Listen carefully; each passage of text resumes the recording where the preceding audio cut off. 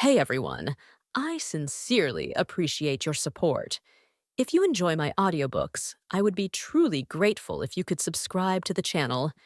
And if you'd like to support even further, you're welcome to become a Patreon member, where you can access audiobooks of novels as long as they are freely available on the internet. Your kindness and support mean so much. Thank you. Hearing Guo Ziyan directly call out Li Qingqiu's name, the disciples of the Clear Sky Sect immediately grew furious. Li Sifeng, who stood beside Zhang Yuchun, was just about to step forward, but Zhang Yuchun raised a hand to stop him. "Sir, how dare you claim to represent the martial world of Zhongshan?" Zhang Yuchun asked. Guo Ziyan snorted. "Why can't I? The #1 martial artist in Zhongshan province was defeated by my hand last August. Tell me, why shouldn't I represent it?" In this closed-off world of poor communication, people of Guzhou knew little of the affairs of Zhongshan province. Only world-shaking events could spread far. The disciples of the Clear Sky Sect and the onlookers did not know who Zhongshan's #1 martial artist was, but anyone capable of defeating such a figure was certainly formidable. For a moment, everyone was awed by Guo Ziyan's presence. The official standing behind Guo Ziyan remained silent. It was clear he had already known that Guo Ziyan intended to challenge the Sect Master of the Clear Sky Sect. "To deal with you, there's no need for our Sect Master to take action," Zhang Yuchun said. "If you could defeat the #1 in Zhongshan, that means you're truly Zhongshan's strongest. As for me, I'm only second within Guzhou's martial world. Let's see if Zhongshan's first can withstand Guzhou's second." A voice came from behind, and upon hearing it, the disciples' faces brightened. The disciples behind Zhang Yuchun parted, and Jiang Zhaoxia walked forward leisurely. The pilgrims and visitors began whispering among themselves. Before the great battle at the state capital, Jiang Zhaoxia had been the strongest figure on the surface of the Clear Sky Sect. It was he who had laid the foundation of the sect's growing fame. Guo Ziyan frowned as he looked at Jiang Zhaoxia. His instinct screamed that this man before him was dangerous. The Clear Sky Sect truly wasn't simple. Guo Ziyan was secretly startled. He had come this time merely to test Li Qingqiu's martial ability. Even if he lost, since he had come with an imperial decree before so many witnesses, Li Qingqiu certainly would not kill him. But now another man had appeared midway, catching him completely off guard. Jiang Zhaoxia's words were arrogant, too arrogant, and they ignited his fighting spirit. Ignoring his earlier plan, he decided to teach this man a lesson first. Even if this man seemed troublesome, he felt no fear. "Then come, let's find a place to spar." Guo Ziyan raised his hand and said, his gaze locking with Jiang Zhaoxia's, both unwilling to yield. "Our Clear Sky Sect also has its rules. If you want to spar, go to the martial platform. The view there is broad and more people can witness our exchange," Jiang Zhaoxia said coldly. The previous battle at the state capital had left him unsatisfied. Though he had slain many, none could truly be called his match. Today, he could face Zhongshan's #1, even if the title might not be real, he was looking forward to it. He resolved to treat Guo Ziyan with the same level of strength he had used against the Demon Emperor. It would be the perfect chance to display the might of the Clear Sky Sect. Good. Guo Ziyan readily agreed. Jiang Zhaoxia's gaze made his blood boil with excitement. He loved defeating arrogant geniuses like this. Within the Qingxiao courtyard, Li Qingqiu was sparring with Zhao Zhen. Although Zhao Zhen was young, his talent for martial arts was truly exceptional. Within the entire sect, none could rival his natural aptitude in combat. After joining the Clear Sky Sect, Zhao Zhen had learned many martial techniques. His moves in battle were ever-changing, yet before Li Qingqiu he felt utterly stifled, every strike missed its mark. Li Qingqiu smiled. "That's why I told you not to be impatient, you're still too young. No matter how refined your techniques, without sufficient speed and strength, it's all in vain." He noticed that Zhao Zhen relied too heavily on his innate talent, constantly eager to learn new martial arts to show off. That wouldn't do. Cultivation methods were the foundation, external techniques were merely tools for battle. Zhao Zhen complained, "But I haven't been lazy. I've spent 2 hours every day practicing inner energy without slacking off." "Then spend 3 hours or 4. You're still young and your teacher hasn't given you any tasks." Li Qingqiu laughed as he dodged Zhao Zhen's attacks. Zhao Zhen pouted, but his movements grew even faster. At that moment, Yuan Li's elder brother, Yuan Qi, hurried into the courtyard. "Sect Master, something bad has happened. Elder Jiang was sparring with someone, he might have killed the man." Upon hearing this, Zhao Zhen froze and turned to look at Yuan Qi. Li Qingqiu, however, didn't seem concerned. He casually said, "As long as the one killed isn't a fellow disciple, don't bother me." It wasn't that he didn't care, it was that he couldn't step in personally. Only by staying uninvolved could he later claim ignorance and let matters settle on their own. That third junior brother of his, he really struck hard. Li Qingqiu sighed inwardly. Though he didn't know who Jiang Zhaoxia had killed, there must have been a reason. Despite Jiang Zhaoxia's cold and proud demeanor, he had never bullied the disciples. Occasionally, he even guided their cultivation. In private, the disciples held him in high regard. Hearing Li Qingqiu's response, Yuan Qi scratched his head and quickly ran back out of the courtyard. Li Qingqiu looked toward Zhao Zhen and chuckled. If you want to see the commotion, go ahead. Zhao Zhen, not yet 6 years old, couldn't suppress his curiosity at the mention of someone dying. Goodbye, master. Zhao Zhen bolted off, afraid he'd miss the excitement if he was late. Li Qingqiu walked to the long table, sat down, and opened the Dao Lineage interface. He was now in dire need of a disciple with aptitude in formations. The foundational records on formations obtained from the inheritance rewards had yet to be successfully passed down to anyone. He had even found 2 disciples with extremely high loyalty to learn it, but with no success. In the path of cultivation, even formations depended on talent. The Clear Sky Sect now had solid foundations and no lack of martial strength, so Li Qingqiu cared more about talents in other fields. Formations and alchemy were what they lacked most. Both were indispensable to an immortal sect. Because of this deficiency, the Heavenly Works Hall was currently the most idle among the 7 halls. Ordinary weapons could simply be purchased. For construction, craftsmen could be hired. Zhu Yan, its head, spent most days painting or playing the zither. Li Qingqiu reviewed all his disciples again but still couldn't find a suitable talent. Though the number of disciples was increasing rapidly, true geniuses remained rare. Even those labeled average in aptitude and comprehension were considered gifted in comparison. Before long, Li Dongyu entered the courtyard and sat beside him. She suggested establishing ranks for non-hall disciples, as there were always diligent disciples who failed to be assigned to any hall, dampening morale. It seems the division between inner and outer sects must be introduced early, Li Qingqiu mused. Such a system would not only classify disciples, but also differentiate treatment and rewards, giving everyone motivation to aim higher. Li Dongyu smiled. Senior brother finds it troublesome, then we can stop recruiting disciples, fewer people, fewer troubles. Li Qingqiu shook his head. Once in the martial world, we can't stop. Our future enemies will only grow stronger, perhaps even those lofty human sages. If we do not strengthen ourselves, we'll face total annihilation. Li Dongyu's smile faded. Don't worry, the sect's finances are still stable. I'm finding ways to expand our revenue. The expected income from the training hall looks promising. Our clients include wealthy merchants, even government officials. Li Qingqiu nodded. The two spoke softly, discussing sect affairs. He felt a quiet sense of pride. The junior sister who once followed him everywhere could now shoulder major responsibilities. Guo Ziyan of the Forbidden Martial Guards had not been killed by Jiang Zhaoxia, but he was on the brink of death. The official who had delivered the imperial decree descended the mountain with a dark expression. He spoke no threats, only ordered men to carry Guo Ziyan away. This incident made all who had witnessed the battle realize just how powerful the Clear Sky Sect truly was. Some worried the sect had offended Zhongshan's nobility, others dismissed the concern. No sooner had Guo Ziyan left than numerous noble families approached Zhang Yuchun, offering to help the Clear Sky Sect smooth things over and maintain good relations with Zhongshan. As spring arrived, Qinyi's father Qinju came up the mountain to visit and Zhang Yuchun personally received him. Qinju looked around the Free Spirit Hall and exclaimed, "What refined taste, very impressive." Zhang Yuchun poured him tea with a smile. "All gifts from others. I find it a bit old-fashioned, but the elders say that the dwelling of one in power must show heritage to command presence." Qinju sat at the table and sighed. How many years has it been? Compared to the great families queuing up the mountain, our Qin family is nothing. If not for Senior Yang's introduction, I might not even qualify to meet you now. Don't say that, your son is our Sect Master's second disciple. That alone makes our Clear Sky Sect and your Qin family closely tied.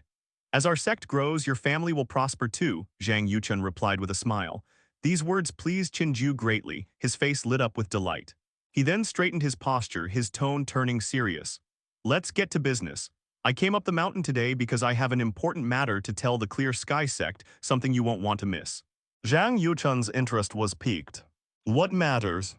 Qinju lowered his voice. News about the elixir of immortality. What brother Qin also believes in such absurd legends? Zhang Yuchun chuckled. At the mention of the elixir of immortality, he immediately thought of the emperor. How many had died because of the emperor's obsession with immortality? Qingqiu continued, don't rush to conclusions. Hear me out. The elixir of immortality may not exist, but there are people capable of refining it. You've likely heard rumors that His Majesty himself seeks such an elixir. That's why this must not be leaked. If word spreads, His Majesty will go mad. Zhang Yuchun frowned. Which so-called Taoist dares claim to be able to refine the elixir of immortality? It's not a Taoist, it's an alchemy family, a lineage with 1,000 years of history. They've truly refined divine pills before, reviving kings from the brink of death, turning children into peerless masters, even reversing aging. Dynasties past have sought their aid. Though they've faced persecution many times, they always survived, thanks, it's said, to their miraculous elixirs. Our Qin family has long traded along the great rivers. Recently, we rescued a grievously wounded man by the riverbank. He insisted on meeting my father before revealing his identity. He was a descendant of this alchemy family. He seeks help rescuing his daughter, and in return, both father and daughter are willing to serve whoever saves her for life, offering all they have. Qingqiu finished speaking in one breath and finally relaxed. You Qin family cannot take on this matter yourselves, Zhang Yuchun asked in confusion. After hearing the news Qingqiu brought, he felt tempted. Because senior brother had mentioned many times that the Clear Sky Sect needed disciples with talent in alchemy, and for this reason even asked him to pay more attention to any alchemists. But in truth, not many were truly capable of alchemy, most were charlatans. Gradually, Zhang Yuchun had set the matter aside. Now things were convenient, the opportunity had come knocking. Qingqiu gave a bitter smile and said, do you think forces that set their eyes on an alchemy family are something our Qin family can contend with? After thinking it through, we felt only the Clear Sky Sect has the ability to take on this matter. And the Clear Sky Sect is a Dao sect, so you should be interested in alchemy-related matters. Zhang Yuchun did not immediately agree, nor did he say that Li Qingqiu needed this. He pondered and said, do you know who abducted his daughters? The Qi family of Linquan. When he spoke these 4 words, Qingqiu's face turned grave. Linquan lay in Zhongshan province. Although not within the True Sun imperial city, it possessed deep historical heritage. Across the past 4 dynasties, they had produced prime ministers and grand commandants.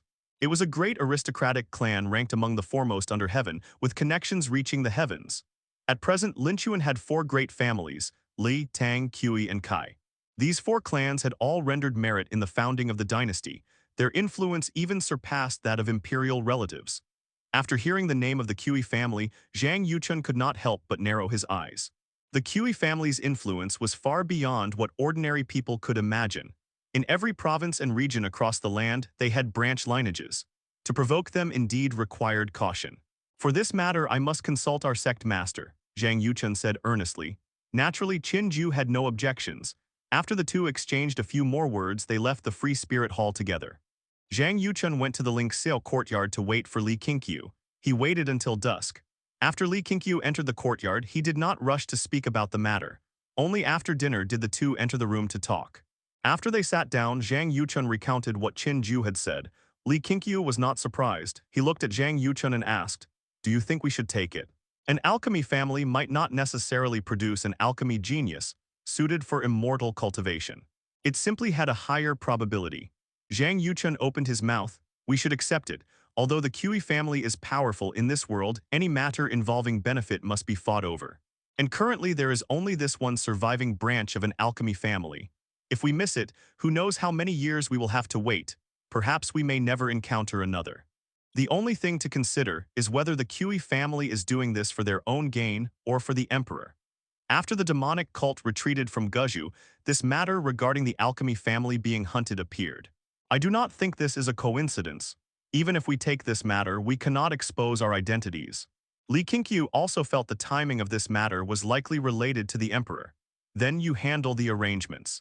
If this truly is the emperor's doing and we intervene, we might be able to save many innocent people. We cannot dispatch too many disciples. Let third junior brother lead the team, but he cannot take his 13 sword fiends, far too conspicuous. Qingqiu said after pondering. Zhang Yuchun nodded and smiled. I plan to have 6th junior brother go along. It is time to let him shoulder important responsibilities.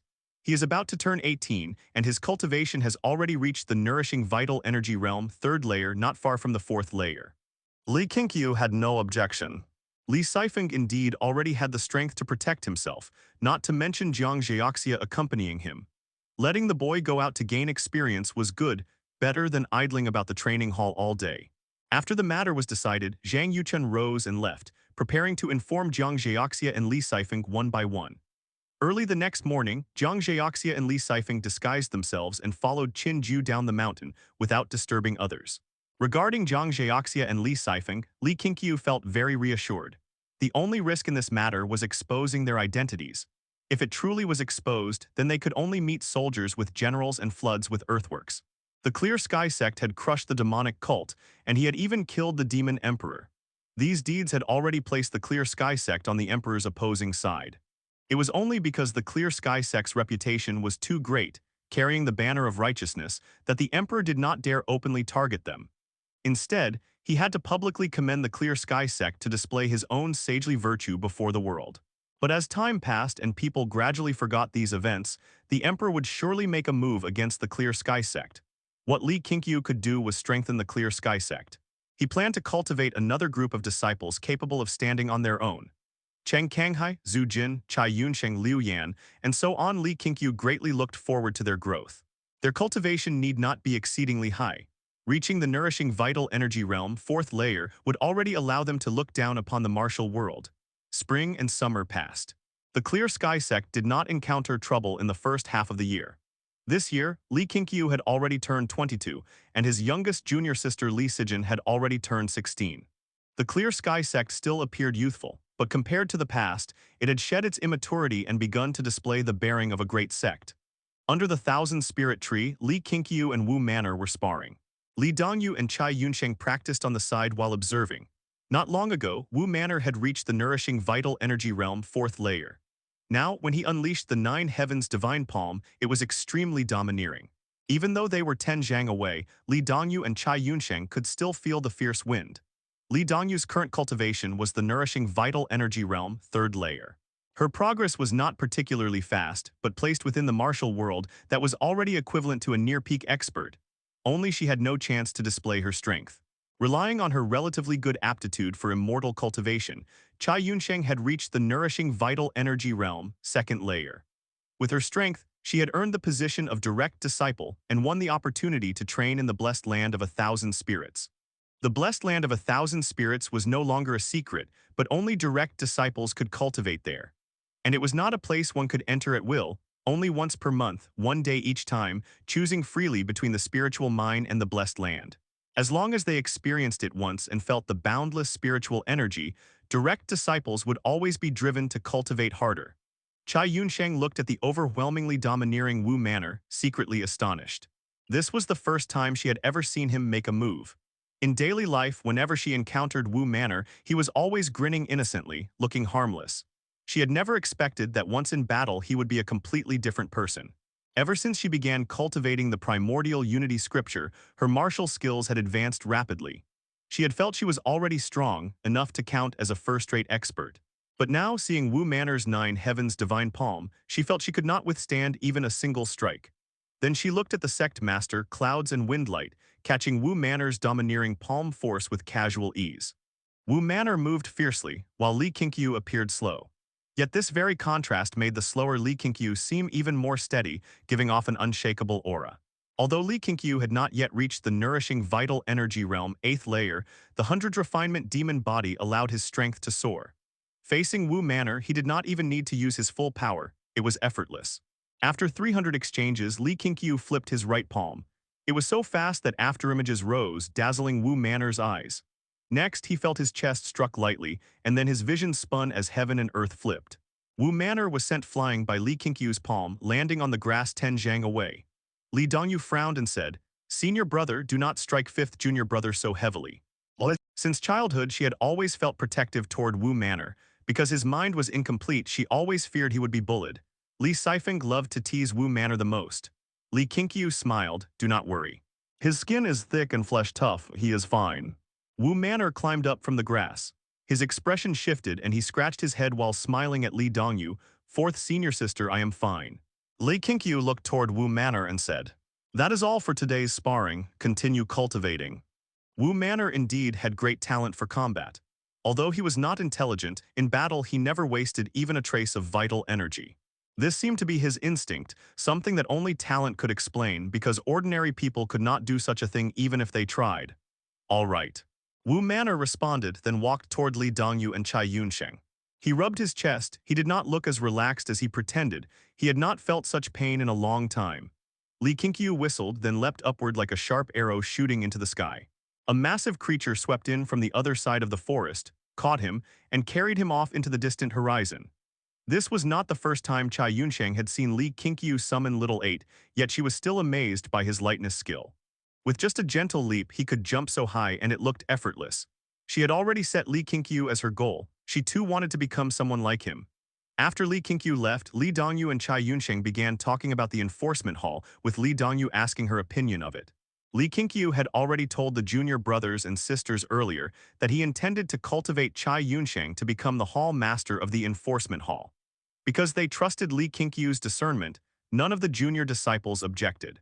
Instead, they were full of expectations for her. There truly are problems. Hall Master Su is busy cultivating, and the other enforcement hall disciples care too much about their relationships with fellow sect members. As long as it is not a major offense, they simply turn a blind eye. The sect appears harmonious, but I feel this harmony is an illusion, Cai Yunsheng said seriously. Li Dongyu kept a calm expression and asked, "What specific problems? Explain in detail." Cai Yunsheng did not hesitate and spoke of the issues she had seen. On Clear Sky Mountain, at Mid-Mountain, dozens of people gathered around the martial discussion platform. They watched the two on the stage discussing animatedly. 20-year-old Zhu Jin stood on the platform, facing 13-year-old Jia, feeling enormous pressure. He had already reached the nourishing vital energy realm, 4th layer, yet standing here facing Jia, he felt uncertain. As the foremost of the 13 sword fiends, Zhu Jin enjoyed treatment no ordinary disciple could match. Each month, he had more than 10 days to cultivate either in the Blessed Land or the Spiritual Mine.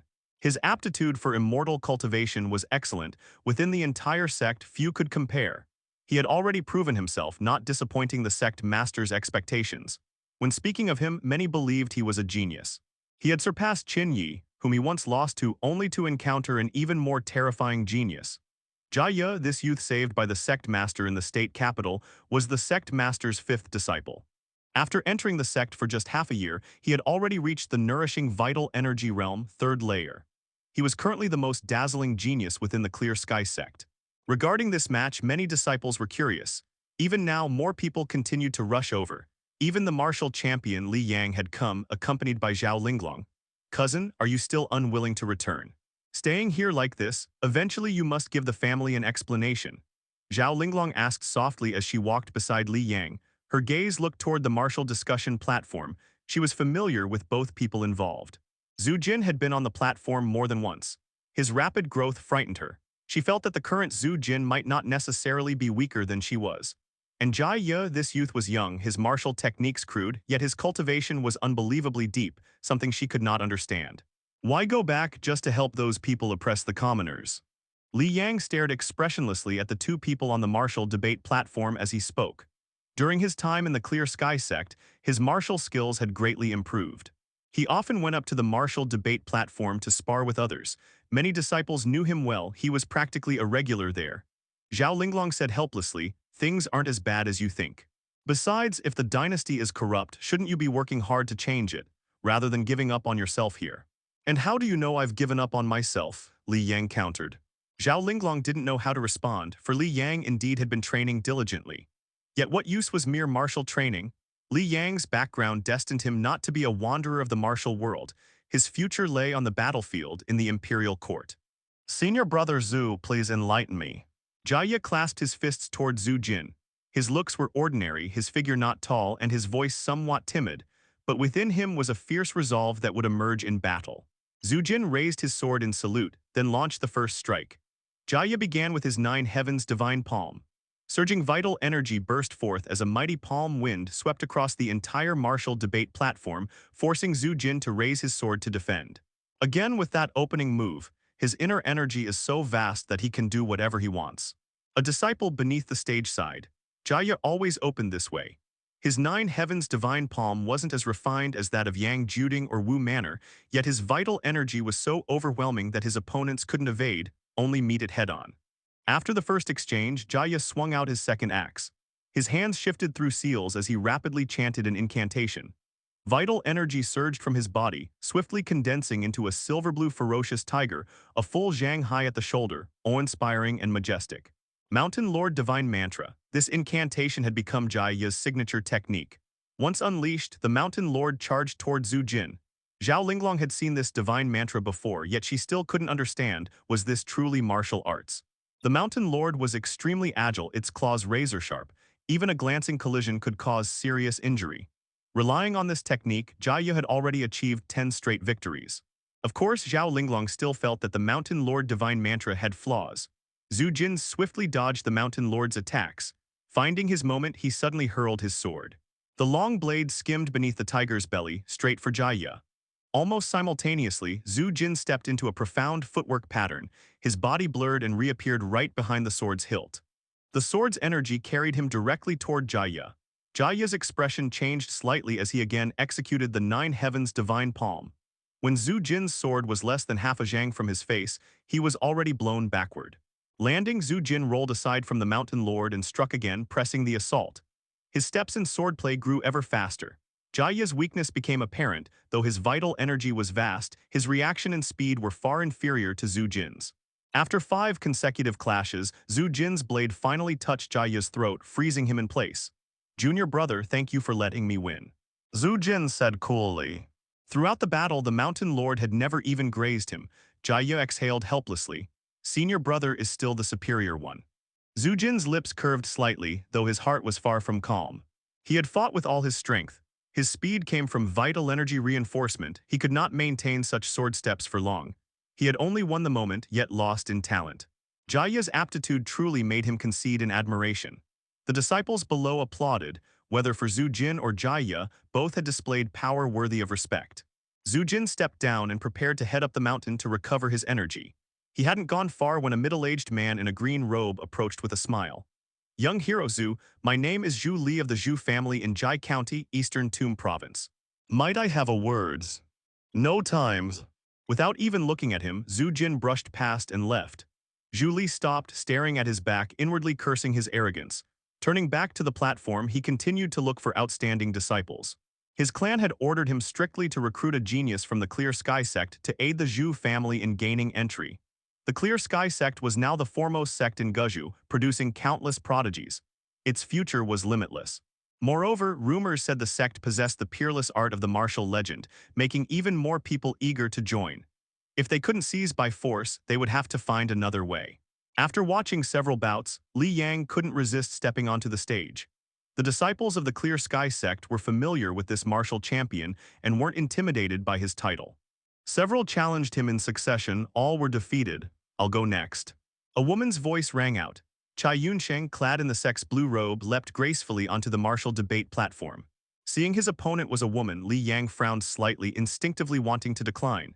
"Your spearwork is fine, but your inner energy isn't," Cai Yunsheng said. Her tone irked Li Yang. It sounded like she was lecturing him, reminding him of Zhao Linglong below the stage. Even after a year, he still held resentment for Zhao Linglong's deception. That anger had never been released. Very well, today he would vent it on this woman. Li Yang raised his spear, pointing it at Cai Yunsheng. "Then let me see how strong your inner energy truly is." Cai Yunsheng drew her sword. The Clear Sky Sect's inner energy stands peerless under heaven. Li Yang's irritation flared, and he immediately charged forward. At dusk, Li Qingqiu returned to Qingxiao courtyard with Yuan Li and Zhao Zhen. As soon as they entered, Yang Juding came to greet them. "The sect-wide tournament is too early. Until the situation is completely stable, it must not be held, lest we give our enemies an opening." Li Qingqiu spoke first, cutting Yang Juding off.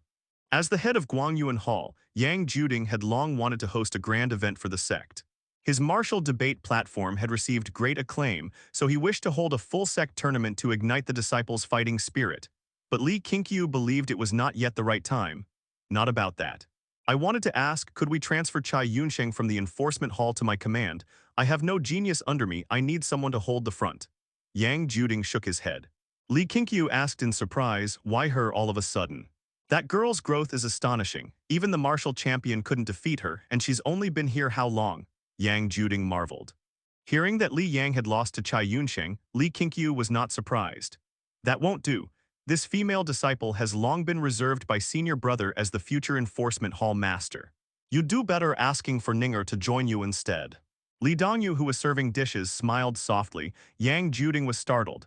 So this girl was your secretly cultivated prodigy. No wonder Chai Yunsheng had grown so rapidly. Li Qingqiu smiled. Hall Master Yang, with more and more disciples entering the sect, you should learn to discover talent yourself, instead of waiting until others rise before trying to recruit them. With that, he brushed past Yang Juding toward the long table. Yuan Li and Zhao Zhen followed close behind. Feeling a bit unconvinced, Yang Juding turned to speak again, but when his eyes fell on Zhao Zhen's back, he fell silent. The sect was full of emerging geniuses, yet the most terrifying one was still that boy surnamed Zhao. His competitive spirit flared. He refused to believe he couldn't discover a genius of his own. After Li Qingqiu sat down, Li Sijin approached. Senior brother, the spiritual plant experiment succeeded. I want a plot of land to plant on a large scale, and I'll need the treasury hall to grant some funds. For land, ask the artisan hall. For funds, ask your fourth senior sister. Tell her I've approved it. Li Qingqiu replied casually. He valued spiritual plants highly and was willing to allocate resources for them. Thank you, senior brother. Li Sijin hugged him happily, resting her face on his shoulder. You're grown now, you should mind the difference between men and women. That's for outsiders. With you, senior brother, what's there to mind? Even if you marry and have children, I'll still hug you. You little girls. Li Qingqiu sighed helplessly and let her be. Among the junior brothers and sisters, only Li Sijin hadn't changed with age. He liked her just as she was and rarely taught her worldly decorum. Soon after, an elder from the training hall came seeking Li Qingqiu. With Li Sifeng away, many matters required his decision. Li Qingqiu had grown used to being approached at all hours. The elder reported that the local authorities wanted to hire disciples of the Clear Sky Sect to hunt a flower thief of the martial world. The man's martial skills were formidable, and the elder feared he couldn't handle it alone. Li Qingqiu immediately approved, instructing him to write it as an official mission for disciples to accept voluntarily. After the elder departed, Li Qingqiu murmured, "Why haven't third and sixth junior brothers returned yet?" Li Dongyu smiled beside him. "Don't worry, with their strength there's no danger." It's likely Sifeng was being playful and delayed them. Li Qingqiu nodded, then changed the topic. Under the night sky, rain poured in torrents. In the mountains, Jiang Zheoxia and Li Sifeng stood before a large tree. Both wore black clothing, faces covered by dark scarves, straw hats on their heads, each gripped a sword. Behind them stood a soaked woman in coarse clothes, staring ahead in terror. Rumble. Lightning flashed, illuminating the dark forest. Ahead, countless mysterious figures advanced, each wielding a blade. They all wore bamboo hats and evil ghost masks. Their murderous aura pressed heavily on the terrified woman. Li Sifeng muttered, "Senior brother, why do they look so much like members of the demonic cult?" Jiang Zheoxia's gaze remained calm. "Probably not. Their masks are slightly different, more like another kind of ghost face. Be careful, these people's martial skills aren't weak, and they use hidden weapons." With that, he stepped forward alone to face the enemy host. Li Sifeng tilted his head toward the woman behind him. "Hey, we've already fought wave after wave to save you. You and your father better not be deceiving us." The woman withdrew her gaze and whispered nervously, "Please be careful. I fear the martial god pill I refined has already been taken by them." You say that and now I'm truly curious. Just how strong will they be after taking the martial god pill? Li Sifeng said with a quiet laugh, glancing back. As another bolt of lightning lit up the forest, Jiang Zheoxia moved, raising his sword and charging straight into the enemy ranks. It was yet another fine day. Li Qingqiu led Yuan Li and Zhao Zhen to the mountaintop, where they faced the morning sun to absorb its energy. The purple qi came from the east, and their minds entered a tranquil state. When their morning cultivation ended, Li Qingqiu was just about to rise when he heard Yuan Li ask, "Master, am I truly suited for cultivation?" His face was filled with confusion, and Zhao Zhen, who sat on Li Qingqiu's other side, looked at him helplessly, unsure how to comfort him. Of course, in this world, there is no one completely unfit to cultivate the primordial unity scripture. I can see your potential. You only need an opportunity to break free from your shackles. When that moment comes, you will soar into the heavens and become the most dazzling existence in the Clear Sky Sect. No, in all the world. Li Qingqiu spoke earnestly. In his heart he thought, good disciple, don't give up. Your master is still waiting to copy your talent. He understood Yuan Li's self-doubt. Yuan Li's treatment already surpassed that of most true disciples, and he always cultivated by Li Qingqiu's side. Compared to Zhao Zhen's exaggerated progress, Yuan Li's cultivation advancement could only be described as slow. If Yuan Li hadn't already cultivated vital energy, he would have truly despaired. But that was the limit. Yuan Li still saw no hope of reaching the second layer of the nourishing vital energy realm. Listening to his master's words, Yuan Li still found it difficult to believe. He forced a smile. Li Qingqiu directly smacked him on the head and said impatiently, "Foolish disciple, what are you even worried about? You're only 6 years old. When we were 6, we couldn't compare to you at all. Forget us, look at the sect. How many disciples have cultivated for years and still haven't stepped into the nourishing vital energy realm?" Those words did improve Yuan Li's mood. Shackles huh. Yuan Li murmured to himself. Sometimes he truly felt as though an invisible barrier suppressed his cultivation, keeping him from advancing. Li Qingqiu said no more and led him down the mountain. Zhao Zhen then asked his master if he could go to the martial discussion platform to spar. He had already reached the second layer of the nourishing vital energy realm, 6 years old and already at the second layer. Far too dazzling. Wait a bit longer, you're still too young. Build a solid foundation first, Li Qingqiu replied softly. He feared Zhao Zhen might get too addicted to the thrill of crushing weaker opponents and grow complacent. He had noticed Zhao Zhen's only flaw was his love for showing off. That wasn't a good thing, it must be refined away. Then how old do I have to be? 12. Ah, another 6 years. 6 years later, you can compete for number 1 under heaven. Isn't that good? That does sound good. The three of them strolled down the mountain. After returning to Qingxiao courtyard, Li Qingqiu once again reminded Zhao Zhen to study his cultivation method carefully before leaving the mountain alone. Yesterday, the new mountain gate and eagle statue at the foot of the mountain had been completed. During dinner, Zhang Yuchun had asked him to inspect it and make corrections if necessary. If all was well, Zhang Yuchun would dismiss the craftsman in charge. As Li Qingqiu descended the mountain path, many people greeted him. He responded only with a polite smile and a nod. As he walked, he suddenly realized he and Zhao Zhen were quite alike. He liked to show off too, just that he was more restrained. When passing a guest courtyard, Li Qingqiu stopped. Turning his head, he saw through a half-open door the silhouette of a man practicing with a spear, Li Yang. Li Yang had been on the mountain for quite some time, yet Li Qingqiu had never spoken to him. The two shared a silent understanding, never breaking that layer of awkwardness between them. It seems losing to Cai Yunsheng struck him hard. Li Qingqiu thought to himself. Li Yang had been with the Clear Sky Sect for a while, fought alongside them twice, and even occasionally instructed disciples in martial arts. He was practically half a disciple of the sect. In truth, Li Qingqiu didn't dislike Li Yang. He simply didn't want too many entanglements with the Li family. But seeing Li Yang's persistence, he felt he should let it go. Setting other things aside, for Li Yang to become the top martial champion, he was undoubtedly gifted, perhaps even possessed a special fate trait. The reason he lost to Cai Yunsheng was likely that his cultivation method was far inferior to the primordial unity scripture. Having thought that, Li Qingqiu called out, "Li Yang." Hearing this, Li Yang, who was practicing his spear in the courtyard, froze. Turning his head, he saw Li Qingqiu standing at the doorway watching him. He immediately tensed up. "Master Li," Li Yang replied nervously. After being in the Clear Sky Sect for so long, this was the first time Li Qingqiu had spoken to him. Unlike when he had first come up the mountain, Li Yang could no longer treat Li Qingqiu as a mere clan junior. He now believed what the sect disciples said. The Sect Master was an immortal descended to the mortal world. How else could he be so powerful? Thinking back now, perhaps Li Qingqiu's fortune had been too extraordinary, frightening those Taoists into thinking he was an ill-omened person.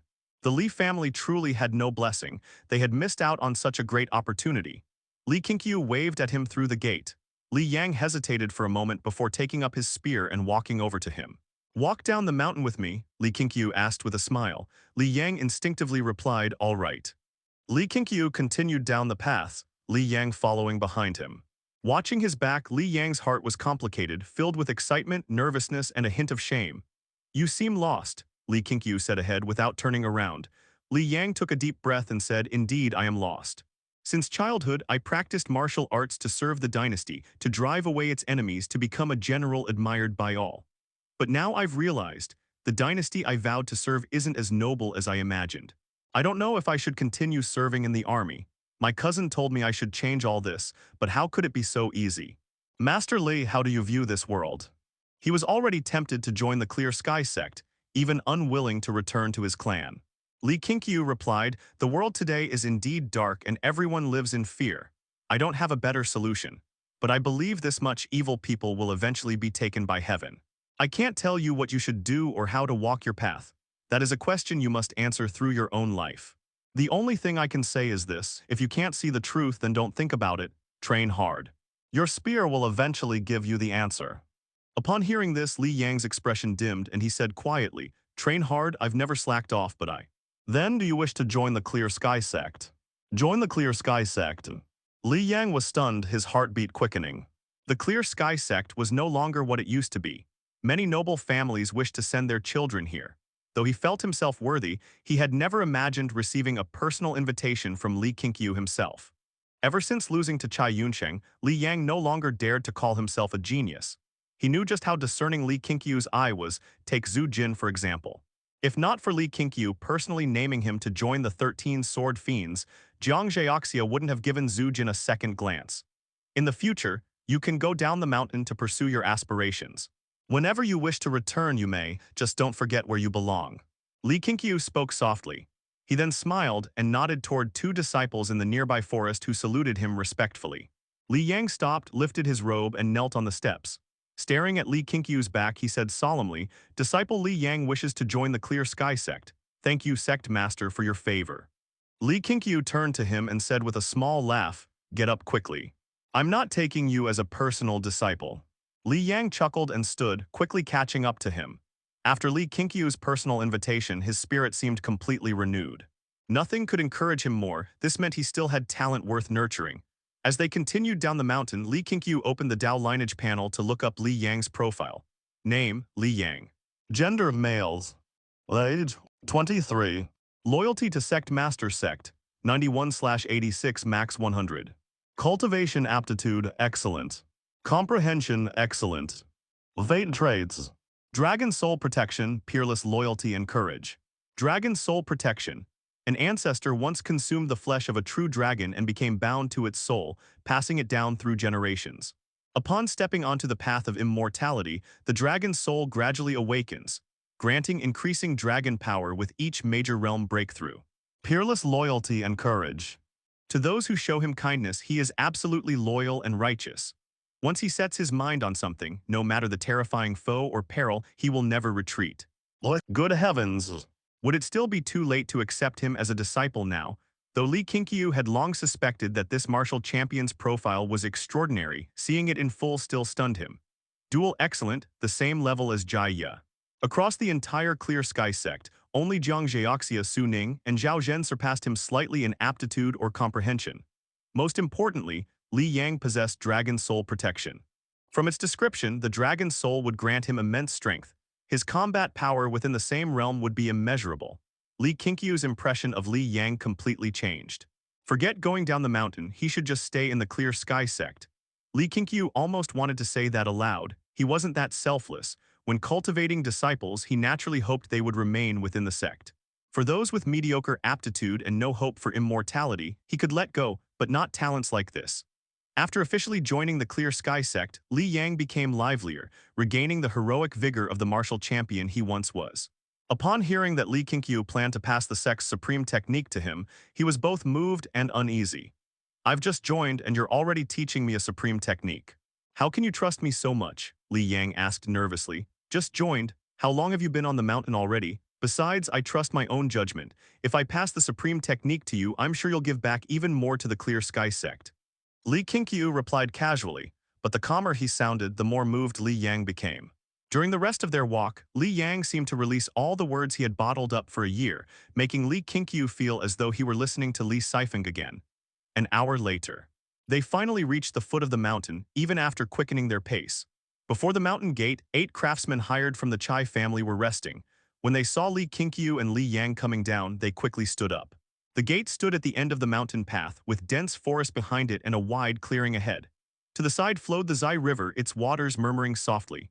The massive eagle statue, nearly 2 zhang tall, was strikingly majestic, its wings spread in a domineering pose. Li Qingqiu walked up to the statue. From the front, he examined both it and the mountain gate, nodding in satisfaction. The craftsman's workmanship was indeed excellent. Li Yang approached, just about to speak, when his gaze suddenly locked onto something. His eyes grew sharp. Maz, Li Yang quickly shouted, But before he could finish, he saw Li Qingqiu raise his hand and catch an arrow fired from behind, two fingers pinching its shaft as though he had foreseen its path. A brief moment of shock, Li Yang's fury erupted. Gripping the long spear in his hand, he dashed forward, swiftly brushing past Li Qingqiu. When he reached the Zai River, he leapt into the air, displaying his lightness skill as he charged forth, vanishing quickly into the distant forest. Watching the nervous craftsman, Li Qingqiu smiled and said, "I'm very satisfied with the mountain gate and the statues. You may leave now." Having said that, he turned around and walked in the direction where Li Yang had run off. His pace was unhurried, meanwhile. Li Yang moved as swift as the wind darting through the forest. His sharp gaze could not conceal the flames of anger within. Whoosh. A whistling sound of something breaking through the air came from ahead. He tilted his head and dodged the arrow, almost simultaneously spotting the figure of the archer. The man was dressed like a hunter, but his face was covered with a black cloth. Standing on a tree branch, he turned to flee when his first shot failed. His lightness skill was not inferior to Li Yang's. He leapt swiftly between trees like a nimble mountain monkey. Li Yang pursued him for several li yet could not close the distance. Enraged, he suddenly hurled the long spear in his hand. The man seemed to have eyes on his back, skillfully dodging the throw, and the spear embedded itself deep into a tree trunk. As Li Yang passed the large tree, he leapt up, pulled his spear free in one smooth motion and continued the chase. However, his strength and inner energy were not infinite. When his breath began to grow ragged, his anger subsided slightly. Yet almost immediately his fury flared again, for when he slowed down, the other man also reduced his speed, even glancing back at him. Though the man's face was covered, Li Yang could still sense a mocking smile beneath that cloth. Grinding his teeth, Li Yang refused to believe he truly could not catch up. He stared at the man's back and chased another 2 lei, when suddenly the man fell from a tree. When they were less than 5 zhang apart, Li Yang slowed down and approached cautiously. Pushing through a patch of bushes, he saw the man lying on an open patch of ground, blood pooling beneath his body. What happened? Li Yang frowned, puzzled. He didn't believe the man had merely tripped. Just as his mind tensed, a mocking voice called out from afar, "Isn't this our martial champion? Why are you being led around like a dog?" Li Yang turned his head and saw 3 figures emerge from the distant woods. He recognized the 2 at the front, Zhang Zheoxia and Li Sifeng. Years ago, he had gone to the martial arts tournament with these 2, enduring many trials along the way. Their bond was not shallow. Later, when he heard rumors in the martial world that Zhang Zheoxia and Li Sifeng had been ambushed by the Heavenly Blade Sect and their fates were unknown, he had gone to cause trouble for that sect, mobilizing even his family's power to do so. The one who had mocked him just now was Li Sifeng. Li Yang didn't get angry, instead he smiled and asked, "You killed him. We only made him lose the strength to escape. Bring him up the mountains." Zhang Zheoxia spoke coldly. His tone wasn't unfriendly, his willingness to speak showed he still regarded Li Yang as a friend. Li Yang nodded, then glanced curiously at the plain-clothed woman standing behind them. "And she is." "What you shouldn't ask, don't ask," Li Sifeng replied with a grin. Li Yang immediately understood, withdrew his gaze, and went over to lift the fallen archer. He first tore away the man's face cloth, glanced at him twice, then slung him over his shoulder. "How long have you been down the mountain?" Li Yang asked as he walked alongside Li Sifeng. "Over half a year. You've no idea how exciting it's been, blades flashing, swords clashing, mountains of knives and seas of fire. You could write it all down and it'd make a fine story." Li Sifeng said proudly, which made Li Yang all the more intrigued. The 4 of them continued forward and soon encountered Li Qingqiu. Senior brother, mission completed perfectly. Li Sifeng ran up to Li Qingqiu with a grin. Though he was nearly as tall as Li Qingqiu now, before the latter he always seemed like an unruly child. "Not bad. Let's go back together on the way, I'll show you the new mountain gate." Li Qingqiu smiled as he spoke, glancing at Zhang Zheoxia.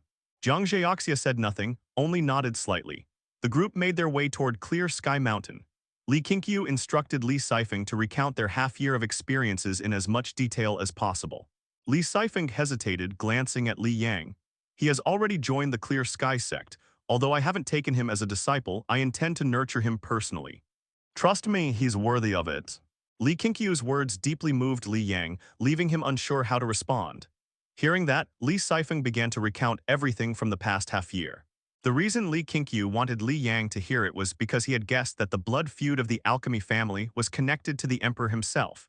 He wanted Li Yang to lose all illusions toward the court, to truly see the world for what it was. Li Yang often said he was lost, but in truth, it was because he still clung to hope. Otherwise, he would have devoted himself to martial cultivation and found a way to overthrow the emperor. Lady Chen's family was oppressed by the Qi family of Lin Chuan. Her father refused to submit, and in the end, her entire clan was slaughtered. She herself was abducted into the mountains by experts hired by the Qi family. Later, when they learned she was the most skilled in alchemy among the Chen family, they forced her to refine pills. Furthermore, we discovered the Qi family originally served the emperor, but they grew greedy and hid Lady Chen away. When Li Sifeng mentioned the emperor, Li Yang's expression darkened instantly. The rest of the story was about how they found Lady Chen, how they fought, and how they escaped pursuit. To avoid implicating the Clear Sky Sect, they had traveled across 3 provinces, circling widely, killing countless pursuers along the way. Li Qingqiu turned to the young lady behind them and smiled. Lady Chen, why not join the Clear Sky Sect? You and your father will have nowhere safer to go. I'll have the Qin family send your father here. Lady Chen appeared 16 or 17 years old, thin and small. Her appearance was not remarkable and her skin was slightly dark. She walked at the back, timid and quiet. Hearing Li Qingqiu's invitation, she quickly nodded, murmuring a faint without saying more. Li Qingqiu turned back and signaled Li Sifeng to continue while he opened the Dao Lineage panel. Lady Chen's full name was Chen Huilan, 17 years old. Her cultivation aptitude was unranked, though her comprehension was relatively good. She possessed a special fate trait. Talent in alchemy, some talent and comprehension in alchemy. Some talent. Li Qingqiu wasn't overly surprised, but he was somewhat pleased. At least now, someone could open the path of alchemy for the Clear Sky Sect. Before nightfall, Li Qingqiu and the others returned to the mountain. Li Sifeng went to settle Chen Huilan, while Li Qingqiu brought the captured assassin to the back mountain and used the soul restraining curse. That night, Li Qingqiu gathered all hall masters, including Zhu Yan, vice hall master of the Heavenly Works Hall.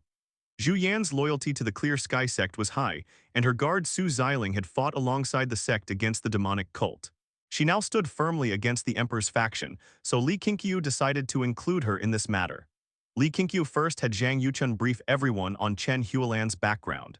The hall masters listened in silence. Such tragedies were no longer surprising to them. Lady Chen hails from an alchemy family. From now on, she will join the Heavenly Works Hall, Li Qingqiu announced, looking toward Zhu Yan. Though Zhu Yan was only a vice hall master, she wielded real authority equal to that of a hall master. She voiced no objection, nodding to show her understanding. This matter must not spread. Everyone must protect Lady Chen. If you see anyone approaching her, be wary. Li Qingqiu swept his gaze around the long table, speaking solemnly. Everyone nodded in agreement. Zhu Yan couldn't tell whether Li Qingqiu had included her to test her loyalty or because he genuinely trusted her. But either way, she felt she was finally becoming part of the Clear Sky Sect. The second matter, someone attempted to assassinate me today. Were it not for my skill, that arrow would have pierced my skull, Li Qingqiu continued. At these words, Zhang Yuchun, Li Dongyu, Li Sijin, and Yang Juding all grew furious and anxiously asked after his condition. Li Qingqiu raised a hand to quiet them. You all know my martial skills. What we must discuss now is how to handle this. Yang Juding asked, do you need me to interrogate him, to force him to reveal the mastermind? Li Qingqiu smiled faintly. I already asked. Behind him is the 9 Absolute Sect, one of the 3 great sects of Eastern Tomb Province. The assassin acted on the order of the 9 Absolute Sect Master but doesn't know why they targeted us. Yang Juding frowned. The 9 Absolute Sect counts as a reputable orthodox sect. They have close ties with the righteous path. Li Qingqiu turned to Zhu Yan. Hall Master Zhu, your knowledge of the world exceeds ours. What do you think we should do? Everyone turned their eyes to Zhu Yan. Wearing her veil, her gaze calm, Zhu Yan replied, even if we confront them with the assassin, it'll be meaningless. They surely have other plans prepared. We only need to focus on defense or even strike first. If the Sect Master requires it, and if you need the Zhu family's help, I can investigate their true motives. Her words made everyone view her with newfound respect and realize the weight a cultured scholar carried. Li Qingqiu shook his head. Too troublesome. My idea is to destroy the 9 Absolute Sect. At those words, not only did Zhu Yan's eyes flicker in surprise, but everyone else was also shocked, except for Li Sifeng, whose face showed excitement. To start a slaughter without fully understanding the truth is perhaps, Yang Juding began hesitantly. Li Qingqiu had used the soul restraining curse, the memory could not be false, but he could not tell them that. His expression remained flat as he said, we don't have to annihilate every last one of them, but we'll make sure the 9 Absolute Sect can no longer stand. First, kill their Sect Master. If anyone interferes, kill them as well. I don't care why they targeted us, since they struck first they must pay the price. Even if someone manipulated them, I want those behind the scheme to feel fear. Yang Juding hesitated, words stuck in his throat. Li Sijin then asked, Senior brother, if we cannot reveal the truth to the world, won't the martial world see us as a demonic sect? Li Qingqiu smiled, I never said the Clear Sky Sect was righteous. We can do good, but we must first protect ourselves. If today's assassin had struck another disciple instead of me, what then? Silence fell. If a disciple had been killed at the foot of Clear Sky Mountain, it would shake morale and sow unease. I'll go, Jiang Zheoxia said tersely. Li Qingqiu shook his head. This time let others handle it. Zhu Jin will lead and I will personally select 12 true disciples to accompany him. Before the year's end, I want the 9 absolute sect erased from the martial world. What say you all? Zhu Jin was at the nourishing vital energy realm, 4th layer. Back when Li Qingqiu went to the 7 Peaks Alliance, he had only reached the 3rd layer of the same realm. This was also a test that Li Qingqiu set for Zhu Jin. He could tell that Zhu Jin was ambitious and did not wish to remain merely Jiang Zheoxia's disciple. Though everyone felt that Li Qingqiu was too domineering, they could not refute him. After some thought, they realized that if a disciple of the Clear Sky Sect were to die at the foot of Clear Sky Mountain, it would be troublesome to handle, both internally and externally. Sect Master, if you don't mind, I can spread some news outside. Just say that the 9 absolute Sect Master sent assassins to ambush you for no reason. Even without evidence in this martial world, many will be intrigued. Once rumors spread, the people of the martial world will no longer be resistant toward the actions of our Clear Sky Sect, but instead feel fear and respect. Zhu Yan spoke up. Her words made everyone present look at her with newfound regard. In truth, many had held some opinions about this scholar becoming a deputy hall master. They thought being a scholar was not so remarkable. Yet during tonight's discussion, Zhu Yan had eagerly plotted for the benefit of the Clear Sky Sect, and her proposal was indeed sound. Everyone began to genuinely accept her.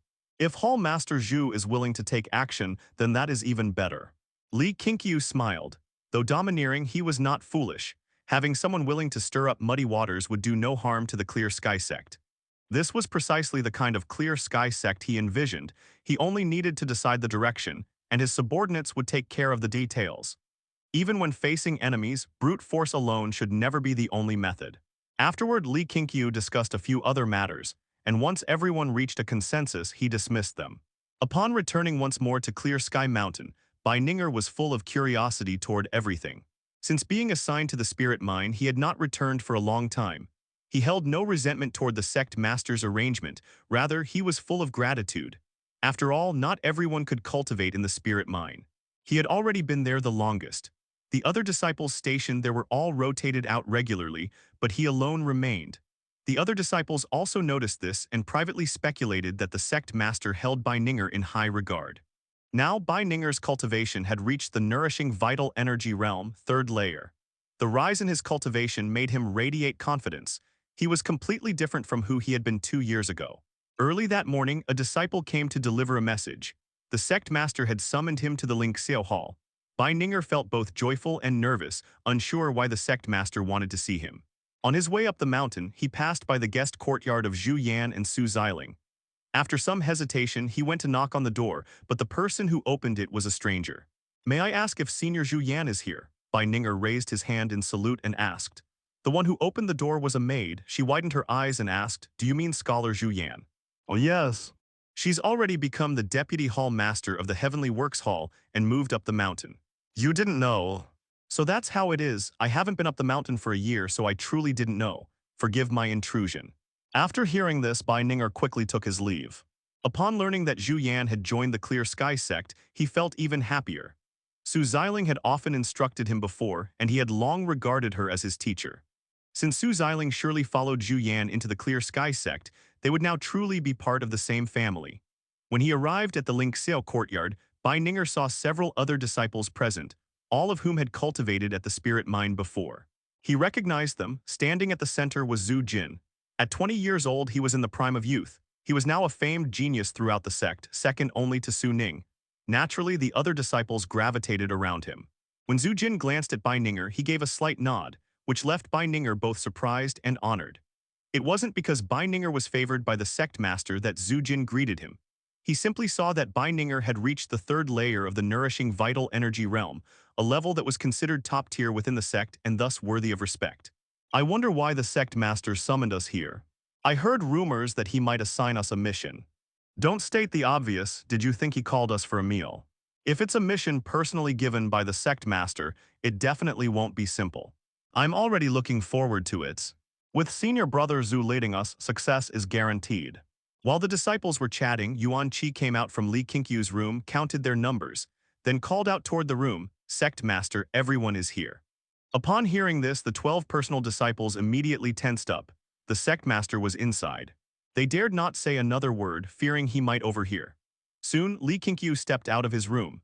Standing before them, he swept his gaze across the group and directly explained that the 9 Absolute Sect had sent assassins after him. Upon hearing this, all the disciples were enraged. "I order you to head to the 9 Absolute Sect, slay their Sect Master, and destroy their sect. You need not annihilate them to the last man, but make sure their sect dissolves. Complete this before the end of the year.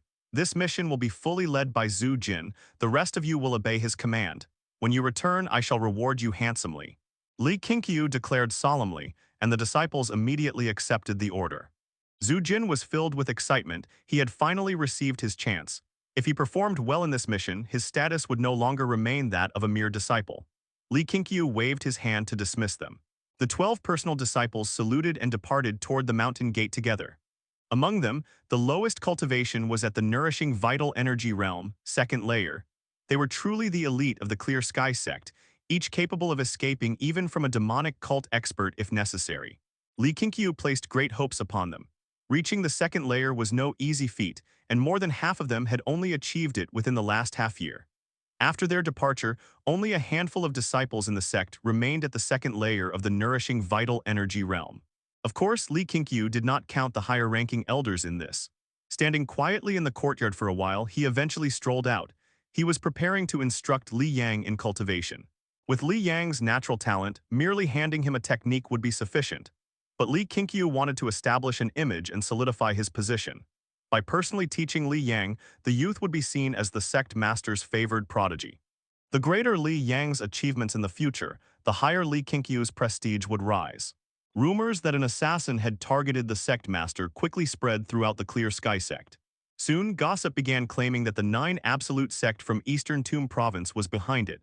This enraged the disciples and aroused curiosity among visitors. How had enmity formed between the two sects, and what would the Clear Sky Sect do in response? After the rumors spread, the Enforcement Hall's members increased to 25. 5 disciples guarded the mountain foot daily, while 10 more patrolled the mountain. Such actions confirmed the rumors of an attempted assassination on the Sect Master.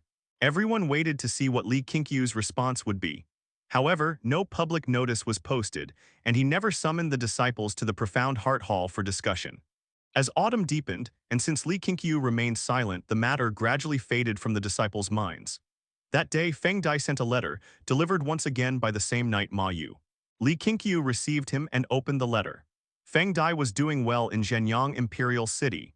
With Jia Yi's assistance and his own encounters with benefactors, he had officially become a registered government official.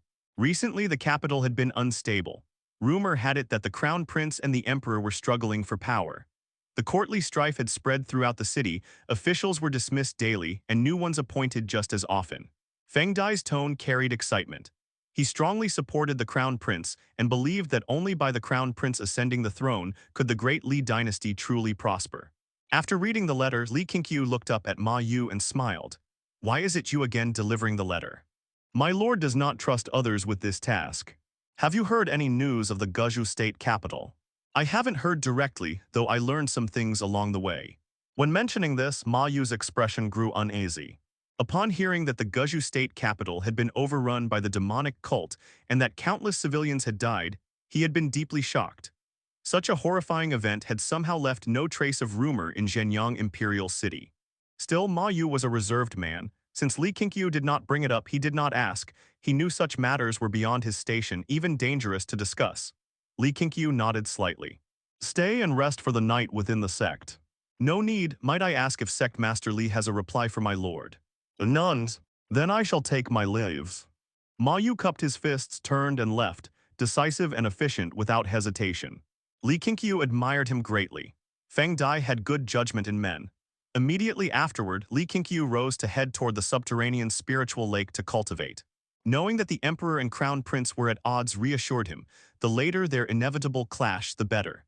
Lately, he had been striving to break through to the nourishing vital energy realm, 8th layer. The higher the realm, the harder the breakthrough. Even with his heavenly thunder spiritual root, the difficulty was immense, let alone for others. Cultivation truly demanded the investment of time. No wonder immortals could dream away 1,000 autumns. When winter snow began to fall, a piece of news spread through the Clear Sky Sect, shaking it to its core. The leader of the 13 Sword Fiends, Zhu Jin, had led 11 personal disciples of the Clear Sky Sect to storm the 9 Absolute Sect, killing its Sect Master and scattering its disciples. They still remained at the 9 Absolute Sect's grounds, refusing to leave. This news was brought by visiting pilgrims, and it filled the Clear Sky Sect disciples with exhilaration. Before, they had wondered why the Sect Master had remained patient. But after their private discussions, they realized it was indeed a difficult matter, since the 9 Absolute Sect could simply deny it. Just as they thought the Sect Master intended to endure, such explosive news arrived. At once, Zhu Jin's name spread across Clear Sky Mountain. Zhu Jin had become famous with one battle.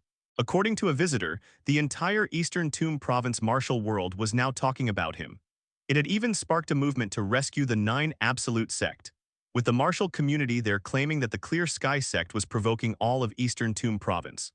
Not only Zhu Jin, but Bai Ninger and the other personal disciples also rose in renown, though none shone as brightly as Zhu Jin. This battle marked the moment the Clear Sky Sect truly stepped beyond Guzhu.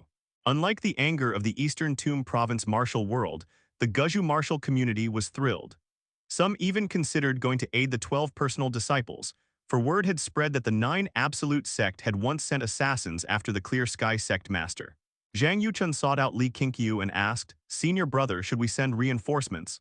The situation's grown serious. I fear other sects may get involved." Li Qingqiu replied, "No need. Zhu Jin will handle it well. Besides, 6th junior brother just happened to take on a mission in Eastern Tomb Province recently." In the courtyard of the Heavenly Works Hall, inside the Deputy Hall Master's residence, Su Xiling sat at the table, gazing at Zhu Yan, and said with emotion, "Although I felt earlier that the disciple named Zhu Jin wasn't simple, I didn't expect him to become famous across the martial world so quickly. After Jiang Zheoxia and Su Ning, the Clear Sky Sect has produced yet another peerless powerhouse. Incredible, isn't the martial prowess of the Clear Sky Sect a bit too astonishing? A single disciple rising to fame could be attributed to talent, but when disciple after disciple did so, it was undeniable that the Clear Sky Sect's martial inheritance was extraordinary." Zhu Yan spoke, "That primordial unity scripture is indeed unimaginably powerful.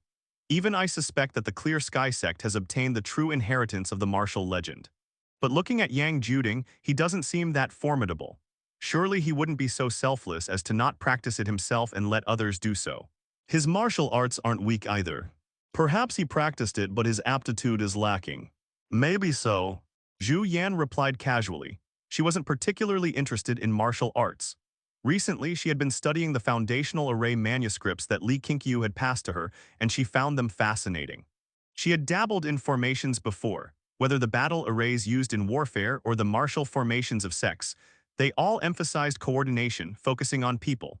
But Li Qingqiu's formations were completely different. Their focus lay in the array itself, not the people. This astonished her greatly and sparked deep interest. Su Xiling asked, "Miss, what do you think of the Sect Master?" Zhu Yan put down the book in her hands, pondered, and said, "Both righteous and evil hard to define. Judging from the Clear Sky Sect's attitude toward the common folk, he's benevolent and just. But when it comes to power struggles, he's ruthless. I can't say whether what he does is right or wrong, but I must admit with him around, the Clear Sky Sect will surely go further." Su Xiling sighed. "Indeed, I thought that after the battle at the state capital, the Clear Sky Sect would be constrained by that so-called number 1 sect. Unexpectedly, Sect Master Li still acted with thunderous means, unrestrained by reputation, directly annihilating the enemy sect without mercy. The Clear Sky Sect's domineering actions naturally invited criticism, perhaps even condemnation, but Li Qingqiu still acted thus. That was what Su Xiling admired most. Good, the martial world is the martial world, the commoners are the commoners. Since ancient times, how many who have roamed the martial world have truly kept their hands clean?" Zhu Yan spoke with indifference. She never pitied those who died in the martial world. Su Xiling's eyes darted and she asked, Miss, could you perhaps introduce me to the primordial unity scripture? Zhu Yan looked up at her and asked, didn't you say that your martial skill has reached its lifetime limit and can't improve further? That was before. I think the Clear Sky Sect's supreme art might help me reach a new height. I'll ask the Sect Master about it when there's a chance. For now, focus on your own duties. Many thanks, miss. Su Xiling was just one example. As Zhu Jin and the others gained fame, more and more people realized that the Clear Sky Sect was far more than just a group of talented disciples. Their supreme inheritance must be extraordinary. More people came to seek apprenticeship, and disciples' desire for the primordial unity scripture grew stronger by the day. Thus, the Clear Sky Sect formally introduced a new system. Below the true transmission disciples, there would be 3 levels. From lowest to highest, registered disciples, outer disciples, and inner disciples. Upon first joining the Clear Sky Sect, one became a registered disciple. Their name was entered into the records and they could cultivate basic external arts. Through labor and contribution over time, they would face assessments. Those who failed to become outer disciples after years of effort would be asked to leave the mountain, cutting all ties with the Clear Sky Sect. Outer disciples could cultivate the sect's internal arts, enjoy the protection of the Clear Sky Sect, and travel under its name. Inner disciples could apprentice under true transmission disciples and cultivate the sect's supreme art, the primordial unity scripture. Even without great achievements, they could remain in the sect for life. When this 3-tier system was announced, the Clear Sky Sect was shaken. One after another, disciples went to the Free Spirit Hall to reaffirm their status. Except for those who had joined that month, all others were at least outer disciples. With lower-ranked disciples as contrast and higher-ranked ones as goals, the sect's morale surged once again. With clearer ranks, the 7 halls could now manage affairs far more smoothly. 20 days later, the Clear Sky Sect's disciples exceeded 600 in number. During this time, Li Qingqiu discovered several disciples with decent aptitude and comprehension for cultivation. He wrote down their names and handed them to various hall masters for special attention. That day, Zhang Yuchun came to see Li Qingqiu once again. Servant disciples, Li Qingqiu raised his brow. At that moment, Li Qingqiu was in the forest, instructing Su Ning in spell cultivation. Upon seeing Zhang Yuchun arrive, Su Ning stepped aside, playing with the thunder flag in her hand, not disturbing them. Zhang Yuchun nodded. That's right, they won't be entered into the records nor allowed to learn any Clear Sky Sect martial arts. They'll handle miscellaneous chores. Though it sounds harsh, people will sign up. At least they'll have food, shelter, and safety. And as long as they stay in the sect, they'll have a chance to climb upward. Li Qingqiu naturally understood what servant disciples meant but thought the timing a bit soon. Then he reconsidered. The sect hired many craftsmen and commoners for labor, costing a lot of silver. Establishing servant disciples could reduce expenses, and these disciples would likely work more diligently. Though it seemed exploitative, it actually offered many at the bottom a chance. All right, you handle it. It'll also add some work for your Free Spirit Hall. Li Qingqiu agreed. Since the establishment of the 7 halls, much of his burden had lightened. He no longer needed to oversee every industry and had more time to cultivate. Zhang Yuchun was delighted by the approval, nodded, and left immediately. Su Ning approached and asked, Master, I'm the hall master of the enforcement hall, yet I don't manage anything. Isn't that inappropriate? Should I give my position to someone else? Li Qingqiu laughed, it's fine. Even if you do nothing, your presence benefits the enforcement hall. Among the 7 halls, the enforcement hall was the most powerful. Not only for its authority, but because its hall master was Su Ning. Su Ning was among the sect's top 3 experts and the sect master's direct disciple. Her prestige was overwhelming. When enforcement hall disciples visited other halls to investigate, no one dared offend them. After hearing this, Su Ning grew thoughtful, understanding her master's meaning. Master, this 7th layer of the nourishing vital energy realm is so hard to reach. How long did it take you to advance from the 6th to the 7th? Su Ning changed the topic, uninterested in politics. Li Qingqiu replied, as long as you reach the 7th layer within 2 years, you'll be faster than I was. All right. Su Ning's fighting spirit was roused, unaware that Li Qingqiu had spoken casually. Then Li Qingqiu told her to demonstrate her self-created spell. Su Ning stepped onto the snow, holding the thunder flag once owned by Taoist Wei, and began to channel her vital energy. The thunder flag was a unique magic implement. It required no restriction breaking or vital energy infusion to summon lightning. Of course, without vital energy, it could only call lightning during storms. When the sky was clear, one had to rely on converting vital energy into lightning. Su Ning possessed the heavenly thunder spiritual root. The thunder flag suited her perfectly, allowing her to unleash greater power.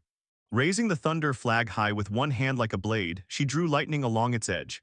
With a single sweep, the lightning spread out like a net, its might sweeping across Tenjiang, the snow before her exploding upward, leaving a fan-shaped clearing. I've named it Heaven's Net, Earth's Judgment. Those struck are either killed instantly or paralyzed, unable to fight, trapped by the earth, ensnared by Heaven's Net. Su Ning explained. Li Qingqiu nodded in satisfaction. A fine technique indeed, Li Qingqiu said. I'm very pleased. Write it down when you have time, it'll be included in the scripture repository. Su Ning nodded, hesitated for a moment and asked, Master, I named it following your style, but are we really still practicing martial arts? Even outsiders were shocked, and after long cultivation she herself began to doubt.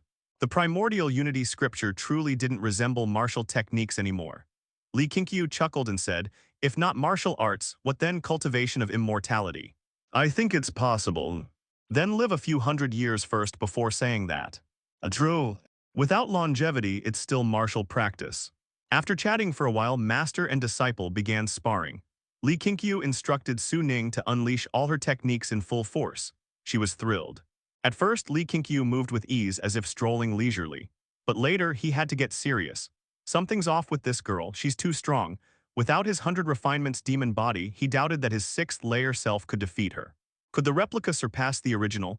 As her master, he couldn't allow that. After one incense stick's time, Li Qingqiu descended the mountain with Su Ning. Her hair in disarray, Su Ning followed behind, dazed, her hand holding the thunder flag trembling. What? As the year's end approached, Zhu Jin and the others finally returned, each carrying large packs. Li Qingqiu let the others rest while he spoke with Zhu Jin alone. They had gone to the 9 Absolute Sect and completed their mission flawlessly, slaying the 9 Absolute Sect's master, driving their members down the mountain, and burning their sect grounds and buildings. During this, they also encountered experts from other sects in Eastern Tomb Province, but they were never defeated. Sect Master, we found a letter written by the Inspector General of Eastern Tomb Province to the 9 Absolute Sect. It turns out the new Inspector General of Guzhou intends to move against us, so he asked Eastern Tomb's inspector for help. The latter contacted the 9 Absolute Sect's master, trading favors for official power. Zhu Jin took out a letter from his robe and handed it to Li Qingqiu. Li Qingqiu opened it and read carefully, confirming that Zhu Jin spoke the truth. Looking up at him, he said, well done, I'm very pleased. In addition to your spirit stone reward, I permit you to borrow 1 supreme art from the 3rd floor of the scripture repository for 10 days. The 3rd floor contains spells. The Clear Sky Sect's spells weren't something disciples could learn at will, they required his personal approval. Zhu Jin showed no surprise, remaining composed. This mission had hardened him, his youthful aura replaced by killing intent. He looked at Li Qingqiu, hesitating. Is there something else you wish to say? Li Qingqiu asked. Zhu Jin took a deep breath, gritted his teeth, and said, yes, about Hall Master Li Sifeng. What happened to him? Li Qingqiu asked calmly. Every time he saw Li Sifeng's fate traits, he couldn't help but worry, afraid that the boy might stray down a wrong path. So when he heard Zhu Jin mention Li Sifeng, his heart skipped a beat. Zhu Jin took a deep breath and said, he's currently in Eastern Tomb Province pursuing a divine sword. This sword is called the Emperor Mystic Sword, an ancient blade with a history spanning 1,000 years. It's said that whoever obtains it would gain the power to dominate the martial world. For this reason, he's got himself involved in a great feud. I tried to dissuade him, but he scolded me instead and told me to return quickly to report the mission, saying I needn't concern myself with him. The Emperor Mystic Sword. Do you know what this great feud is about? Li Qingqiu followed up with another question. After the state capital battle, Li Sifeng had already been envious of Su Ning's thunder flag, though Li Qingqiu hadn't permitted him to pursue it. As for the divine weapons of the martial world, Li Qingqiu didn't fully dismiss their existence. The demonic cult protector's cold abyss blade from before had been quite extraordinary. Though not a magic implement, it contained a strange chilling aura, likely related to its material. That cold abyss blade, known as the demon blade, had not been given to any disciple. Li Qingqiu still kept it in his own room, waiting for someone destined for it. It involves 2 great clans, Zhu Jin said. The first is the Pei clan, currently basking in immense imperial power, family of the current censor-in-chief. The second is an ancient family that has lasted for centuries, the Dai clan, Dai as in emperor. It's said the Emperor Mystic Sword was forged by their ancestor. Now that the sword has resurfaced in the martial world, the Dai clan is investigating, and the Pei clan also shows interest in it. Both sides are seeking the sword and have already had several clashes. Hall Master Li seems to have close dealings with one side, though I don't know the details. I only saw him speaking privately with a mysterious person. Zhu Jin told him everything he knew, then added, I think all these so-called divine weapons are just external things. Even just training in the Clear Sky Sect can lead one to the peak of the martial world. That Emperor Mystic Sword sounds too miraculous. It feels like someone's plotting something behind the scenes. After hearing this, Li Qingqiu actually felt relieved. So that's all, he's just opened a side quest, let him play it out. Although Li Sifeng's cultivation hadn't yet reached the fourth layer of the nourishing vital energy realm, he was close. His talent wasn't weak. He just lacked the patience to cultivate diligently. Li Qingqiu nodded and said, You did well to report this, I'm satisfied, go get some rest. Zhu Jin nodded, saluted, and left. Li Qingqiu stood and paced around the courtyard, his mind already on another matter. The new Inspector General of Guzhou. This person had plotted against the Clear Sky Sect. There was no way he could pretend not to know, nor could he let it go so easily. He just needed to decide how to handle it. The simple way would be to kill him directly, but then another Inspector General would soon arrive. His instincts told him that this new Inspector General was acting under someone's orders. Perhaps he could use the soul restraining curse like he did with Jia Yi to control him. But if the man chose death over submission, he'd still have to kill him. And unlike Jia Yi, the Inspector General was no minor figure. If his behavior changed too drastically, people would notice, and the existence of the soul restraining curse might be exposed. To Li Qingqiu, the soul restraining curse was a hidden trump card, reserved for solving difficult problems. He had never passed this spell on to others. That evening, instead of brooding alone, he summoned the Hall Masters and explained the situation. We can't just kill the Inspector General outright. The court may ignore martial feuds, but an official's death, especially one of such rank, would bring the Imperial Army marching to flatten Clear Sky Mountain. Zhang Yuchun hurriedly spoke up, afraid Li Qingqiu might once again declare someone's name erased. We can't kill him. Li Qingqiu gave a wry smile and said, I never said I would. Yang Juding spoke next. If the Inspector General went through such trouble to scheme against us, it means he doesn't want a direct confrontation. We need to investigate this matter carefully. Li Qingqiu chuckled, That's why I'm telling you all you'll handle it. If you can't resolve it, I'll step in. He'd already reasoned it through that afternoon. If no better plan came to mind, he might as well let others handle it. If things completely fell apart, they could always replace the Inspector General. Though he couldn't fight an entire army, he could still take the enemy commander's head amidst thousands of troops as easily as reaching into a pocket. As the Clear Sky Sect grew stronger, his fear of the dynasty continued to fade. I'll take charge of this, Zhang Yuchun said directly, though I may need Hall Master Zhu's help later. Zhu Yan nodded slightly and replied, Hall Master Zhang, there's no need for courtesy. We all act for the sake of the sect. The second matter, have you heard of the Emperor Mystic Sword? Li Qingqiu asked. Although he had confidence in Li Sifeng's abilities, he couldn't help but worry. After all, the boy was his junior brother. Everyone shook their heads, even Yang Juding hadn't heard of it. The Emperor Mystic Sword, Zhu Yan explained, was forged by the Dai clan. It's also called the Demon Sword or the Divine Sword. It's said to hold unimaginable power and once helped their ancestor ascend to the imperial throne and establish a dynasty. I only read about it in an ancient record. Li Sijin asked in surprise, a demon sword and a divine sword at the same time. Zhu Yan nodded. Some used it to save the nation, others used it to slaughter the martial world. It bears both glory and infamy. Why do you ask, Sect Master? Has it reappeared in the martial world? Li Qingqiu didn't hide it. He told them about Li Sifeng's pursuit of the Emperor Mystic Sword and mentioned the Dai and Pei clans. This brat always looks for shortcuts, thinking he can become #1 under heaven without training, Zhang Zheoxia said with a frown, clearly displeased. Yang Juding, on the other hand, was curious about the Dai clan and said with a tusk, the Dai clan, aren't they afraid of offending taboos? They dare to bear the surnames Dai, meaning emperor. Zhang Yuchun pondered, this could turn into something big.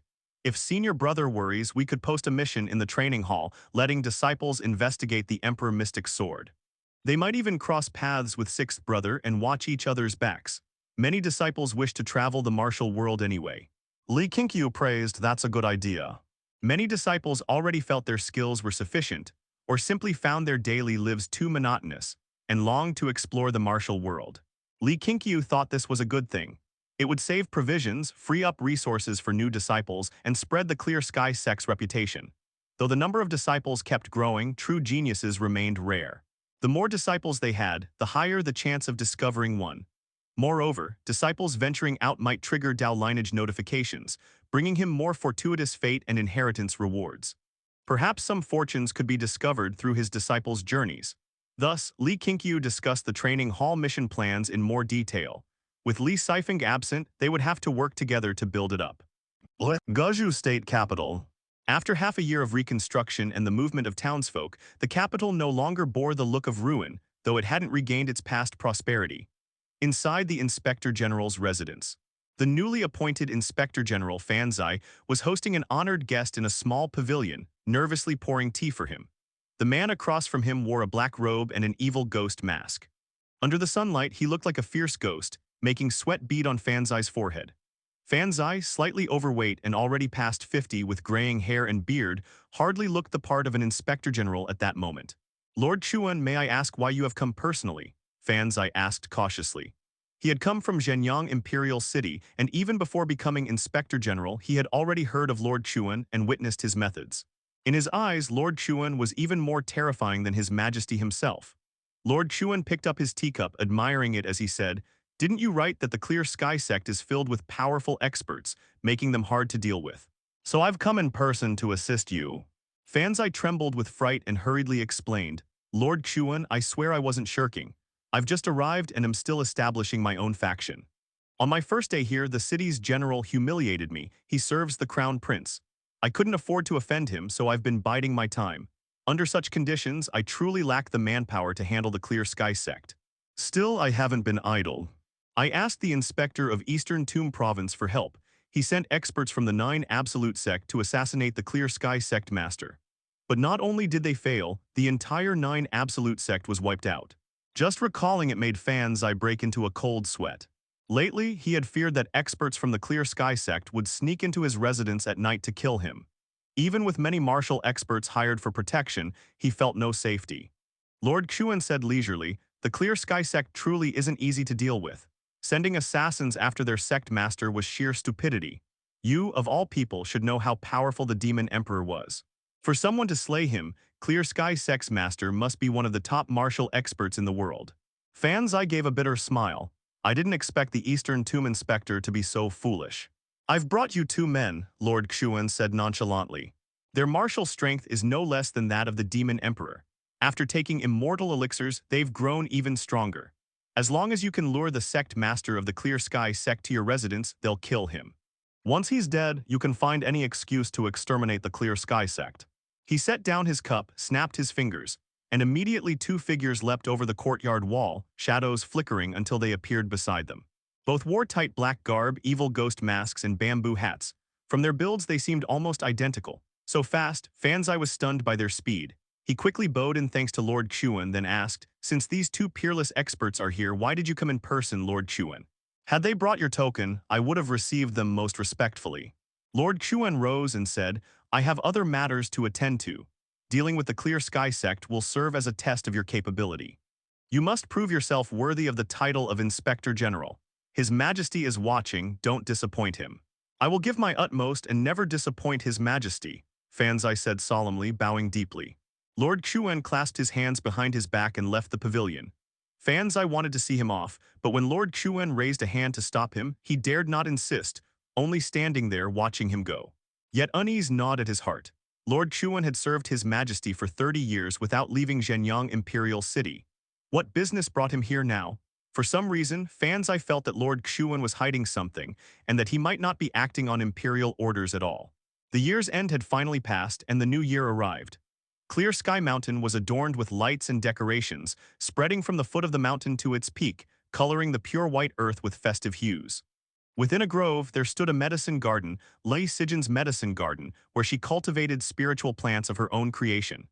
At this moment, Li Qingqiu was squatting at the edge of the medicine field, staring intently at a spiritual herb. Snow still lingered upon the soil beneath it. Even though she sent people daily to clean it, the snow could never be completely cleared away, as the disciples were afraid of harming the herbs. She could sense the faint spiritual energy within the herb, and her heart was tense. She had tried many times before. Many herbs, even after nurturing spiritual energy, would quickly lose it the moment they were removed from the soil. It could never be preserved. Today, she would try once more. When she judged that the time was right, she took a deep breath and carefully plucked the herb. She placed it gently on her palm and began to wait anxiously. As time passed, her nervousness grew stronger. "Excuse me, may I ask which way to go if I wish to join the Clear Sky Sect?" A voice suddenly sounded from behind her, startling her so much that she nearly jumped. Turning her head, she saw a scholar standing outside the garden fence watching her. The scholar looked around 20 to 30 years old, with clean clothes and slightly sallow skin. Though his looks were unremarkable, the smile on his face carried a friendly warmth. Li Qingqiu replied impatiently, "Follow the mountain path, there are signposts along the way." The scholar didn't leave immediately but instead asked curiously, "Miss, what are you doing? Do you need my help?" "No need, go quickly." Her tone held a hint of displeasure. The scholar hurriedly bowed before turning to ascend the mountain at a brisk pace. Li Sijin kept her eyes fixed on the herb in her palm. After a while, a smile appeared on her face, but she restrained her excitement. "Wait a little longer, don't be happy too soon." Her heart was full of joy. Her senior brother had said before that spiritual plants were crucial to the development of the Clear Sky Sect. They were of utmost importance. She lacked Zhang Yuchun's management ability and Jiang Zheoxia's martial talent, but she too wanted to contribute to the sect. She wanted to make her senior brother proud. She waited patiently. Only after half an hour did she stand up, walk to a wooden table nearby, and place the herb into a prepared wooden box. When she was done, she couldn't suppress her excitement and jumped for joy on the spot. She had finally succeeded. After hopping a few times, she took the wooden box, left the medicine garden, and hurried up the mountain. Along the way, she couldn't help but use the wind sprint technique, stirring up snow mist as she sped upward. When she arrived at the Li Qingqiu courtyard, Li Qingqiu was nowhere to be seen, so she could only wait. After the establishment of the 7 halls, the Li Qingqiu courtyard had become rather quiet during the day. Even Yuan Li and Zhao Zhen were rarely there. Feeling bored, she began cultivating the Mountain Lord Divine Incantation. Originally, she hadn't been interested in this spell. After all, she rarely had the chance to fight. But after witnessing Jaya use it, she was awed by the manifestation of the Mountain Lord and began her own practice. As she cultivated, time passed swiftly. By dusk, Li Qingqiu finally returned with Yuan Li and Zhao Zhen, followed by Li Yang. Li Yang had stepped into the first layer of the nourishing vital energy realm. Today, he had trained with Li Qingqiu and even sparred with Zhao Zhen. Zhao Zhen's talent had astonished him, refreshing his understanding of genius. Yet rather than feeling discouraged, he was even more motivated, for his own progress was rapid as well. Li Qingqiu was willing to personally cultivate him not only for his talent and fate traits, but also for his rapidly increasing loyalty, which had now reached 96. He had observed that loyalty below 90 was prone to fluctuation. He had even seen a disciple's loyalty drop from 89 to 71, but none with loyalty above 90 had ever fallen. It was no exaggeration to say that Li Yang could already be nurtured as a trusted aide. Li Qingqiu had already planned his role within the sect. He would become a guardian, dedicated to protecting the Clear Sky Sect, focusing solely on cultivation and growing stronger. Li Yang's temperament was that of a martial fanatic, and his future achievements would certainly be high. At least within the sect, Li Qingqiu believed he could compete among the top 3. When talent and comprehension were comparable, it was diligence that decided who went further. "Senior brother, you're finally here. Come quickly and look." Li Sijin stopped her movements, placing her hands on her hips in mock complaint as she walked toward the long table. Li Qingqiu walked over with a smile. Seeing the wooden box, he raised his brows and asked expectantly, "You succeeded." Li Sijin lifted her chin proudly without speaking. Li Qingqiu opened the box and saw the herb inside. Joy immediately filled his face, for he could sense the spiritual energy within it. She had truly succeeded. Though this herb was an ordinary grass without any special medicinal effect, it marked a great beginning. In the future, Li Sijin could cultivate herbs into spiritual plants, and Chen Huilan could refine them into pills. Ordinary medicines would become cultivation elixirs. Li Qingqiu praised Li Sijin delightedly, arousing the curiosity of Yuan Li and the others, though neither he nor Li Sijin explained anything. The 3 could only watch from the side. During dinner that evening, Li Qingqiu had Li Sijin sit beside him, constantly serving her food. It was clear to everyone how happy he was. He didn't hide the news of her success from the sect's senior members, who were all greatly excited. Li Qingqiu described to them the potential of spiritual plants, and since such things could enhance cultivation, their anticipation grew even stronger. After this night, the new year arrived. The next morning, Li Qingqiu unusually didn't cultivate. Instead, he took Li Dongyu and Li Sijin to stroll through the sect, leaving Yuan Li and Zhao Zhen behind, planning to spend a good day with his 2 junior sisters. It had been a long time since Li Sijin had toured Clear Sky Mountain with her senior brother, and her heart was light with joy. She clung to his arm all the way, while Li Dongyu, more reserved, followed on his other side with grace. The three reminisced about their childhood, chatting endlessly. When passing a courtyard, Li Sijin suddenly stopped. She looked toward the scholar sweeping the ground at the gate and asked, "Are you the one who asked me for directions yesterday?" The scholar looked up, recognized her, and smiled. "Yes, that was me." When he saw Li Qingqiu and Li Dongyu, his expression turned hesitant, as if trying to guess their identities. "Did you pass the entry examination?" Li Sijin asked with a smile. "No, I'm just a menial disciple for now. You witnessed my success yesterday, and I'm in a good mood today. I'll allow you to become a registered disciple." Li Sijin waved her hand grandly, and after speaking, she playfully leaned against Li Qingqiu. Li Qingqiu looked at the scholar, and a flicker of strangeness passed through his eyes. He could sense hidden inner energy within the man. It was clear this fellow had cultivated some secret art to conceal it. "All right, as you wish." Li Qingqiu smiled and agreed, causing Li Sijin to cheer in delight. Li Dongyu covered her mouth and giggled, feeling that Li Sijin would never truly grow up. Li Sijin turned toward the scholar and said, "My senior brother agreed he's the Sect Master. What's your name?" "Sect Master." The scholar was startled, hurriedly bowing deeply. "My name is Chu Jing." "Greetings, Sect Master." Li Qingqiu nodded. "Since Hall Master Li has spoken, from now on you are a registered disciple. Work hard and strive for greater heights." "Thank you, Hall Master Li," Chu Jing replied respectfully. Seeing his humble manner, Li Sijin immediately lost interest. She tugged Li Qingqiu along to continue down the mountain. Li Dongyu told Chu Jing, "Go to the Free Spirit Hall and inform Hall Master Zhang of this matter." "Understood." Chu Jing responded and bowed to her as well. Li Dongyu caught up to the other two, and soon the trio disappeared around the mountain path. Chu Jing stood there for a moment before resuming his sweeping. He did not hurry to the Free Spirit Hall. Li Dongyu asked Li Sijin how she had met Chu Jing, and Li Sijin didn't hide it. "I just felt bad for being rude to him yesterday. I was afraid the new disciple might hold it against our Clear Sky sect, so I decided to make it up to him," she explained. Li Dongyu shook her head. "Junior sister, best not to do such things again. It might affect the sect's atmosphere if word spreads." Li Sijin stuck out her tongue playfully. "I know, I'll think twice next time." Meanwhile, Li Qingqiu opened the Dao Lineage panel and searched for Chu Jing's portrait. Once he found it, he tapped it open. Name, Chu Jing. Gender, males. Age, 192 years. Loyalty to Sect Master Sect, 24/51 max 100. Cultivation aptitude, outstanding. Comprehension, outstanding. Fate traits. Thousand-year ageless, traitorous minister, mortal ghost and god. Thousand-year ageless, having taken an elixir, lifespan extended by 1,000 years, appearance forever youthful. Traitorous minister. For the sake of restoring his fallen kingdom, he misled the new emperor. Even if the people suffer and rivers run red, he remains merciless, skilled at beguiling hearts. Mortal ghost and god.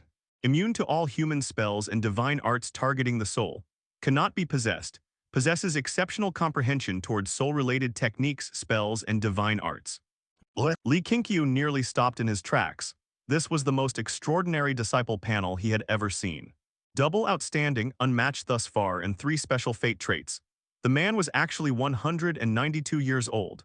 The thousand-year ageless explained his past. This unaging quality was something Li Qingqiu deeply envied. Traitorous minister revealed his nature, and his talent for beguiling hearts was not to be underestimated. But the most terrifying was mortal ghost and god. It was far beyond the norm. Li Qingqiu almost wanted to copy it immediately. Not only could it directly change one's constitution, but it also enhanced comprehension in a specific domain. This was even greater than the heavenly thunder spiritual root or the innate sword genius. Who was this man? Li Qingqiu could not treat Chu Jing as an ordinary disciple. For someone who had lived nearly 2 centuries was no mere mortal but a veritable old monster. A man like this joining the sect surely had ulterior motives. The traitorous minister Fate suggested he had once been a high-ranking official of the current dynasty, and that he now stood opposed to the emperor. Of course, the emperor might not even realize he was his enemy. Perhaps he still regarded him as a trusted confidant. Could it be that he was sent by the emperor to investigate the Clear Sky Sect? After much thought, Li Qingqiu finally decided to replicate the fate trait human ghost god. Just the fact that it granted extraordinary comprehension towards soul-related techniques, spells, and divine arts was already enough for him to copy. It was equivalent to enhancing his natural talent. Moreover, this fate trait came with an innate ability that could prevent possession and guard against attacks aimed at the soul. Since other cultivators existed in this world, Li Qingqiu had to stay cautious. If a powerful cultivator suddenly appeared one day and tried to seize his body, that would be disastrous. He forced himself to calm down and continued accompanying his two junior sisters on their stroll, yet his thoughts could never stray far from Chu Jing. At the same time, he pondered the purpose behind Chu Jing's arrival on the mountain. Was it merely to learn martial arts? Li Qingqiu was not worried about the primordial unity scripture leaking. There was no such manual in the scripture repository. Even if Chu Jing sought it, he would have to search layer by layer through the disciples, which would not be an easy task. Chu Jing's fate trait, traitorous minister and traitor, made Li Qingqiu reluctant to harm him. Keeping him alive might serve as a scourge to the current emperor, however he had to be cautious. If Chu Jing showed signs of acting recklessly, Li Qingqiu would not hesitate to strike him down. The festival bustled with liveliness, and every face on the mountain was filled with smiles. Near noon, Li Qingqiu was pulled away by the various halls to drink, and he drank until nightfall, unable to extricate himself. It was only deep into the night that he quietly slipped into the forest behind Li Qingqiu courtyard. After listening for a while and confirming that no one was nearby, he began selecting the fate trait to replicate. He had only one chance left to choose a fate trait. Originally, he had intended to save it for Yuan Li's undying overlord body, but since that body had yet to awaken, he could wait no longer. If Chu Jing were to cause trouble the next day, Li Qingqiu might have to kill him. By then it would be too late to replicate. Besides, it was uncertain whether Chu Jing, should he cause chaos within the Clear Sky Sect, would still be considered a sect disciple. No such precedent had yet occurred. Within Li Qingqiu courtyard were Wu Manor, Li Dongyu and others, and Jiang Zheoxia also resided in a new courtyard below. Thus, Li Qingqiu had no fear of being ambushed. Once he confirmed his choice, an immense stream of memories surged into his mind. Just like before, he felt as if he had entered a vivid dream. In that dream, he saw countless ghosts and monsters trying to approach him, only to vanish into ashes. He even witnessed grand and majestic scenes that seemed to belong to the nether abyss, gloomy and terrifying. When the inheritance ended, he opened his eyes. Seeing that dawn had not yet arrived and no one was around, he let out a quiet breath of relief. He stood up and stretched his limbs, noticing no apparent changes to his body. He began recalling the soul-restraining curse, and suddenly, all the parts he once found difficult to comprehend became crystal clear. He could now understand the curse from an entirely new perspective. He cast the soul-restraining curse. It flowed from him effortlessly, smoother than he had ever imagined possible. He even began forming new insights, thinking of ways to create derivative spells from the soul-restraining curse. The idea thrilled him deeply. Now he possessed 4 distinct fate traits. Even he himself felt powerful. He did not linger in the forest. With a cheerful mood, he descended the mountain. Over the following days, he used the 100-fold tempered demon body to conceal his aura and frequently observed Chu Jing. Since becoming a registered disciple, Chu Jing had shown no suspicious behavior. He had not even approached the scripture repository. Instead, he practiced martial arts and worked diligently like any other registered disciple, and even made friends. Though he asked other disciples about the Clear Sky Mountain, that was something every new disciple did. After observing him for 10 days, Li Qingqiu stopped monitoring him. Perhaps Chu Jing was simply interested in the Clear Sky Sect. Since he could not use the soul-restraining curse on Chu Jing, he decided to continue watching him and perhaps find a way to turn Chu Jing into his pawn instead.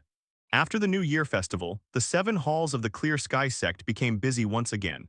As more sect disciples descended the mountain for training, their fame spread to noble families and government offices, leading more people to visit the mountain to commission tasks.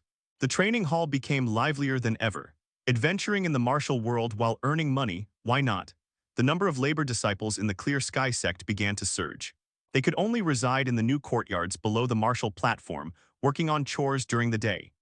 Zhang Yuchun even planned to build residences at the mountain's base for them to live in, so that in times of danger, those areas could serve as a defensive buffer. 1 month later, the Qin family ascended the mountain, bringing Chen Huilan's father, Chen Yu. Though Li Qingqiu did not personally meet him, he still checked the Dao Lineage panel with a glance. Extremely low cultivation aptitude, mediocre comprehension, and no special fate traits. No wonder his family declined to such a state, unable even to protect his daughter. However, Li Qingqiu did meet with Qin Ju, father of Qin Yi. The Qin family wished to commission a task from the Clear Sky Sect. Their younger generation had passed the provincial examination and was to travel to Zhenyang Imperial City for the next stage. The journey was long, and with the borders of various provinces unstable, the Qin family hoped to hire 2 true transmission disciples as escorts.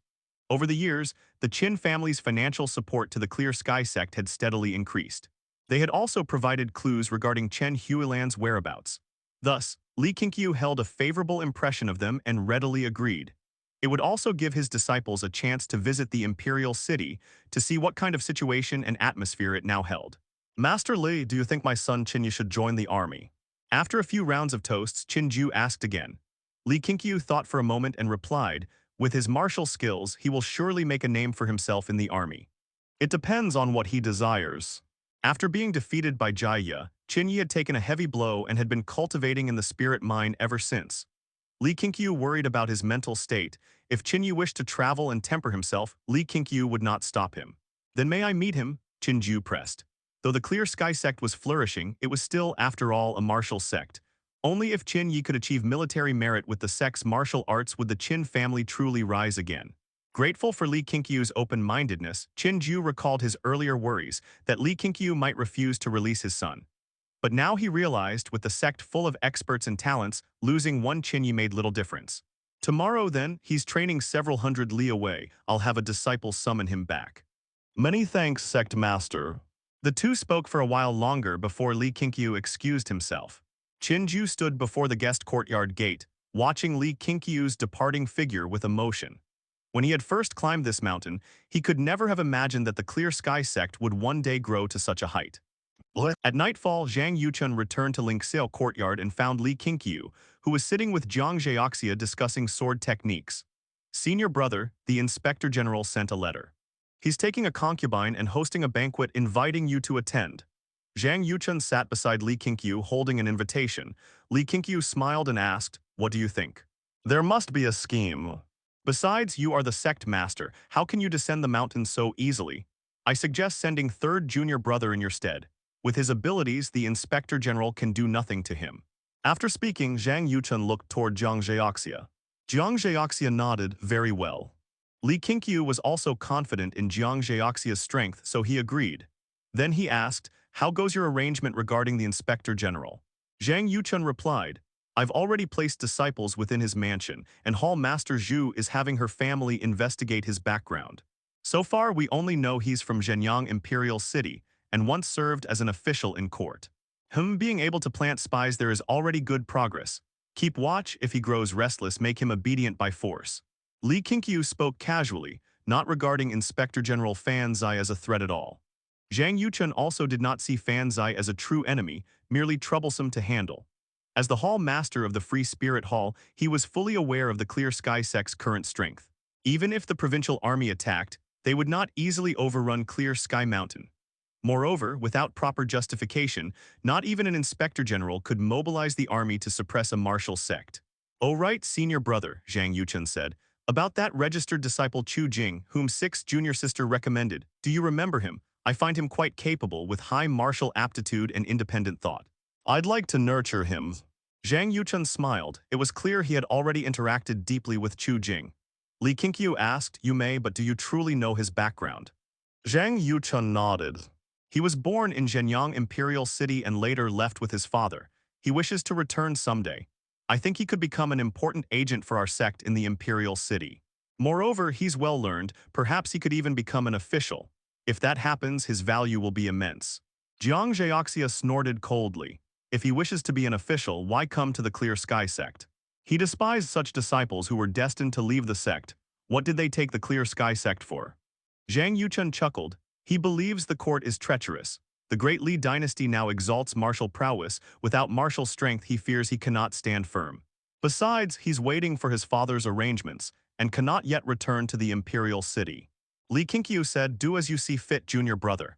But let me remind you, never underestimate anyone and never trust too easily." Zhang Yuchun nodded, though it was uncertain whether he truly took the warning to heart.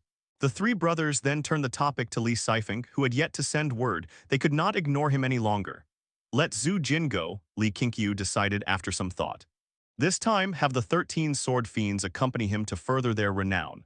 Since completing the 9 absolute sect mission, Zhu Jin had proven himself to be a commander who could stand shoulder to shoulder with Jiang Zheoxia.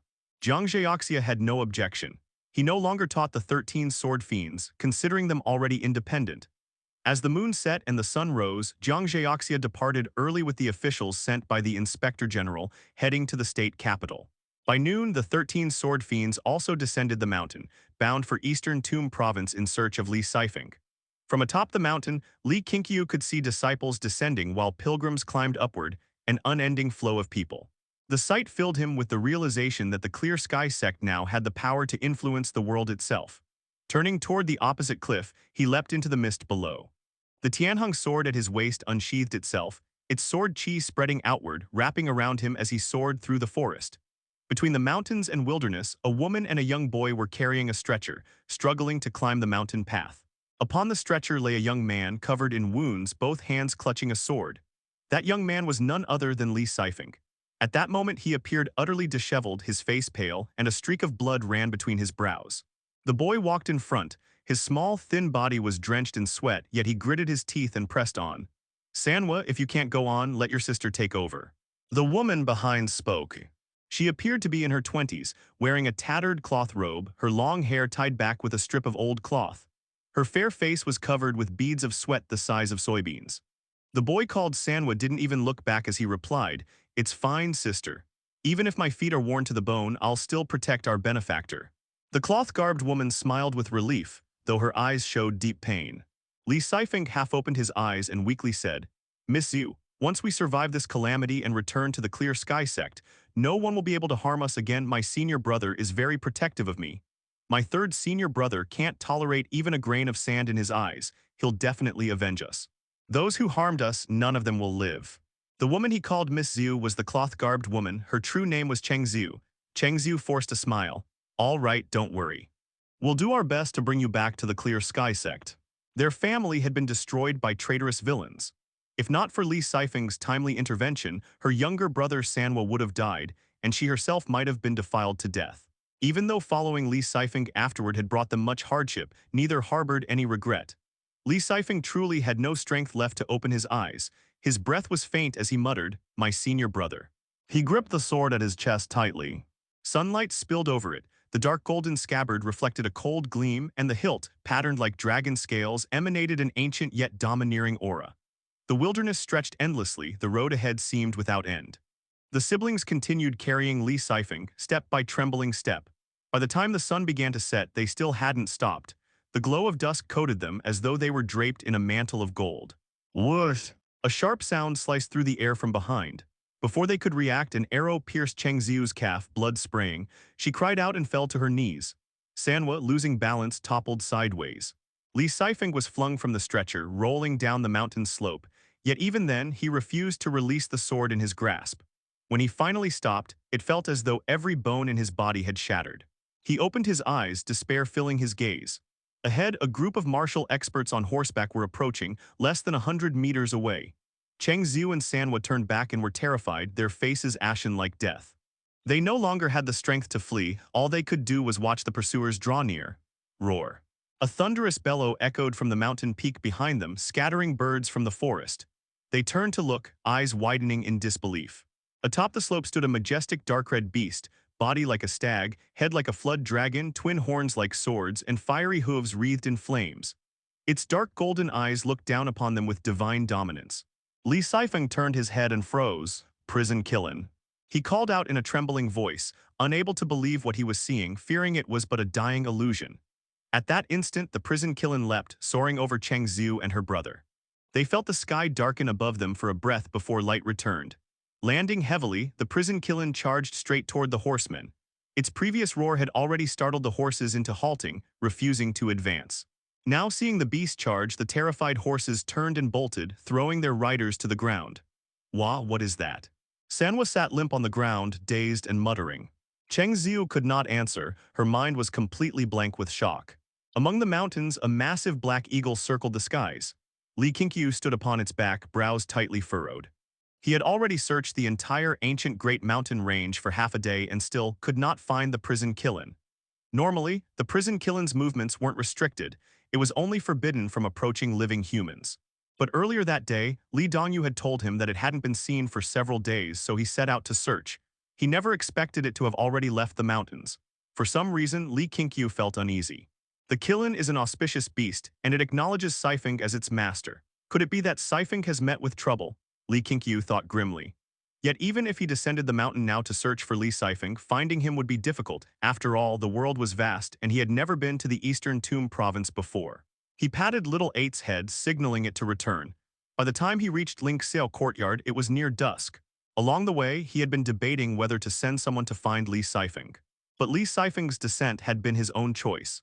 If the enemies who could harm him appeared, then other disciples might also be in danger. As soon as he entered the courtyard, Zhang Yuchun approached, face brimming with joy. Senior brother, that Chu Jing truly is a genius. His martial skills have grown so fast. Tell me, should we pass him the primordial unity scripture? Zhang Yuchun asked eagerly.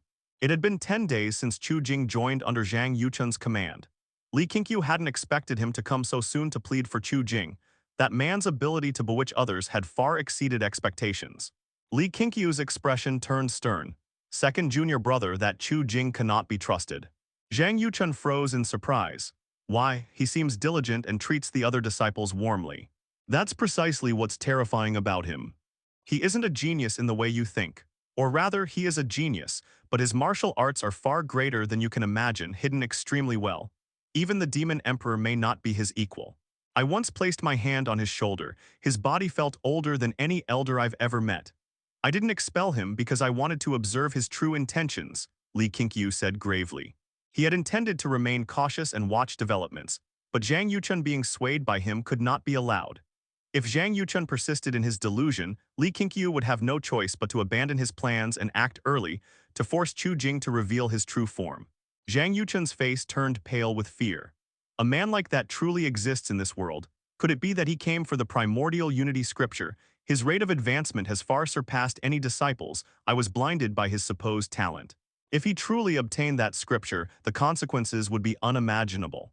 His expression darkened further, anger flashing in his eyes. Seeing his junior trust him more, Li Qingqiu felt relieved. I'll give you two choices, Li Qingqiu continued. First, I'll capture him myself and force him to reveal his true self. Second, you continue cooperating with him, but do not grant any of his requests. Try to uncover his true identity and purpose. It'll test your resolve and acting, something you may not manage. Zhang Yuchun met his gaze and replied without hesitation, I'll choose the second plan. Such a person must be backed by a greater power. We can't startle the snake. Don't worry, senior brother, I won't let him see through me. As he spoke, his mind was already devising countermeasures. Remember what I said, Li Qingqiu warned seriously. His martial strength is truly formidable. Avoid being alone with him, I'm not joking. Zhang Yuchun nodded. He had no desire to gamble with his own life. Now that we've spoken of him, let's talk about Sifeng. The prison Qilin has vanished. I fear Sifeng is in trouble, Li Qingqiu said next. Zhang Yuchun frowned again, silent for a moment. Since that auspicious beast has descended the mountain, perhaps it'll bring him fortune. Senior brother, you mustn't descend the mountain rashly. There could be traps. Moreover, the mountain still needs your presence. Recently, all sorts of vile characters have been trying to infiltrate the Clear Sky Sect. Li Qingqiu remained uneasy. Then let's wait 10 days. If he hasn't returned by then, I'll descend myself and bring Chu Jing along. Zhang Yuchun opened his mouth but stopped. He felt that this was indeed the safest course. With both his senior and third brothers absent, leaving Chu Jing here would be far too dangerous. Then we'll wait 10 days, Zhang Yuchun agreed. In the following days, Li Qingqiu found it hard to calm his mind. Countless possibilities plagued him, but he couldn't act impulsively. Li Sifeng wasn't his only junior. After 5 days, his anxiety only worsened. He couldn't even focus on cultivation. Fortunately, when he checked the Dao Lineage panel, Li Sifeng's portrait was still lit. And finally, on the 7th day, Li Sifeng returned. The news was brought by Yuan Qi. Sect Master, Hall Master Li Sifeng has returned. He's at the mountain's foot, seriously injured, it seems. Hall Masters Zhang and Li have already gone down to bring him back, Yuan Qi reported urgently. Li Qingqiu frowned. How serious are his injuries? I'm not sure. I heard he's unconscious, Yuan Qi replied. I understand, you may go. Li Qingqiu waved his sleeve. Yuan Qi bowed and left. Since Li Dongyu had already gone, Li Qingqiu wasn't in a rush. He decided to use this as an opportunity to teach Li Sifeng a lesson. That boy had been far too reckless. However, after waiting a full hour, Zhang Yuchun finally arrived, carrying Li Sifeng on his back with Li Dongyu following behind. Li Qingqiu sat at the long table, not rising. What's his condition? He asked. Injured internally, but fourth junior sister stabilized him. No lasting damage, Zhang Yuchun quickly replied. Li Qingqiu exhaled in relief, though his expression remained dark. He noticed Li Sifeng's right hand clutching a sword tightly. This made him furious. He strode forward and snatched the sword away. Li Sifeng jolted awake, shouting, "Let go." When he saw that it was Li Qingqiu who had taken the sword, his anger melted into joy, and then he fainted again. This brat's practically possessed, Zhang Yuchun cursed as he adjusted Li Sifeng on his back, but when he looked at Li Qingqiu he froze. Li Qingqiu stood there holding the sword, his expression strange, his gaze fixed on the scabbard as if his soul were being drawn into it. "Senior brother, what's wrong?" Zhang Yuchun cautiously asked Li Qingqiu, his tone tense.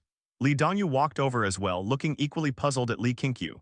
Li Qingqiu withdrew his gaze and said, "This sword should be the Emperor Mystic Sword.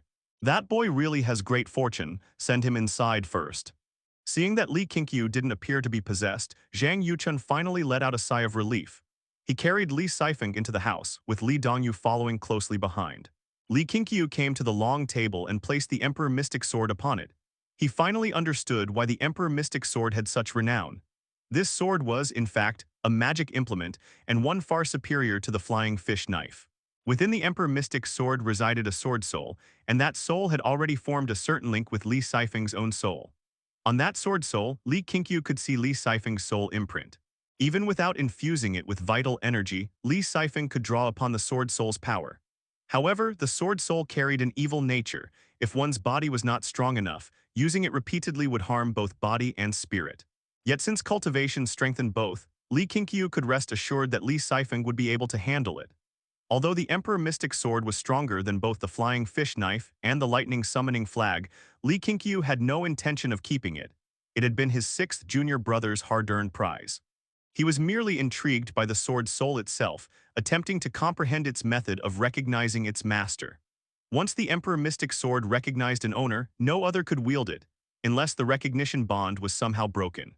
With his human ghost god fate trait, Li Qingqiu could perceive the sword soul's structure with uncanny clarity, unraveling its secrets thread by thread. After a while, Zhang Yuchun and Li Dongyu came out and stood before Li Qingqiu once more. Someone was pursuing sixth junior brother. When we descended the mountain, they hesitated from afar for a while before retreating. "This matter won't end easily," Zhang Yuchun said, frowning. Li Qingqiu looked up at them and gave a cold snort. "Good, saves us the trouble of seeking them out. According to previous reports, it's likely will provoke the Pei clan." "What? Do those of the Pei clan not have heads upon their shoulders?" At that, Zhang Yuchun knew their senior brother was truly angry, and he couldn't help but silently mourn for the Pei clan.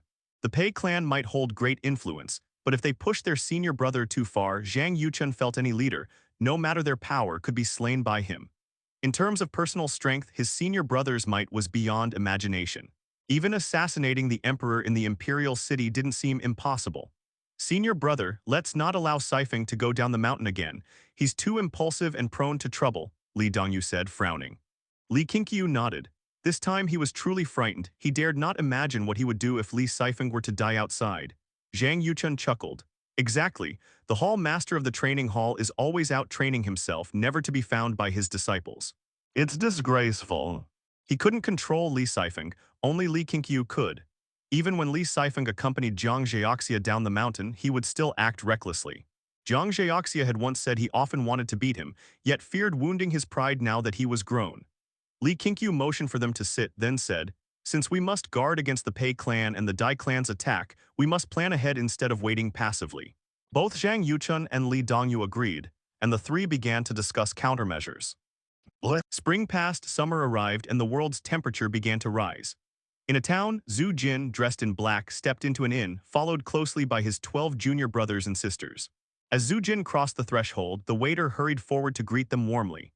After taking their seats, Zhu Jin casually ordered a few dishes. Zhang Yongqiao, ranked second among the 13 sword fiends, sat to Zhu Jin's left and asked, "Senior brother, we've been out for so long, must we keep searching?" The others also looked toward Zhu Jin. Zhu Jin drank a bowl of tea and said, "Even if we can't find him, we must bring back some information. This is not a matter we can take lightly."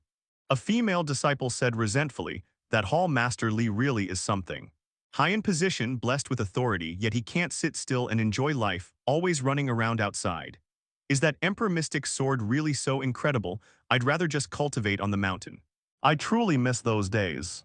Her words drew both agreement and dissent. More than half preferred the wandering life of the martial world, which was far more exciting. Zhu Jin did not join their discussion. No matter what others thought, he had to find Li Sifeng. Jiang Zhaoxia was his master, and the Sect Master was the one who had changed his fate. It was his duty to locate their junior brother and ease their worries. Emperor Mystic Sword. Oh, are you esteemed guests interested in that legendary demon sword? The waiter approached with their dishes, standing beside Zhu Jin, curiosity written on his face. Zhang Yunqiao glanced at him. You know something about it. The waiter looked around, then bent closer and whispered, Take my advice, don't go coveting that Emperor Mystic Sword. The Pei clan is searching the entire city for it. They say it was stolen right under their noses. The Pei clan is no simple lot. The current imperial censor bears that surname, and there's even a general among them. You can't afford to offend such people. When they want something, which sect in the martial world would dare snatch it? Zhu Jin and his companions already knew the Pei clan was involved in the fight over the Emperor Mystic Sword. One male disciple asked, Waiter, do you know who stole it? That I don't, they say it was a very young hero. After saying so, the waiter took the tray and left. Zhang Yunqiao looked at Zhu Jin and whispered, Could it be Hall Master Li? Zhu Jin's eyes flickered. We can't keep wandering blindly, let's go to the Pei clan and ask directly.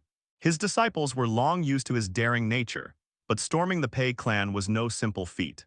Senior brother, this isn't child's play, Zhang Yunqiao reminded him with a frown. Zhu Jin swept his gaze across them. Even if blood must be shed, we'll find out Hall Master Li's whereabouts. Since they're in this city, we'll move after this meal. Don't eat too much, you don't want to be bloated when the killing starts.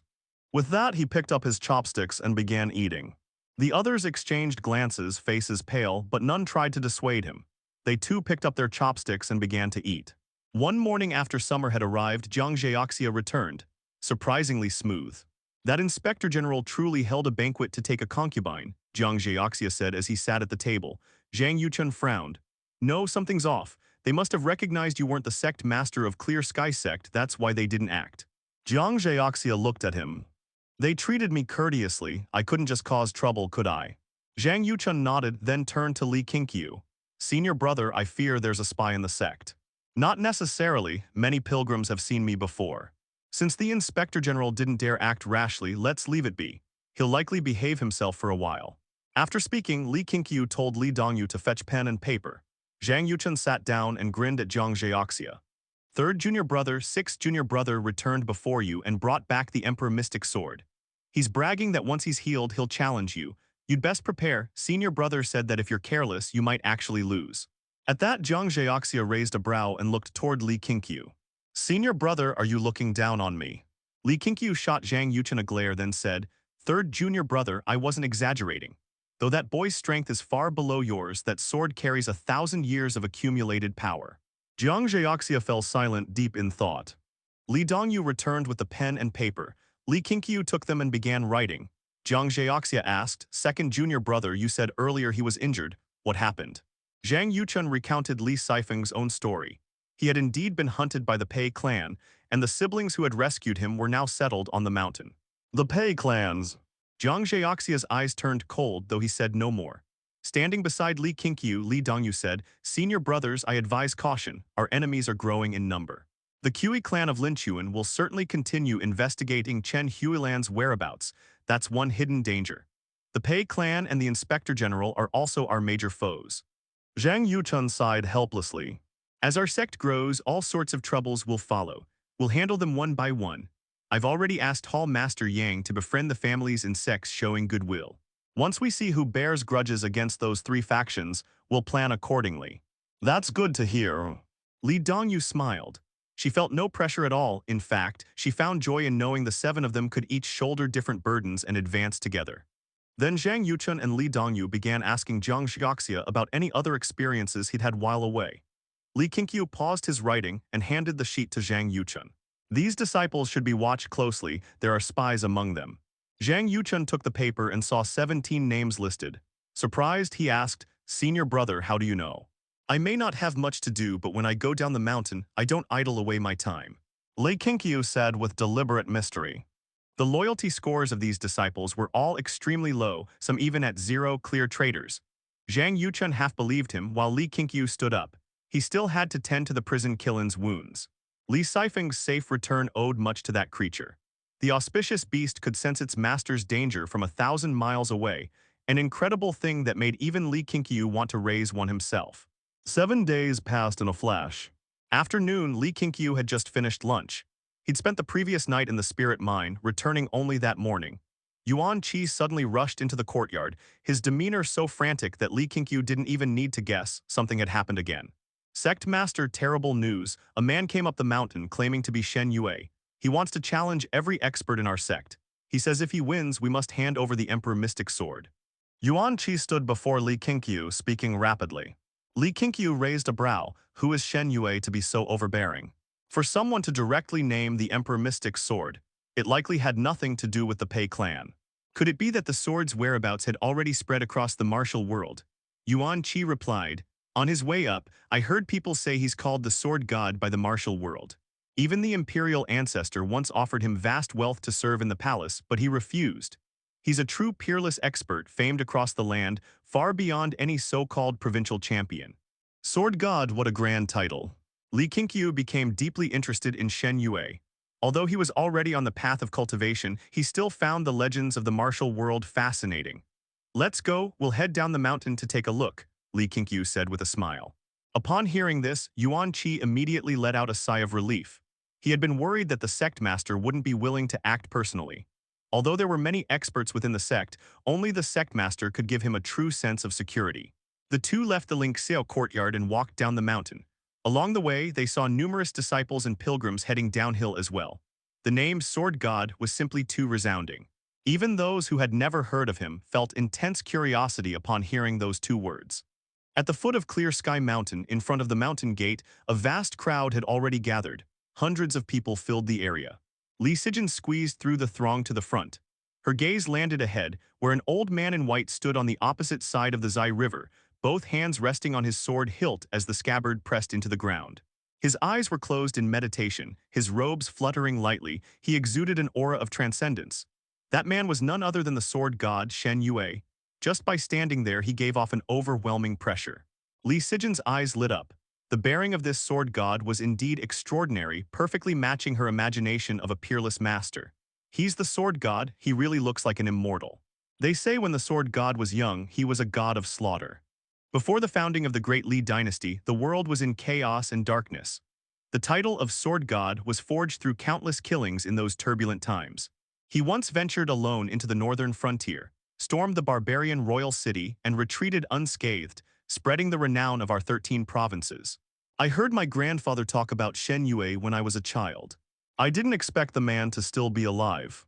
What kind of origin does the Emperor Mystic Sword have, to make even the sword god come personally? Will Zhuang Zheoxia take action? He's the #1 swordsman of the Clear Sky Sect.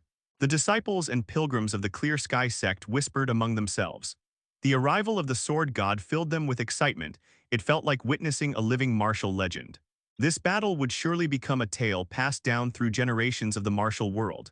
The sword god is a true master. Throughout the world, those who can cross blades with him can be counted on one hand. A voice came from behind Li Qingqiu. She turned to see Chu Jing standing 3 steps away. Li Qingqiu raised an eyebrow and asked, "You know the sword god well. I've heard my father mention him. He was the swordsman pursued all his life by the imperial ancestor, but he never bent to power," Chu Jing said in a curious tone. Li Qingqiu asked in surprise, the imperial ancestor just let him be, didn't send troops to arrest him. If it had been anyone else, the imperial ancestor might have done so. But for Shen Yue, he couldn't bear to.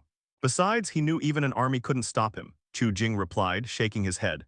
Li Qingqiu's curiosity toward Shen Yue only deepened, and she continued to ask several questions, all of which Chu Jing patiently answered. Hall Master Yang has arrived. Someone shouted. Immediately, disciples made way as Yang Juding strode forward in great steps, followed by Wu Manor and over a dozen disciples. Yang Juding walked straight to the edge of the Zai River. Staring at Shen Yue, he spoke, "Senior Shen, the Clear Sky Sect does not possess the Emperor Mystic Sword. From whom did you hear otherwise?" Without opening his eyes, Shen Yue calmly replied, "From the Pei clan of Zhenyang." Yang Juding's face slightly changed. He knew he could no longer deny it. "In that case, please instruct me, Senior Shen." Raising his hand, Yang Juding spoke with composure. He was at the 3rd layer of the nourishing vital energy realm. Though surpassed by rising talents like Zhu Jin, he was still confident in his strength. Even facing the legendary sword god, he believed he could put up a fight. At last, Shen Yue opened his eyes. His gaze was ancient and tranquil like two bottomless wells. Make your move.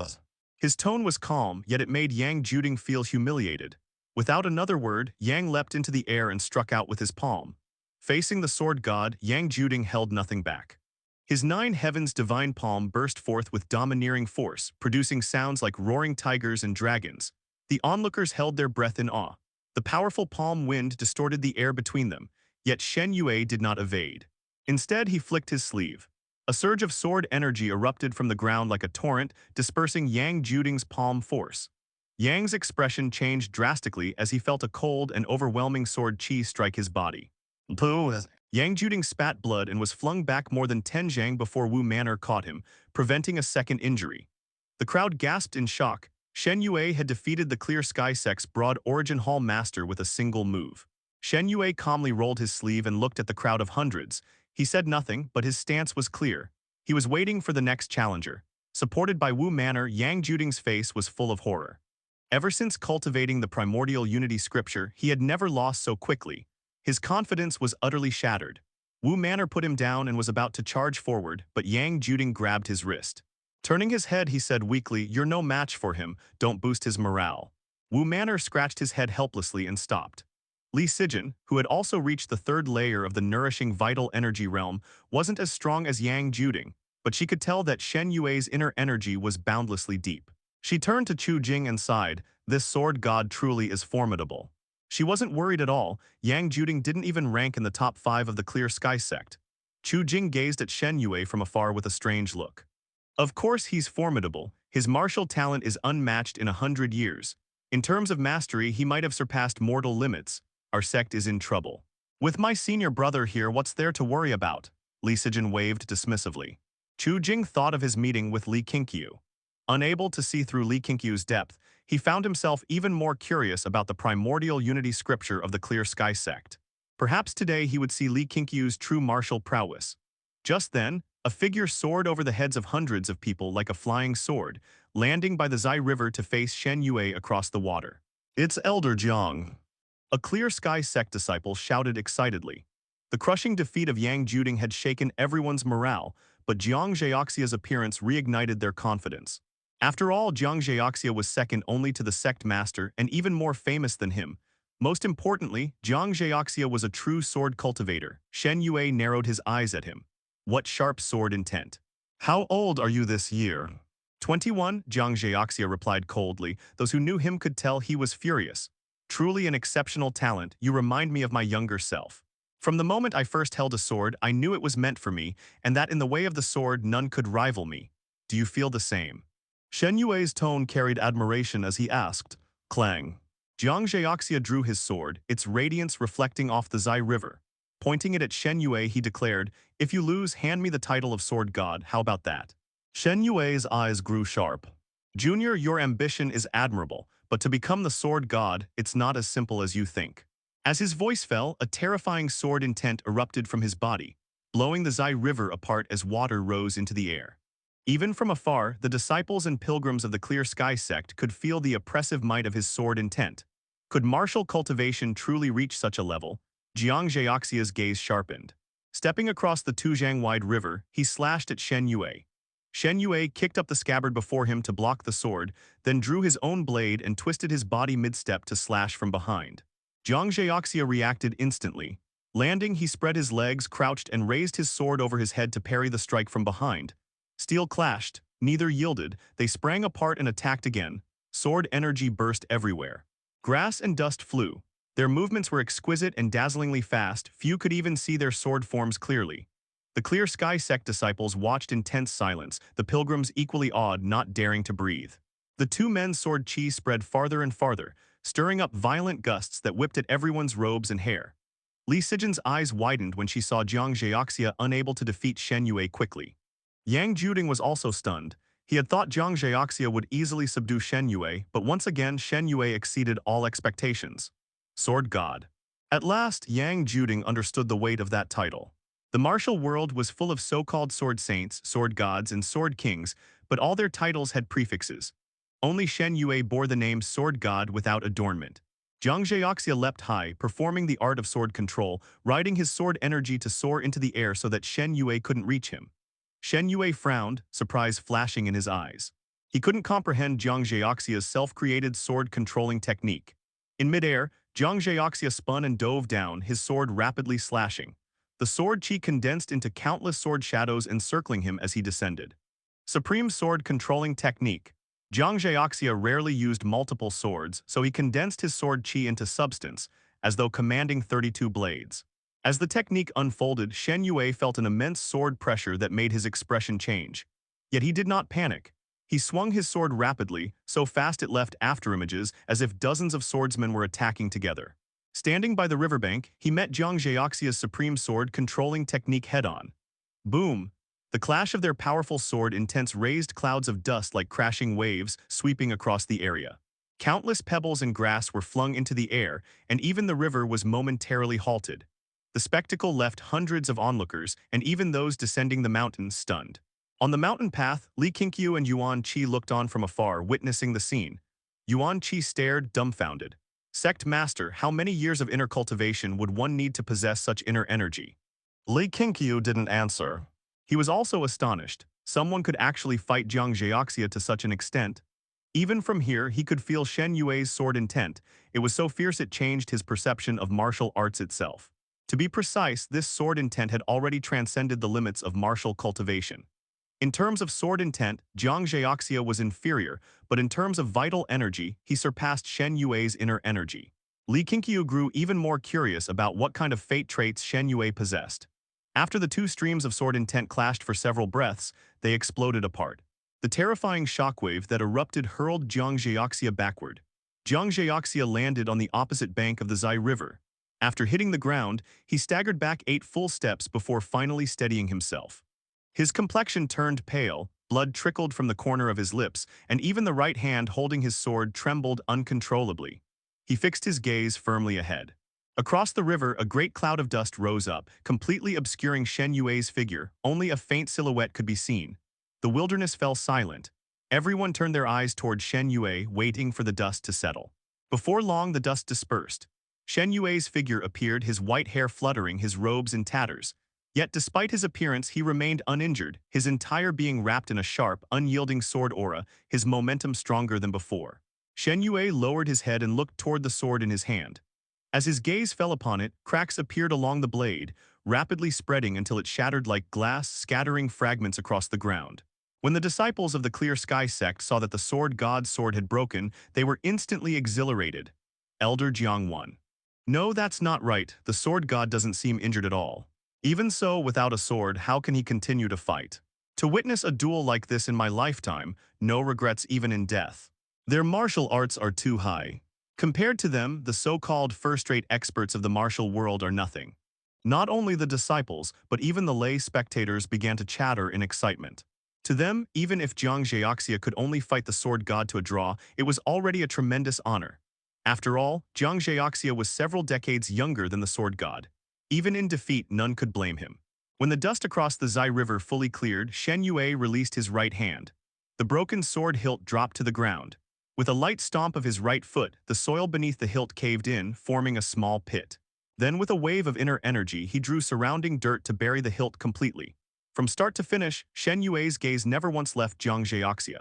Blood continued to trickle from the corner of Jiang Zheoxia's mouth, sliding down his chin in droplets, yet his eyes remained fixed on Shen Yue. Your inner strength is the strongest I have ever seen. Your swordsmanship, too, is exquisite. Unfortunately, your sword intent still lacks maturity. Still, you only lost to me. Across the martial world, you stand among the very best. Ordinary masters of entry-level realms would not last even a single move before you. Shen Yue spoke as he stared at Jiang Zheoxia, his tone carrying a trace of admiration. But Jiang Zheoxia could no longer suppress the raging sword chi rampaging within his body. He opened his mouth and spat a great mouthful of blood, then half knelt on the ground. He had only been standing by sheer willpower. He could not accept this defeat.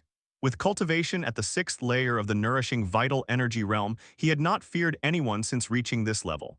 He believed that aside from his senior brother, no one could defeat him. Yet today he had lost miserably. He could sense that Shen Yue's inner power was weaker than his own. The loss lay in swordsmanship and sword intent. To lose on the path of the sword, how could someone born a sword fanatic accept such a thing? Shen Yue turned his gaze toward the hundreds of spectators in the distance and spoke aloud. Does the Clear Sky Sect have anyone else who can fight me? If not, hand over the Emperor Mystic Sword. I have no wish to take it by force. Arrogant, that was the only word everyone could think of. The Clear Sky Sect disciples' earlier calm was gone, anger and humiliation burned within them. Why should only you set the terms? What if you lose? A voice rang out from behind. Hearing it, many disciples' faces lit up with joy as they turned toward the sound. The Clear Sky Sect disciples and the onlookers made way for Li Qingqiu and Yuan Qi. Master, teach him a lesson. Zhao Zhen, standing in the crowd, threw his fist into the air, excitement shining in his eyes. Beside him, Yuan Li wore an equally expectant look. Su Xiling, Ku Yi, and Ku Er were also present. Seeing Li Qingqiu appear, they all breathed sighs of relief. They did not wish to see the Clear Sky Sect trampled beneath the Sword God's feet. Though they admitted the truth, none among them were his match. So what if one had entered the realm of mastery? There was always someone beyond, and heavens beyond heavens. To most of the martial world, they were reclusive masters, yet before a true peerless expert, they were no different from ordinary men. Only, how high did the Sect Master of the Clear Sky Sect truly stand? Under countless watching eyes, Li Qingqiu strode forward. As he passed by Wu Manor and Yang Juding, he continued toward Jiangjiaxia. Shen Yue's gaze fell upon Li Qingqiu, a flicker of surprise in his eyes. Another young man. He had heard that the newly risen Clear Sky Sect was full of youthful geniuses. He once thought that exaggerated. Now it seemed the rumors had actually understated them. Though his expression remained calm, Shen Yue was inwardly shaken by Jiang Jiaxia's prowess. At 21, possessing such skill, by 50, the martial path might well reach an unprecedented height through him.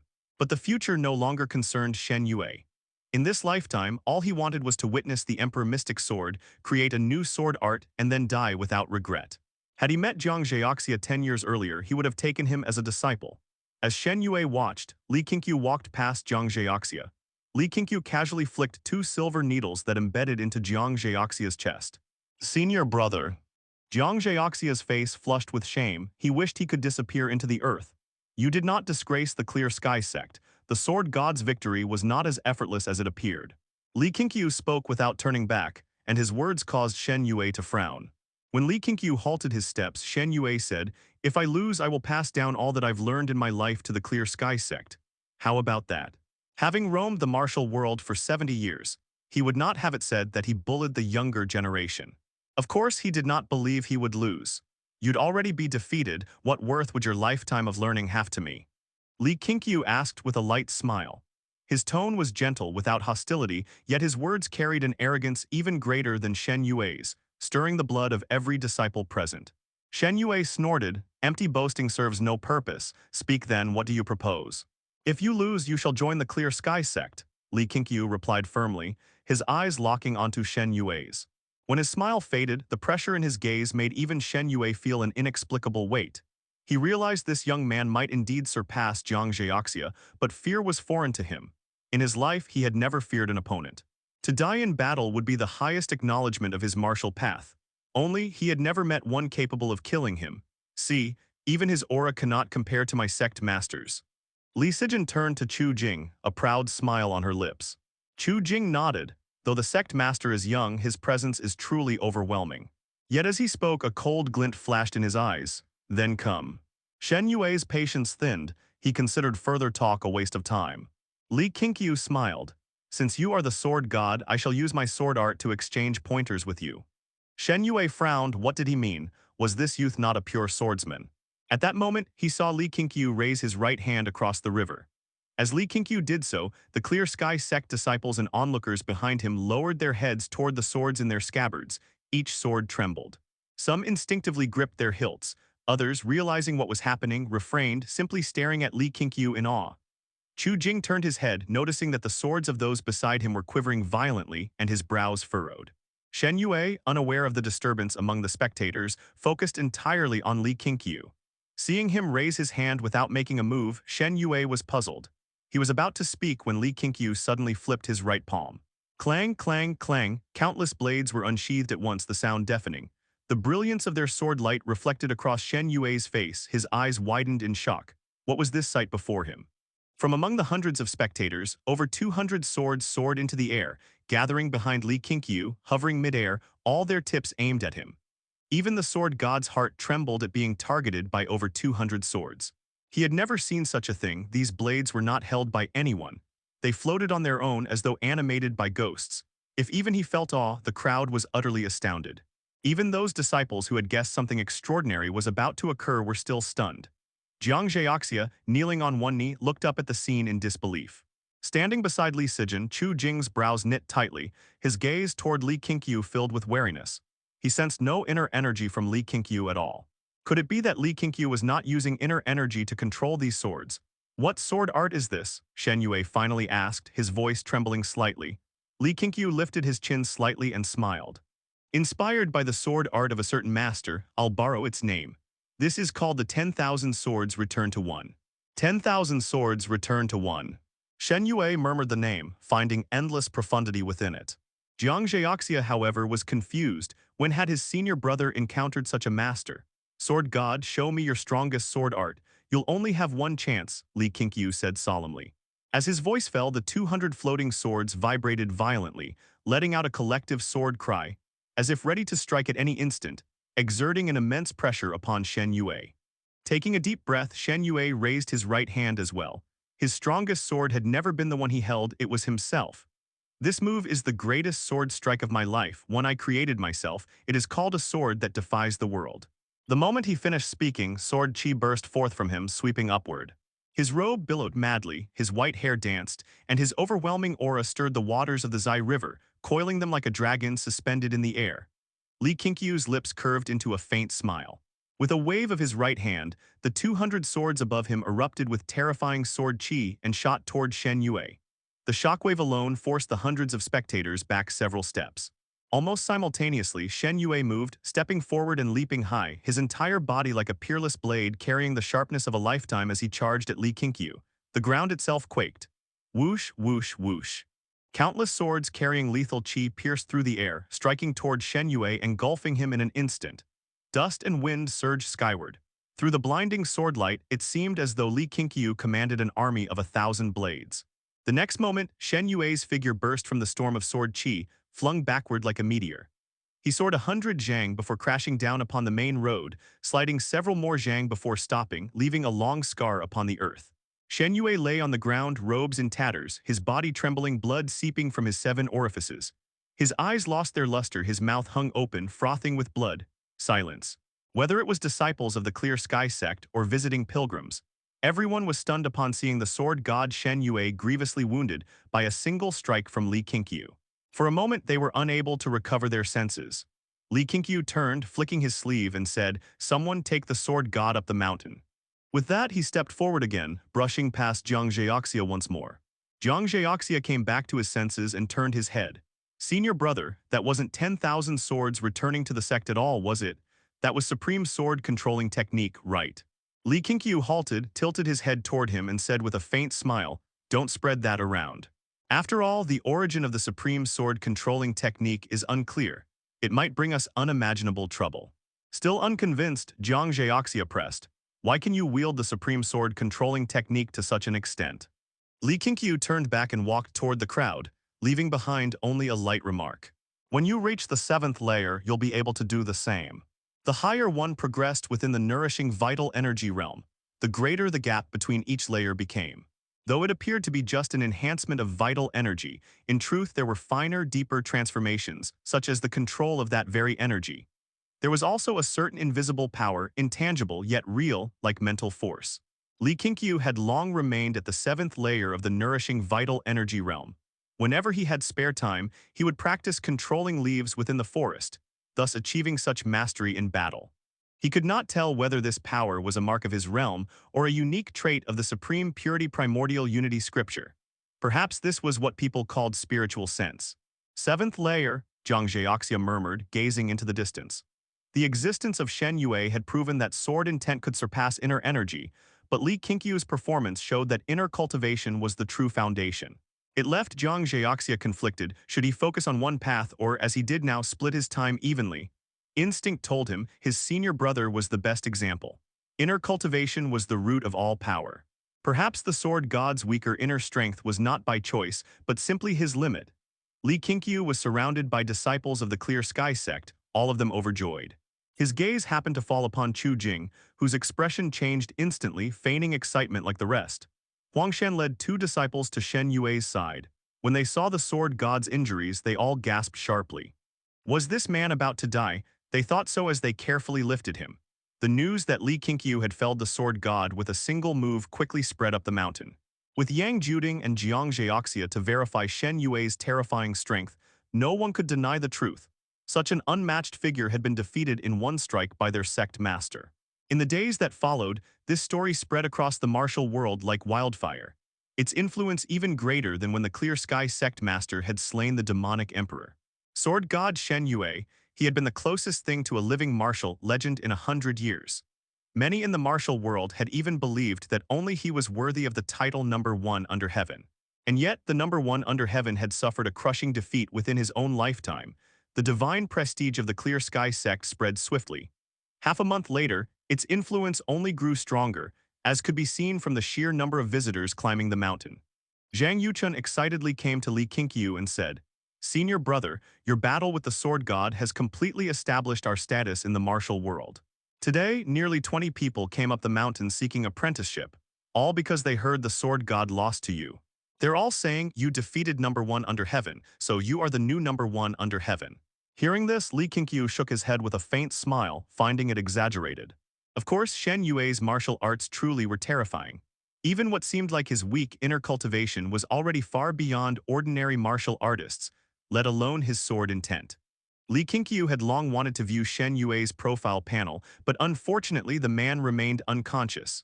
He slightly regretted striking so hard. What if he had crippled the sword god? Also, Zhang Yuchun said with concern, "Word has spread that the Emperor Mystic Sword is within our sect. I fear this will bring more trouble." Li Qingqiu replied indifferently, "What's there to fear? How many sword gods could there be in this world? Let them come, it'll be good practice for our disciples to make a name for themselves." Is that so? Zhang Yuchun still looked uneasy. Shen Yue's power had been too overwhelming. He had always believed the gap between Jiang Zheoxia and Li Qingqiu wasn't great. If Li Qingqiu was number one, then Jiang Zheoxia must be number two. Yet Jiang Zheoxia had been gravely injured by Shen Yue. As Li Qingqiu had said, once news of the Emperor Mystic Sword spread, more and more swordsmen came to challenge them. But not one could even pass the trials of the true transmission disciples, let alone face Li Qingqiu himself. Perhaps because the Clear Sky Sect refrained from killing, or because some refused to believe Shen Yue had truly been so strong. Challengers kept coming every few days, and every defeat further deepened the sect's reputation. The Clear Sky Sect was no longer just about its mighty Sect Master. A month later, Shen Yue finally awoke. During his coma, disciples had been assigned to care for him. Li Qingqiu had begun to suspect he might never wake. When they heard of his recovery, Li Qingqiu, Zhang Yuchun, and Li Dongyu rushed to his side. On the bed, the pale-faced Shen Yue's eyelids twitched when he saw Li Qingqiu enter. Li Qingqiu's face bore a bright, welcoming smile. "You're finally awake. I thought our Clear Sky Sect might lose a sword god." Shen Yue's mouth twitched and he chose to close his eyes. Li Qingqiu asked, "Well then, would you consider joining our Clear Sky Sect?" "A bet is a bet," Shen Yue muttered hoarsely. Li Qingqiu smiled again and stepped aside, while Zhang Yuchun and Li Dongyu approached. Zhang Yuchun had many questions for Shen Yue, while Li Dongyu began treating him with the ghostly immortal needle of rejuvenation. Li Qingqiu opened the Dao Lineage interface and quickly found Shen Yue's profile. Name, Shen Yue. Gender, males. Age, 78. Loyalty to Sect Master Sect. 65/47, max 100. Cultivation aptitude, excellent. Comprehension, exceptional. Fate traits, Sword Dao Grandmaster number 1 under heaven. Sword Dao Grandmaster born for the sword. Excels at creating sword techniques and enjoys spreading them. Number 1 under heaven. Achieved the name of the world's greatest martial artist, attaining the understanding of heaven and earth. His sword intent has undergone transformation, making him worthy of the title. Should he one day become number 1 in the cultivation world, his sword intent and understanding of the sword will once again transcend.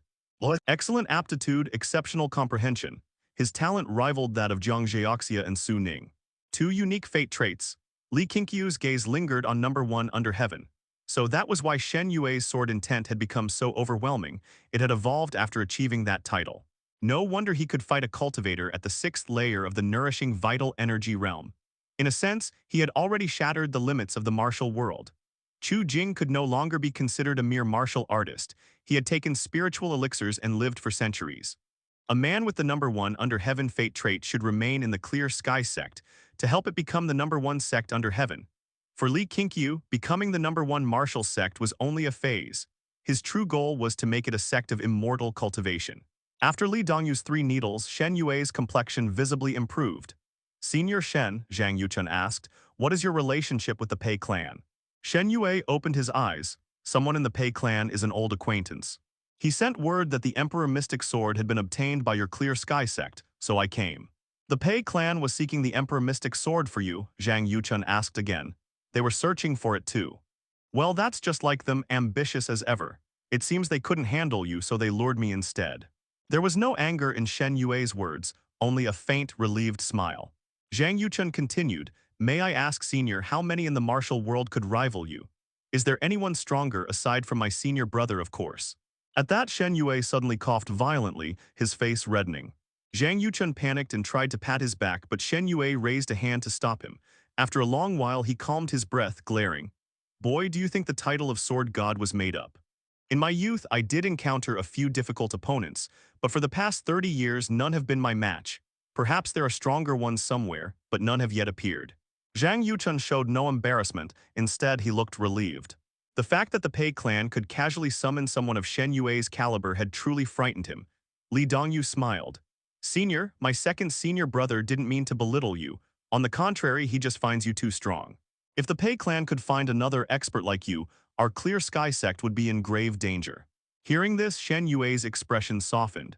The Pei clan does have a few martial experts, they've already stepped into new realms, but they pose no threat to your sect. Since I've joined the Clear Sky Sect, once I recover, should anyone cause trouble, I won't sit idly by. It's just that. Just that what? Zhang Yuchun asked quickly. Having such a master join them only strengthened the sect. After all, they couldn't always rely on the Sect Master alone. Shen Yue's face reddened. Let me hold the Emperor Mystic Sword. I swear I only wish to admire it, no foul intent. I've seen the world's greatest swords, but never this one.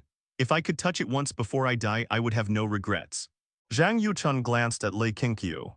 Li Qingqiu closed the Dao Lineage panel and smiled. Since the Sword God wishes to hold the Emperor Mystic Sword, let it be as he desires. Shen Yue exhaled in relief. He looked at Li Qingqiu, eyes complicated, and said softly, don't call me Sword God anymore. Before you, I'm unworthy of the title. Li Qingqiu asked, Sword God, are you truly content to die like this? If I had a way to let you live another 50 years, would you be willing? Shen Yue was stunned. Another 50 years, do you even know how old I am? 78. Are you? Shen Yue was startled. Many only knew he was around 70 or 80, but not his exact age. How did Li Qingqiu know? Then, realizing Li Qingqiu's youth and overwhelming power, countless possibilities crossed his mind. But the pride of the Sword God remained. He couldn't yield so easily. He closed his eyes and sighed, let me touch the Emperor Mystic Sword first. The weather had turned cool, yet the sky remained bright and clear. Inside the Qingxiao courtyard, Li Sifeng retreated to the wall, tightly clutching the Emperor Mystic Sword. He shouted angrily, so what if he's the Sword God? Make it clear, he provoked our Clear Sky Sect first. He's already an enemy. If we don't kill him, fine, but now he even wants to touch my treasured sword. Isn't that ridiculous? Zhang Yuchun, Li Dongyu, and Li Sijin blocked his way, leaving him no escape. Sixth junior brother, you're part of the sect's upper ranks. You can't be so petty. You must think on a larger scale. Surely you understand how beneficial it is for the Sword God to join our Clear Sky Sect. He only wishes to examine your sword. Just lend it to him for a day, we'll assign someone to watch him. We won't let him leave the mountain. Zhang Yuchun spoke earnestly, though he was somewhat helpless toward Li Sifeng's attitude. Why hadn't this kid grown up yet? Li Sijin put her hands on her hips and said, you've got some nerve talking back. If you hadn't brought that sword back, would our Clear Sky Sect have faced so much trouble? Third senior brother's disciples still haven't returned, they're all looking for you.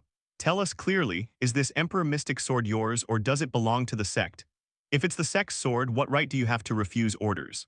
Being reproached by his own younger sister, Li Sifeng's face alternated between red and pale. He gritted his teeth and said, fine, I'll give it to him, but I have to personally watch over him. That's more like it, Zhang Yuchun smiled. Indeed, sometimes only the little junior sister could handle him. Thus, the three of them dragged Li Sifeng out of the Lingxiao courtyard and headed toward the guest courtyard where Shen Yue was staying. On the other side, Li Qingqiu was cultivating within the subterranean spiritual lake, accompanied only by Jia Ye. Jia Ye sat on the opposite shore of the lake, occasionally glancing at his master, hesitating to speak. Li Qingqiu, eyes closed, said calmly, "If you have something to say, just say it." Jia Ye had many virtues. He was diligent, courteous, and never arrogant despite being the Sect Master's disciple. His only flaw was being somewhat introverted. Except for sparring, he rarely interacted with others. Since joining the sect, Jia Ye still preferred spending time with the 5 people who had escaped the underground palace with him. He didn't even mingle much with Zhao Zhen or Yuan Li. Those 5 had ordinary talent, truly average.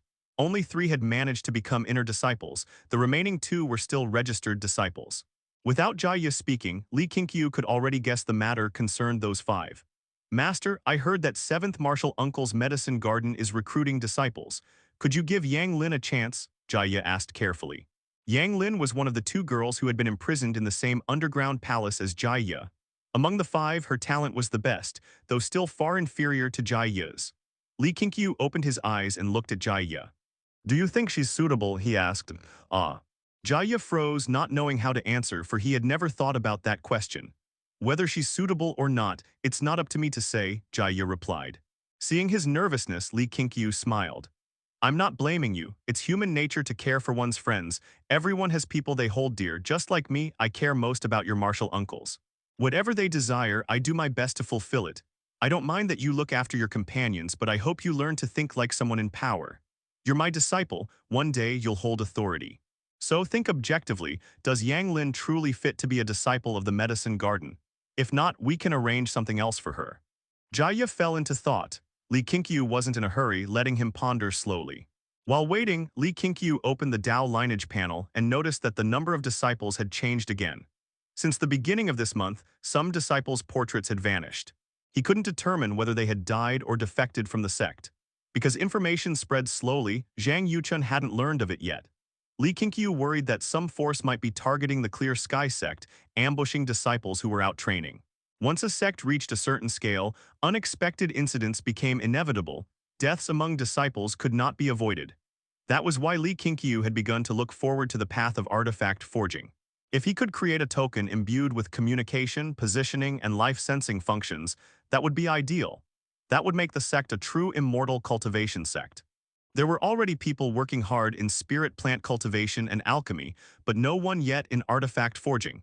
Even he himself didn't know where to start. To forge magic implements, one had to first study prohibitions. Their runic restrictions were the key to activating spells, and different implements required different prohibitions. "She's indeed unsuitable," Jia Ye finally said, remorseful. "She's careless and inattentive. 7th Martial Uncle's medicine garden is crucial to the sect. I was foolish only thinking about helping her." He was only 14 and had not thought so deeply before. Li Qingqiu closed the Dao Lineage panel and said, "Soon the sect will establish a sword sect hall. Go and ask her and your other 4 companions if they'd be willing to join." "Sword sect hall? What is the sword sect hall? What are its duties?" Jia Ye asked curiously. "The sword sect hall's duty," Li Qingqiu explained, "is to defend the sect with the sword, to protect our disciples and safeguard all the sect's interests." Hearing this, Jia Ye's eyes immediately lit up. "That's perfect. Let them join the Sword Sect Hall. They'll definitely agree. They've always wanted to repay you. Their martial skills are weak, and Yang Lin only wanted to join the medicine garden so she could see you more often." Li Qingqiu was slightly surprised. The reason he had agreed to Jia Ye's request was precisely because of those 5's extreme loyalty. He was willing to bend the rules for disciples like them. As the number of disciples grew, not everyone could see Li Qingqiu in person. He couldn't wander around the sect every day either. He suddenly realized that loyalty wasn't just a cold number, it was a warm, sincere heart. That realization made him even more determined to establish the Sword Sect Hall. He could not let his disciples fall into danger so easily, nor could he allow them to die in vain. "Good. Tell them the Sword Sect Hall answers only to me. Its status is equal to the 7 halls and its future prospects are boundless," Li Qingqiu said seriously. Hearing this, Jia Ye grew even more excited, immediately bowing in gratitude. It was rare for Jia Ye to ask Li Qingqiu for something. After seeing his master agree, he felt their relationship grow closer, becoming less restrained as he started talking about the daily lives and funny stories of Yang Lin and the others. Li Qingqiu listened attentively, Through these 5, he could truly understand the lives of ordinary disciples. After chatting for a while, master and disciple resumed their cultivation. Afternoon within the Li Qingqiu courtyard. Sword Sect Hall. Shen Yue sat across from Li Qingqiu, frowning slightly. Li Qingqiu poured him a cup of tea. That's right. From now on, you'll be the Sword Sect Hall's elder, responsible for teaching sword techniques. I'll personally select the disciples. Your treatment will be equal to that of the 7 Hall Masters, and I'll also pass to you our sect's supreme art. Shen Yue's brow relaxed, just teaching sword techniques. You won't assign me a pile of administrative work, will you? I don't have the patience for that. He was used to freedom, uninterested in management, but teaching swordsmanship that he enjoyed. Once the Sword Sect Hall is formed, I'll appoint 2 more elders to handle affairs. You'll simply cooperate with them, Li Qingqiu said with a smile. It was named the Sword Sect Hall precisely because Shen Yue and Jiang Zheoxia possessed extraordinary comprehension and creativity. Giving them formal positions was appropriate. Shen Yue was satisfied with that answer. He asked, will the Clear Sky Sect's supreme art extend my lifespan? Li Qingqiu said mysteriously, you'll know once you cultivate it. Today, I'll first teach you the first layer of the heart technique. Shen Yue nodded. Having already examined the Emperor Mystic Sword, his mind was calm once more. Staying in the Clear Sky Sect suited him just fine. He wanted to see what made Li Qingqiu so powerful. If possible, before he died, he wished to spar with Li Qingqiu once again. Li Qingqiu's 10,000 swords returning to the sect was indeed formidable, yet Shen Yue felt he had lost only because of inferior cultivation. It was truly incredible. His own power once dominated the martial world, yet before Li Qingqiu it had seemed insufficient. Li Qingqiu chatted casually with Shen Yue, asking his thoughts on the sect. It's young and full of vigor. I like the atmosphere here, Shen Yue said. But your sect is too relaxed. There are too many patrons staying on the mountain, it's not good. You should concentrate the guest courtyards together so the Enforcement Hall disciples can guard them easily. Also, the number of Enforcement Hall disciples should be increased. He trailed off, realizing he was speaking as if he already belonged, and quickly stopped. Li Qingqiu, however, thought he was quite talented. What a waste to only have him teach swordsmanship. At that moment, Yuan Qi rushed into the courtyard. Li Qingqiu looked at him. Another major incident. Yuan Qi came before him and replied, not exactly, Sect Master. The 13 sword fiends have returned. Senior brother Zhu Jin requests an audience. Finally, they were back. Let him in, Li Qingqiu said immediately. Yuan Qi hurried off to deliver the message. Watching the energetic 15-year-old run off, Shen Yue's thoughts drifted, a faint smile appearing on his face. Soon after, Zhu Jin entered, still in his travel clothes, dusty and exuding a faint killing aura. Shen Yue glanced at him, his expression subtly changed. This one's no ordinary boy, Shen Yue thought. Why does this Clear Sky Sect have so many prodigies? Zhu Jin stepped forward and bowed. He looked at Shen Yue, hesitating to speak. This elder is one of us, speak freely, Li Qingqiu said directly. Hearing that, Shen Yue almost wanted to leave immediately. Li Qingqiu reminded him too much of his late senior brother, always pushing him to shoulder responsibilities.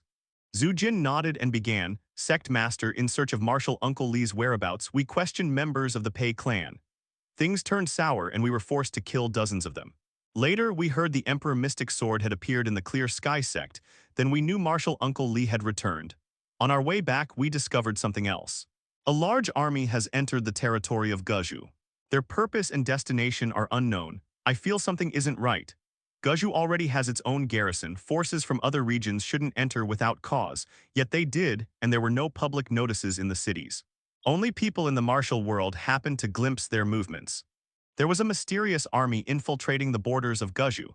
This was by no means a trivial matter. To travel across the territories of every province, one must carry official travel documents.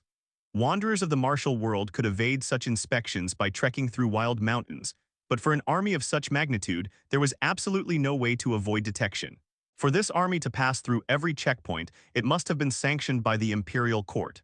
Yet, since there was no news spreading, it could only mean this was a secret operation. That very night, Li Qingqiu summoned all the hall masters to discuss the matter. Jiang Zheoxia's injuries had fully healed, yet his defeat at the hands of Shen Yue dealt a heavy blow to his confidence. He had been in seclusion lately, cultivating tirelessly in hopes of soon reaching the 7th layer of the nourishing vital energy realm. This matter must not be taken lightly, Zhang Yuchun said gravely. If the demonic cult truly is the Emperor's pawn, then we have already offended His Majesty. The Emperor and the Inspector General both wish to deal with us, but they still need an excuse. After all, the court has once rewarded us. I just fear that the disappearance of the Emperor Mystic Sword might have driven them past the point of needing one. Li Sifeng, holding the Emperor Mystic Sword, snorted, "What's there to fear? I'll block 1,000 men, fifth senior brother will block another 1,000, third senior brother 3,000, and senior brother 10,000. Will slaughter through their morale." Everyone couldn't help but chuckle. Li Dongyu glared at him and scolded, "Do you take army soldiers for chickens and dogs to be slaughtered at will? They're trained year-round and wear armor." Jiang Zheoxia interjected, "He may have a point. Should an army truly attack, we would only need to slay their commander amidst the ranks, and their forces would collapse in disarray." Yang Juding nodded. Without realizing it, his confidence had also grown. The Clear Sky Sect's development had been astonishing. The requirement to become a true transmission disciple was to reach the second layer of the nourishing vital energy realm, which was already beyond most first-rate martial experts. A first-rate martial expert could easily take on 100 soldiers. By that measure, the Clear Sky Sect indeed had little to fear from an ordinary army. However, once the number of enemy troops exceeded 100,000, the concept changed entirely. Just facing such an army would be enough to crush one's fighting spirit. "I, however, do not believe this army is coming for us," Zhu Yan said calmly. "If they were, my family would have sent word beforehand. Not only mine, disciples from noble families within our sect would also be informed. This army likely has another mission." That remark made everyone pause in thought. Indeed, the Clear Sky Sect was no longer a common organization. They had connections with many noble clans and officials, even sharing vested interests. If the imperial court truly intended to strike against the sect, there was no way they would remain completely uninformed. Li Qingqiu said, "Regardless of their target, we must stay prepared. Add 30 more disciples to the enforcement hall." No one objected. The enforcement hall disciples bore the heaviest workload, so adding more was perfectly reasonable. Excluding service disciples, the Clear Sky Sect's registered disciples had already surpassed 1,000, proof of its growing prestige. And this was merely the beginning. Next, consolidate the guest courtyards to ease the enforcement hall's oversight, Li Qingqiu continued, assigning the task to Zhang Yuchun. Afterward, he brought up the matter of the Sword Sect Hall. "The Sword Sect Hall will be under my direct command, with 3 elders, tentatively Jiang Zheoxia, Shen Yue, and one more to be chosen from among the true transmission disciples, someone of both qualification and capability." This proposal did not receive unanimous approval. Yang Juding frowned. Sect Master, would establishing a division within the sect not plant the seeds of division? Zhang Yuchun, Li Dongyu, and Li Sijin shared the same concern. Li Sifeng, however, disagreed. "I think it's a good idea, checks and balances, mutual supervision." Li Qingqiu glanced at him in surprise, not expecting such foresight from him. Zhu Yan added, "Indeed. Though the 7 halls have clear duties, if the sect ever needs to avenge disciples or purge traitors, the 7 halls would be constrained. The Sword Sect Hall could handle such sensitive matters, and its name itself marks it as distinct from the 7 halls." Jiang Zheoxia said, "With senior brother and I overseeing the Sword Sect Hall, nothing will go wrong." As a natural sword fanatic, he felt no aversion, only anticipation. Though the 13 sword fiends had earned renown, it was not entirely to his liking, for those 13 were not pure sword cultivators, Zhu Jin included. Seeing many agree, the hesitant hall masters could only acquiesce. After another half-hour of discussion, Li Qingqiu dismissed the meeting, asking Zhang Yuchun to stay behind. When only the two remained, Li Qingqiu asked, "How has Chu Jing been lately?" 2 days ago, he took on a task from the training hall and left the mountain, Zhang Yuchun said with a frown. "I'm worried he might be leaking secrets. Senior brother, I think it's better to expel or imprison him." Ever since discovering Chu Jing's deception, Zhang Yuchun's fondness for him had vanished, replaced by deep wariness. Li Qingqiu replied, "Let's see what happens when he returns. For now, we have nothing shameful enough to fear being exposed." Zhang Yuchun nodded. They spoke no further and soon retired to their rooms. The enforcement hall's recruitment of 30 new disciples caused quite a stir within the Clear Sky Sect. The 7 hall's disciples enjoyed better treatment than ordinary members. Joining one was akin to securing an official post with real authority. Naturally, competition was fierce. Su Ning was in seclusion cultivating, so Li Qingqiu personally appointed Cai Yunsheng to oversee the selection. The other hall masters and elders tried to recommend their disciples, but Cai Yunsheng rejected them all without exception, showing no trace of favoritism. When Zhang Yuchun mentioned this to Li Qingqiu, he was both helpless and pleased. His intention in sending disciples to the enforcement hall wasn't to plant spies, but to secure better opportunities for his own students. As the deputy sect master in all but name, this was the first time anyone had refused him outright. Yet he was not angry, instead he was delighted. Once word spread of Cai Yunsheng's uncompromising nature, others would stop pestering him with pleas. Li Qingqiu laughed proudly. Of course, my eyes see through all things. I knew she was perfect for the position of enforcement hall master. What a talent for upholding justice, truly formidable. To take charge of the enforcement hall for the first time and not fear offending others, admirable. In high spirits, Li Qingqiu decided to reward Cai Yunsheng with 3 spirit stones. News of her rejecting recommendations spread quickly. Her personally chosen disciples gained wider recognition, earning her a strong reputation within the sect. Now, the Clear Sky Sect had over 1,000 registered disciples. Including service disciples, the number exceeded 1,200. Within Guzhu's martial world, such scale already ranked them among the great sects. Where there were people, there was a martial world. Conflicts arose within the Clear Sky Sect as well. Some praised Cai Yunsheng, others disliked her. Disciples close to her were inevitably targeted by others. Li Qingqiu did not intervene, believing Cai Yunsheng could hold her own. Once the sect exceeded 10,000 disciples, internal strife would only grow. His personal involvement would only worsen matters. What he needed was to mediate from a broader perspective to ensure the sect's healthy development. As for the Sword Sect Hall, Li Qingqiu kept it secret for now, ordering the Heavenly Works Hall to construct its base atop Clear Sky Mountain, not far from the Profound Heart Hall, a precaution to prevent the Sword Sect Hall from straying from the sect in the future. The Sword Sect Hall could never detach from the sect, that was the bottom line. In selecting disciples for it, Li Qingqiu prioritized loyalty, especially toward himself. As long as he lived, there would be no chaos and no division within the Clear Sky Sect. As summer turned to autumn, Zhang Yuchun discovered that some disciples had died. A surviving disciple reported that 5 had descended the mountain together to complete a commission, but were ambushed by mysterious martial experts. Only he escaped. Zhang Yuchun also found that several disciples had been missing for over 4 months. Every disciple who descended the mountain had to register their departure. If they did not return within the set time, the sect would launch an investigation, a safeguard for its members. Each disciple was made aware of this policy before leaving. Only now did Zhang Yuchun realize how necessary the Sword Sect Hall truly was. Investigating a disciple's death required more than one person. The 7 halls had no manpower to spare. If the deaths were part of a greater plot, sending ordinary disciples would only alert the enemy. He reported to Li Qingqiu, who then ordered the 13 sword fiends and the 7 sons of Clear Sky to investigate. Years had passed, and all 7 had reached the nourishing vital energy realm. Under Zhang Yuchun's guidance and with abundant resources, even the weakest among them had attained the 2nd layer, while Huang Shan had reached the 3rd layer. After dispatching the 13 sword fiends and the 7 sons of Clear Sky, Li Qingqiu suddenly realized he still lacked manpower. Su Ning, Zhao Zhen, Yuan Li, and Jai Yin needed to focus on cultivation. Assigning them such missions would only waste their talent. Still, Li Qingqiu wasn't overly worried. Each hall master was training their own trusted subordinates. When needed, he could easily mobilize those cultivated elites. The 7 halls operated independently, each with its own authority, but the sect masters will reign supreme.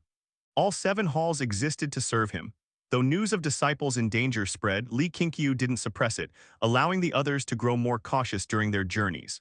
One evening, Deputy Hall Master Zhu Yan of the Heavenly Works Hall came to meet Li Qingqiu in private. "I've learned the origin and purpose of that army," she said softly. "It's a force from Jiangshan province carrying an imperial edict. Every checkpoint allowed them through, and strict orders forbid anyone from discussing it. One of my uncles works in the Ministry of Personnel. He heard the army was sent to seek a martial tomb."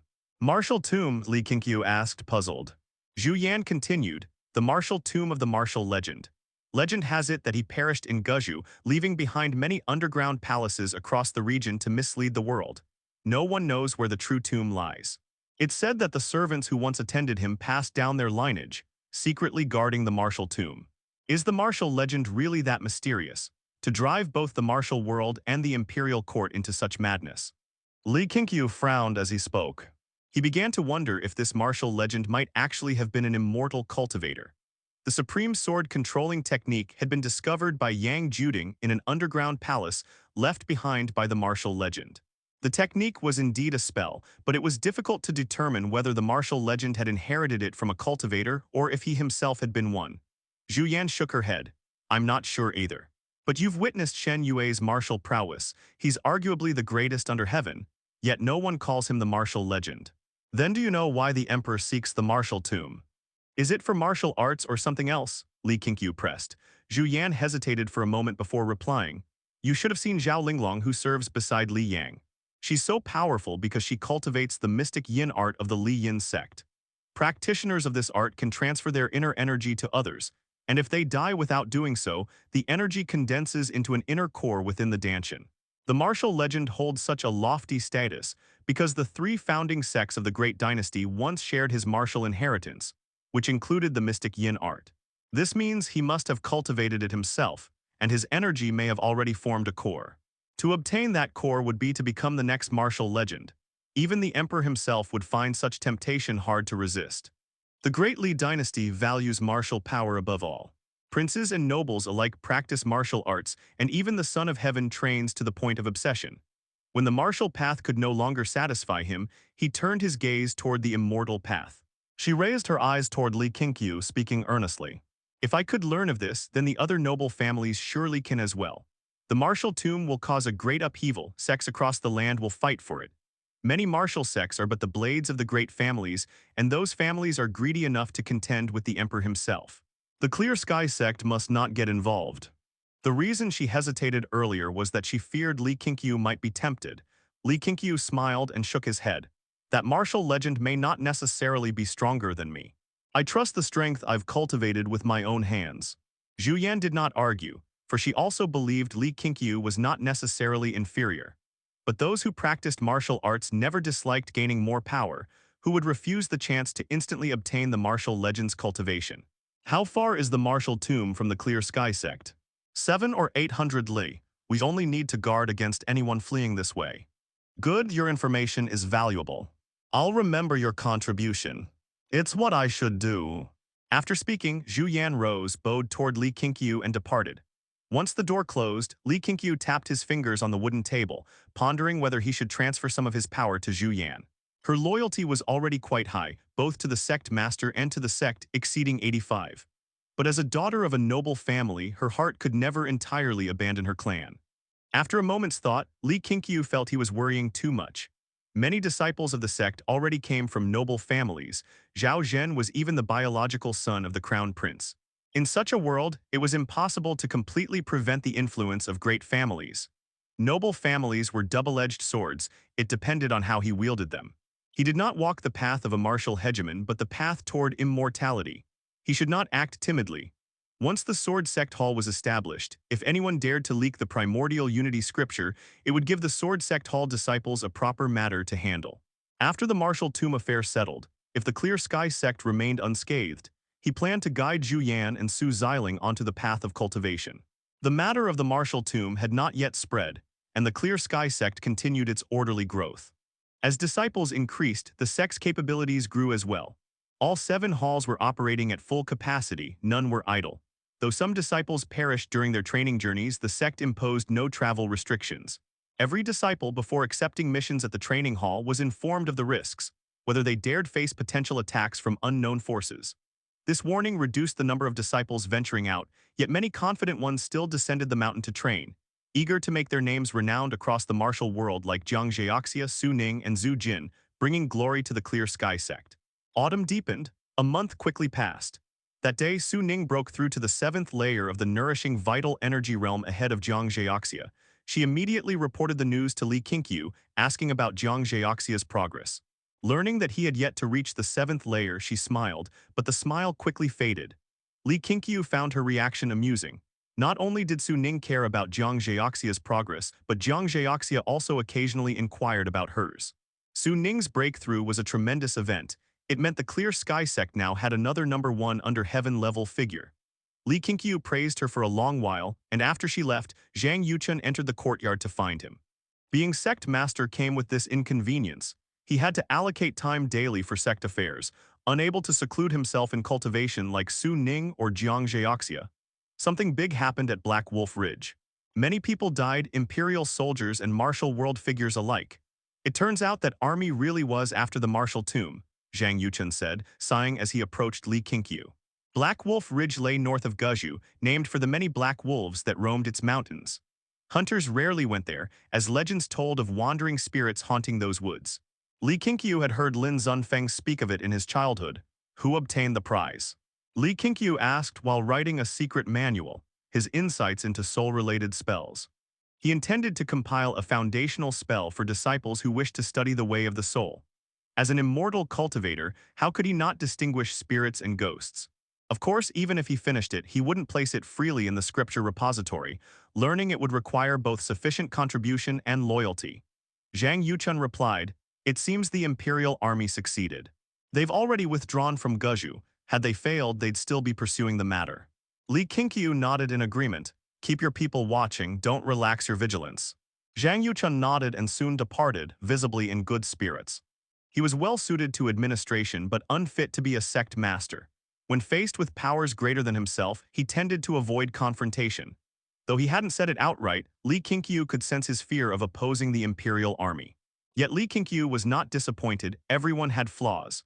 As sect master, his duty was to assign the right people to the right roles. The burdens facing the Clear Sky Sect were his alone to bear. Li Qingqiu resumed writing. But before long, he sensed an incredibly sharp sword intent. The sword god Shen Yue. He also felt another aura, that of Su Ning. This girl. Li Qingqiu shook his head with a smile. A strong sense of rivalry was both a virtue and a flaw. He did not rise to intervene. He trusted that the two would stop before things went too far. Late at night within the spirit mines, Jiang Zheoxia was meditating in a stone chamber, the flickering candlelight stretching his shadow across the wall. A young boy hurried in and bowed deeply. He looked 13 or 14, with refined features and a slender frame. He was Jiang Zheoxia's disciple, named Han Lang, gifted in both talent and comprehension, a rare genius. It was under Li Qingqiu's guidance that he came to apprentice under Jiang Zheoxia.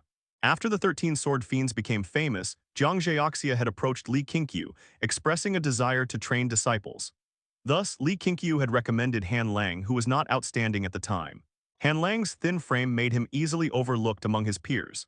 "Master, today senior sister Su Ning challenged senior Shen Yue, the sword god," Han Lang said softly. After speaking, he lifted his gaze cautiously toward his master. Jiang Zheoxia opened his eyes, startling Han Lang into quickly lowering his head. "What was the result?" Jiang Zheoxia asked. They were evenly matched. The sword god praised senior sister Su Ning as the most gifted person he had ever seen and said her future achievements would surely surpass his. Senior sister Su Ning, in turn, exclaimed that he was truly worthy of being called the god of swords.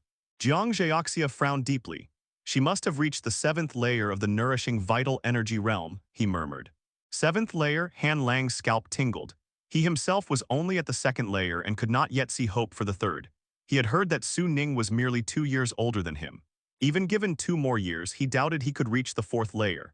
The 7th was beyond imagination. Seeing his expression, Jiang Zheoxia sighed.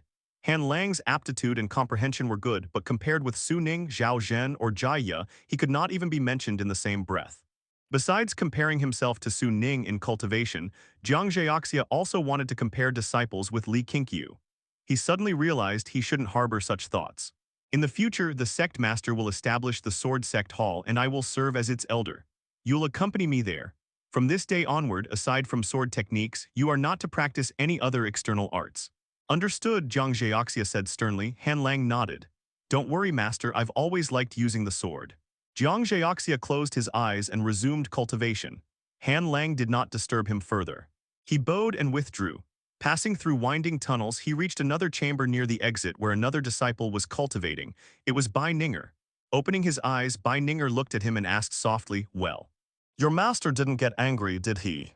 Han Lang sat opposite him and glared. "My master wouldn't get angry, he'd only be happy for senior sister Su Ning." "Oh, really?" Bai Ninger's tone dripped with disbelief. Han Lang ignored him, for truthfully, he hadn't seen his master smile. "By the way," Han Lang said, looking at Bai Ninger, "my master said the sect will soon establish a sword sect hall. Are you going?" "If you want, I can speak for you." Bai Ninger immediately shook his head. "Please, I'm under the Sect Master's faction. Why would I go to the sword sect hall? I'm part of the Sect Master's direct lineage." "Yeah, right. The Sect Master hasn't even summoned you. But I get to stay here all the time. I've even taken part in major missions. Can you say the same?" Bai Ninger grinned smugly. Han Lang was at a loss for words. Though he was Jiang Zheoxia's disciple, he couldn't remain in the spirit mine indefinitely. He couldn't quite figure out what made Bai Ninger so favored by the Sect Master. Could it be that Bai Ninger relied on that pleasant, likable smile? As winter approached, the Sword Sect Hall was finally completed. Though called a courtyard, it actually contained only a single palace, encircled by long walls. Within the walls lay a martial training field nearly 100 jiang wide and long, by far the largest training ground on Clear Sky Mountain. Shen Yue stood atop the steps before the Sword Sect Hall, gazing upon the vast training field, stroking his beard with a satisfied smile. Ever since he began cultivating the primordial unity scripture, it was as if he had opened the door to an entirely new world. He had begun to believe that Li Qingqiu truly could let him live another 50 years. The primordial unity scripture was unlike any cultivation method he had seen before. It absorbed the world's spiritual energy to nourish vitality within the body. The vital energy it generated could not only be used for battle, but also to strengthen flesh, muscles, and bones. For one of his age, the miraculous effects of that energy were even more tangible. From that point on, he had completely let go of his obsession with the Emperor Mystic Sword and began to pursue the primordial unity scripture instead. Unfortunately, Li Qingqiu had only passed on the first layer of its mental formula to him, which left him restless with curiosity. He assumed that Li Qingqiu was testing him, perhaps hinting that he should contribute more to the Clear Sky Sect. Today marked the Sword Sect Hall's opening day. As an elder of the sect, he had arrived early, determined to take the duties of the Sword Sect Hall seriously. Although the Sword Sect Hall was rather simple, the training field was grand enough to satisfy him. His eyes turned toward the courtyard gate, where he saw someone approaching. Since the Sword Sect Hall stood at the edge of a cliff, there was only one gate. Heading upward from there, one would soon reach the profound Heart Hall, the main council hall of the Clear Sky Sect and its most solemn place. When Shen Yue recognized the newcomer, his brows furrowed. He did not like this person. It was Li Qingqiu. Li Qingqiu strode in with his head held high, clutching the scabbard of the Emperor Mystic Sword in both hands, walking directly toward Shen Yue. Just seeing his manner made Shen Yue's temper flare. That day, after he had received the Emperor Mystic Sword from Li Qingqiu, the brat had followed him everywhere. Whenever he practiced with the sword, Li Qingqiu would shout at him to be gentler, utterly ruining his mood. As Li Qingqiu drew closer, Shen Yue could no longer hold back and asked, "Even someone like you wants to join the Sword Sect Hall?" Li Qingqiu snorted, clearly displeased. "What do you mean, someone like me? Show some respect. I am the Sword Master of the greatest divine sword in history. From now on, call me the Master of the Emperor Mystic Sword. In your hands, the Emperor Mystic Sword will sooner or later become a demonic blade," Shen Yue mocked. "Old man, are you jealous of me? Since you obtained the sword, have you practiced with it? Have you reflected upon your own sword intent in connection with it? I suppose not. You spend your days parading around with it, showing off your possession. Do you really think that just because you have the Emperor Mystic Sword, you can dominate the martial world? Boy, you're still far off. You're not even close to Jiangxiaxia, let alone Su Ning or the Sect Master." Li Qingqiu's face darkened instantly. Though he also disliked Shen Yue, he could not refute a single word. Looking down upon him, Shen Yue continued, "Li Qingqiu, your senior brothers are so capable, what about you? You wield such a divine sword, yet do you have no grand ambition?" Li Qingqiu fell silent. Just then, a group of disciples poured into the Sword Sect Hall. Among them was Han Lang, Jiangxiaxia's disciple. The disciples varied in age, some were over 20, others not yet 10, and they all looked around curiously, chattering among themselves in small groups. Shen Yue swept his gaze across them. Though they appeared ordinary, they brimmed with youthful energy. The thought of living and training with these young men and women filled him with a hint of anticipation. He couldn't help recalling the days when he and his senior brother had practiced martial arts together. Li Qingqiu turned to look back at the disciples. After hesitating a moment, he adjusted his grip, letting the Emperor Mystic Sword hang at his waist instead of holding it tightly in his arms. Among the crowd, Jiaya's 5 companions were also excitedly discussing the Sword Sect Hall. One small, thin girl kept glancing around as though searching for someone. That girl was Yang Lin, the one who had asked Jia to introduce her to the medicine garden. Although she had not yet seen the Sect Master, she still carried hope. After all, the Sword Sect Hall was personally overseen by the Sect Master. She would surely meet him eventually. Every one of the several dozen Sword Sect Hall disciples had been handpicked by Li Qingqiu, each with loyalty above 90%. When Li Qingqiu sent someone to ask whether they wished to join the Sword Sect Hall, they all agreed eagerly and without hesitation. On the other side, Li Qingqiu sat in Li Qingqiu courtyard, holding a brush as he continued selecting disciples for the Sword Sect Hall. He wrote down the names of those he chose, and then sent Yuan Qi to summon them. Although Yuan Qi's role seemed like mere errand work, his close relationship with Li Qingqiu had gathered many followers around him who could assist in such tasks. This too was a test for Yuan Qi. Tomorrow, Li Qingqiu would personally visit the Sword Sect Hall to verify whether the roster was correct. If it wasn't, he would properly reprimand Yuan Qi and perhaps teach him how to select subordinates. Li Qingqiu valued Yuan Qi highly, not only because of his younger brother Yuan Li's undying overlord body, but also because of the bond they had built over the years. The boy had keen insight and was unafraid of hardship.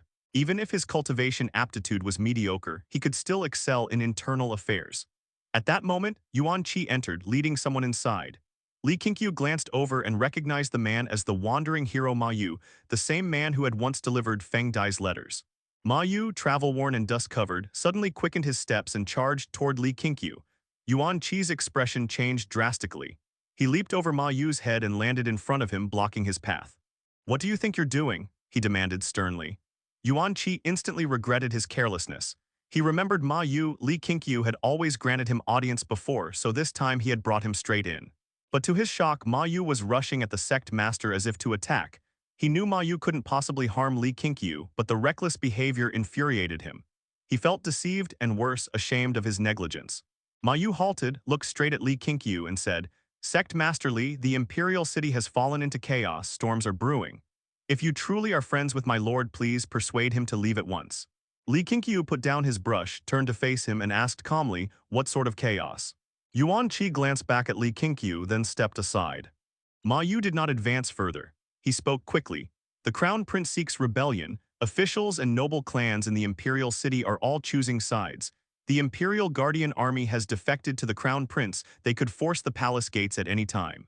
Regardless of who wins, blood will flow like rivers. My lord, he supports the Crown Prince. It's madness." Li Qingqiu immediately thought of Yan Lan, that frail and sickly Crown Prince daring to raise arms against his own father. How could there be such a thing as a Crown Prince rebelling? "And you want me to persuade Feng Dai to leave? Is it because you think the Crown Prince will lose?" Li Qingqiu asked. Ma Yu gritted his teeth. "I have a friend from the martial world who got into trouble in the Imperial City. He saw a personal guard unit called the Forbidden Martial Guards. Every one of them is an expert, one even hailed as the #1 martial artist of Beiliang province. There were many of them investigating someone in secret, but normally the common folk of the Imperial City know nothing of their existence. What does that tell you? It tells you that the Emperor has long ceased to trust the Imperial Guardian Army. He has already cultivated new strength in secret. His Majesty rose to power through bloodshed. The Crown Prince is frail and far too young. How could he possibly win?" Li Qingqiu asked, "Did you tell this to Feng Dai?" "I did, but he said this was the only chance. Even if the Crown Prince loses, he wants to take the gamble. He even intends to assist the Crown Prince. It's insane. What can a mere minor official like him possibly do?" Ma Yu exclaimed angrily, his face full of frustration. Li Qingqiu shook his head. "You rode from the Imperial City, even at full gallop. It must have taken half a month. It's already too late to dissuade him. He must have sent you with a letter." "Let me see it." Ma Yu calmed himself, quickly pulled a letter from his robe and handed it to Li Qingqiu. Li Qingqiu opened the envelope, unfolded the letter, and read it carefully. Before long, his brows knitted tightly. After finishing, he slipped the letter back into its envelope and looked at Ma Yu with a firm, commanding tone. "Stay here tonight. Leave at first light." Ma Yu instinctively wanted to refuse, but under Li Qingqiu's gaze, his heart trembled and he nodded.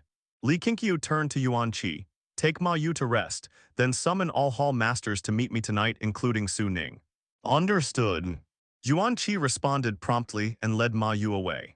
Li Qingqiu set the letter aside and continued selecting disciples for the Sword Sect Hall. As night fell, all the hall masters gathered within Qingxiao courtyard, seated around the long table. Li Qingqiu first turned to Zhu Yan and asked, "Hall Master Zhu, have you received any recent news?" Zhu Yan looked puzzled. "May I ask what kind of news the Sect Master refers to?" "From the Imperial City." "None," Zhu Yan shook her head. "Other than investigating that army last time, I rarely discuss the Imperial City with my family." Li Qingqiu nodded slightly, then swept his gaze across the others. "The Emperor has forced the Crown Prince into rebellion. I have also received word that the Emperor has taken the inner core of the martial legend. His martial strength is now unfathomable. I ask you all, should we save the Crown Prince?" Everyone's expressions changed dramatically, including Jiang Zheoxia. Li Sifeng widened his eyes. "The Emperor wants to fight for the title of #1 under heaven." Zhu Yan frowned. "Sect Master, where did you get this information? This isn't a trivial matter. The Crown Prince's rebellion concerns the entire realm. No matter who wins, the world will undergo great upheaval. Zhang Yuchun immediately said, "Senior brother, we can't act recklessly. Though the crown prince is Zhao Zhen's father, the Clear Sky Sect cannot risk everything over personal ties. The sect's founding has nothing to do with the crown prince. We have treated Zhao Zhen with only kindness, never with betrayal. If the crown prince falls, then at most we protect Zhao Zhen." Yang Juding suddenly rose to his feet. "Save him, we must. If the crown prince dies, the emperor will rule for decades more. He will become an aged dragon, acting without restraint. For the sake of longevity, he'll disregard the lives of the commoners. When that day comes, if the Son of Heaven turns his wrath upon the martial world, where will we hide?" Jiang Zhaoxia spoke next. "Senior brother, if you decide to save the crown prince, let me go. You must stay and guard the Clear Sky Sect." Zhang Yuchun countered immediately, "Hall Master Yang, you're being too alarmist. The Clear Sky Sect has no obligation to risk itself for the sake of the common people. The struggle for the throne, who wins or loses, is heaven's will. It is not a matter for martial sects to meddle in. We are no longer a small, obscure sect. We now have over 1,000 disciples. We cannot, out of reckless passion, bring ruin upon them and their families." Li Qingqiu did not stop Zhang Yuchun and Yang Juding from arguing. He even hoped they would speak more and lay out all the pros and cons. Zhang Yuchun's words gained the approval of Li Dongyu and Li Sijin. Compared to the entire world, they cared more about protecting the people of Clear Sky Mountain. Li Sifeng rarely supported Yang Juding, but this time he did. He believed that if they helped the crown prince ascend the throne, it would be a deed of establishing a new emperor, and the Clear Sky Sect could then become the #1 sect under heaven. Jiang Zhaoxia and Su Ning remained silent, quietly waiting for the decision. After a long time, Zhang Yuchun and Yang Juding were arguing so fiercely they were out of breath. Sitting down, Zhang Yuchun turned toward Li Qingqiu and said, "Senior brother, say something. Are you inclined to save him or not?" Yang Juding also sat down, his gaze fixed tensely on Li Qingqiu. Li Qingqiu pondered. "Hall Master Zhang worries that if we fail to save the crown prince, it will bring disaster to the Clear Sky Sect. What if we conceal our identities to rescue him? If the crown prince succeeds, we can quietly withdraw. If he encounters danger, we act masked, without exposing the Clear Sky Sect." Zhang Yuchun opened his mouth but said nothing. He understood senior brother's meaning. Yang Juding expressed his agreement. Though he cared for the world, he was not so stubborn as to drag the whole sect into danger. "It's the imperial city we're talking about," Zhu Yan said earnestly. "Experts are countless there. You must understand, those within the city are far stronger than the ones in the martial world. No man can escape fame and fortune. Imperial power gathers the most formidable people under heaven." She felt gratified that Li Qingqiu was willing to act for the crown prince, and believed she had not followed the wrong person. "I'll go. I'll go."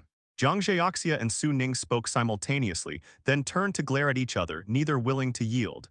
Hearing this, all the hall masters, including Zhu Yan, let out a breath of relief. No matter which of the two went, there would be no problem with self-preservation. Li Qingqiu smiled. "You'll go together, act according to the situation. Protecting the crown prince is the top priority. Remember, do not reveal your identities." Su Ning frowned. Jiang Zhaoxia hesitated to speak. Li Qingqiu continued, "You two are the sharpest blades of the Clear Sky Sect. Only if you go together can I rest assured. This will be your first time joining forces. Even if monsters and demons hide within the imperial city, I believe you'll both return safely." Hearing that, Jiang Zhaoxia and Su Ning could only nod. Li Sifeng, sitting in the corner, lowered his gaze to the Emperor Mystic Sword in his arms, feeling a strange discomfort. He thought that if the Emperor Mystic Sword were given to Jiang Zhaoxia or Su Ning, their strength would greatly increase, and they could accomplish anything. Yet now the Emperor Mystic Sword was in his hands, and senior brother did not trust him to act alone. "Do you wish to become stronger? Then wield me, truly wield me." A hoarse and ancient voice echoed in Li Sifeng's mind, making him dazed. Only when someone patted his shoulder did he come back to himself. "What are you thinking about, so absent-minded?" Li Sijin frowned and stared at him, worried. Li Sifeng regained his senses and noticed Li Qingqiu was also watching him, while the others had already left. He quickly said, "It's nothing, I was just thinking about sword techniques." After speaking, he stood up and hurriedly left Qingxiao courtyard as if escaping. As the 7 halls became busier, most hall masters began staying overnight in their respective halls. There was simply too much to handle. "Senior brother, my brother's really fine," Li Sijin asked Li Qingqiu. Li Qingqiu smiled. "He is, but it's a good kind of something." He stood up and walked toward his residence. Hearing that, Li Sijin breathed a sigh of relief. Though senior brother wouldn't elaborate, she trusted his judgment. When the moon set and the sun rose, Jiang Zheoxia and Su Ning quietly descended the mountain at dawn, following Ma Yu. Upon learning that Li Qingqiu had sent these two to assist him in rescuing the crown prince, Ma Yu was thrilled. Even while staying in the imperial city, he had heard of Jiang Zheoxia and Su Ning. Their reputations thundered through the martial world as peerless geniuses. The three moved in utmost secrecy, undetected by other disciples of the Clear Sky Sect. Atop the mountain, Li Qingqiu practiced his cultivation, with Zhao Zhen and Yuan Li meditating behind him. He was evaluating the sect's overall combat strength. Shen Yue's loyalty was steadily rising. It had reached 80. His power was equivalent to the sixth layer of the nourishing vital energy realm, comparable even to the seventh. When he had lost to Li Qingqiu, it wasn't merely because of realm differences. After all, Li Qingqiu possessed the 100 refinement demonic body, a 100-fold reservoir of vital energy. Next came Li Sifeng. He had recently broken through to the fourth layer of the nourishing vital energy realm. With the Emperor Mystic Sword, his true power was hard to measure. Wu Manor and Zhu Jin were both at the fourth layer, talented fighters who formed the sect's backbone, though Zhu Jin was currently away on a mission. Zhao Zhen and Jai Ye were also improving quickly, but they were still too young, best kept within the sect for now. Then again, Li Qingqiu remembered that he and Jiang Zheoxia had begun killing enemies when they were mere youths, so he reminded himself not to underestimate the next generation. We're still short on manpower, we must endure a while longer. He thought quietly. In his expectations, when the Clear Sky Sect could challenge all of the 9 provinces' martial world single-handedly, that would mark its peak as a martial sect. Becoming an immortal cultivation sect didn't necessarily mean transcending the mortal world, it could also mean standing above it, without leaving it behind. After his morning cultivation, Li Qingqiu went to the Sword Sect Hall to inspect the disciples. The first batch already numbered over 100. When Li Qingqiu entered the Sword Sect Hall, he saw Shen Yue instructing them in sword practice. 100 disciples aligned in neat formation, swinging their swords in unison. It was an awe-inspiring sight. Li Qingqiu also noticed Li Sifeng there, which brought a smile to his face. The Sect Master has arrived. Someone shouted, and all eyes turned toward Li Qingqiu. Excitement burst across their faces. They could hardly restrain themselves from rushing forward. Focus. Shen Yue's voice cut through the air, snapping everyone back to discipline. Yang Lin and her 4 companions trembled with excitement upon seeing Li Qingqiu. Each had been personally carried out of the medicine vat by him. They would never forget the feeling of opening their eyes and seeing him that day. Though still young, they already bore hearts willing to follow Li Qingqiu through fire and water. Li Qingqiu observed them one by one. Seeing no problems, he was secretly satisfied. Yuan Qi and his small followers had handled things perfectly. Jiang Zheoxia's disciple Han Lang was also nervous, afraid that his swordplay might disappoint the Sect Master. Within the Clear Sky Sect, regardless of whose disciple one was, all held nearly blind admiration for the Sect Master. In their eyes, he was the perfect strong one, gentle yet invincible, the ideal they longed to become. Li Qingqiu watched for a while, then quietly turned away, not interrupting Shen Yue's instruction. Shen Yue, noticing this, was pleased. This young Sect Master was indeed extraordinary. If Li Qingqiu had forced an unnecessary speech and interrupted his teaching, Shen Yue would have had to endure it, as his own senior brother loved giving such useless speeches when founding the sect. Leaving the Sword Sect Hall, Li Qingqiu went to Li Sijin's medicine garden. Chen Huilan and her father Chen Yu had already been transferred to the Free Spirit Hall and now resided in the medicine garden to assist Li Sijin. She now had 18 disciples under her command, and the garden had expanded considerably. Both father and daughter were deeply interested in spiritual plants, studying their cultivation alongside Li Sijin. Chen Huilan's loyalty had reached 80, so Li Qingqiu taught her the first layer of the primordial unity scripture. As for her father, he still needed further observation. That entire day, Li Qingqiu made rounds across all 7 halls. Every disciple who saw him was thrilled. Though he merely walked around and showed concern, nearly 20 disciples' loyalty rose to 90.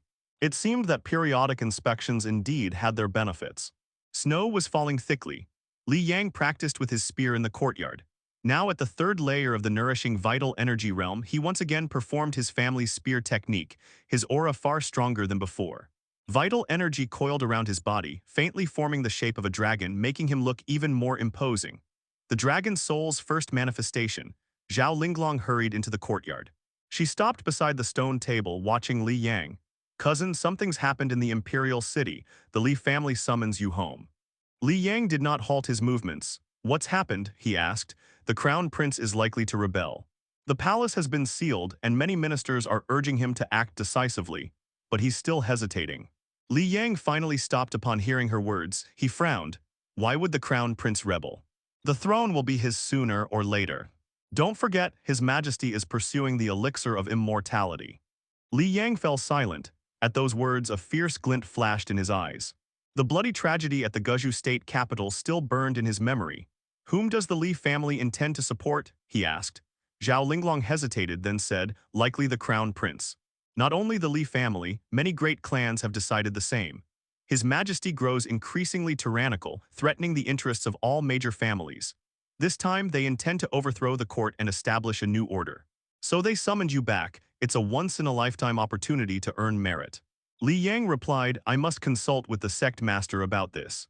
He grabbed his silver spear and strode out of the courtyard. Zhao Linglong turned after him, worry flashing in her eyes. She felt her cousin was becoming more distant, no longer talking about fame or achievements, always mentioning the Sect Master of the Clear Sky Sect. She wondered what sort of spell that Sect Master had cast over him. Half an hour later, Li Yang tracked down Li Qingqiu in a forest where he was instructing Cai Yunsheng in cultivation. Sect Master. Li Yang called from afar. When Li Qingqiu turned and waved him over, he quickly approached.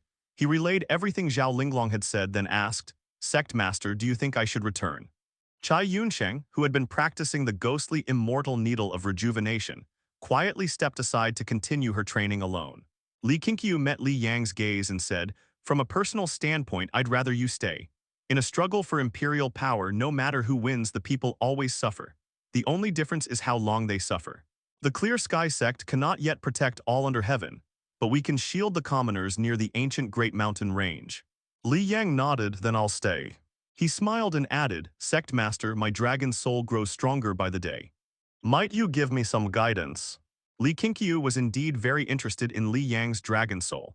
He had Li Yang display it once, and found that the dragon soul could enhance Li Yang's physical strength and vital energy, granting at least threefold effectiveness in real combat. As Li Yang's cultivation continued to improve, the power of the dragon soul would also grow stronger. Its potential was limitless. After much thought, Li Qingqiu decided to pass down the Heavenly Thunder Step to Li Yang. The Heavenly Thunder Step was both offensive and defensive, endlessly versatile in combat. Even though Li Yang's lightning attribute aptitude was not especially strong, simply grasping its basics could still enhance his strength. Half an hour later, Li Yang left in satisfaction. Li Qingqiu then beckoned to Cai Yunsheng, who walked over with a complicated expression. She had just witnessed Li Yang's cultivation progress and had to admit that her own aptitude was far inferior. She suddenly felt that seeking instruction from the Sect Master might only be wasting his time and holding back the Clear Sky Sect. The Sect Master's time was precious. There were many geniuses within the Clear Sky Sect, and she should not waste such a valuable resource. Just as she was about to speak, Li Qingqiu said, Your potential is far from exhausted. I can see that your natural talent has not truly awakened.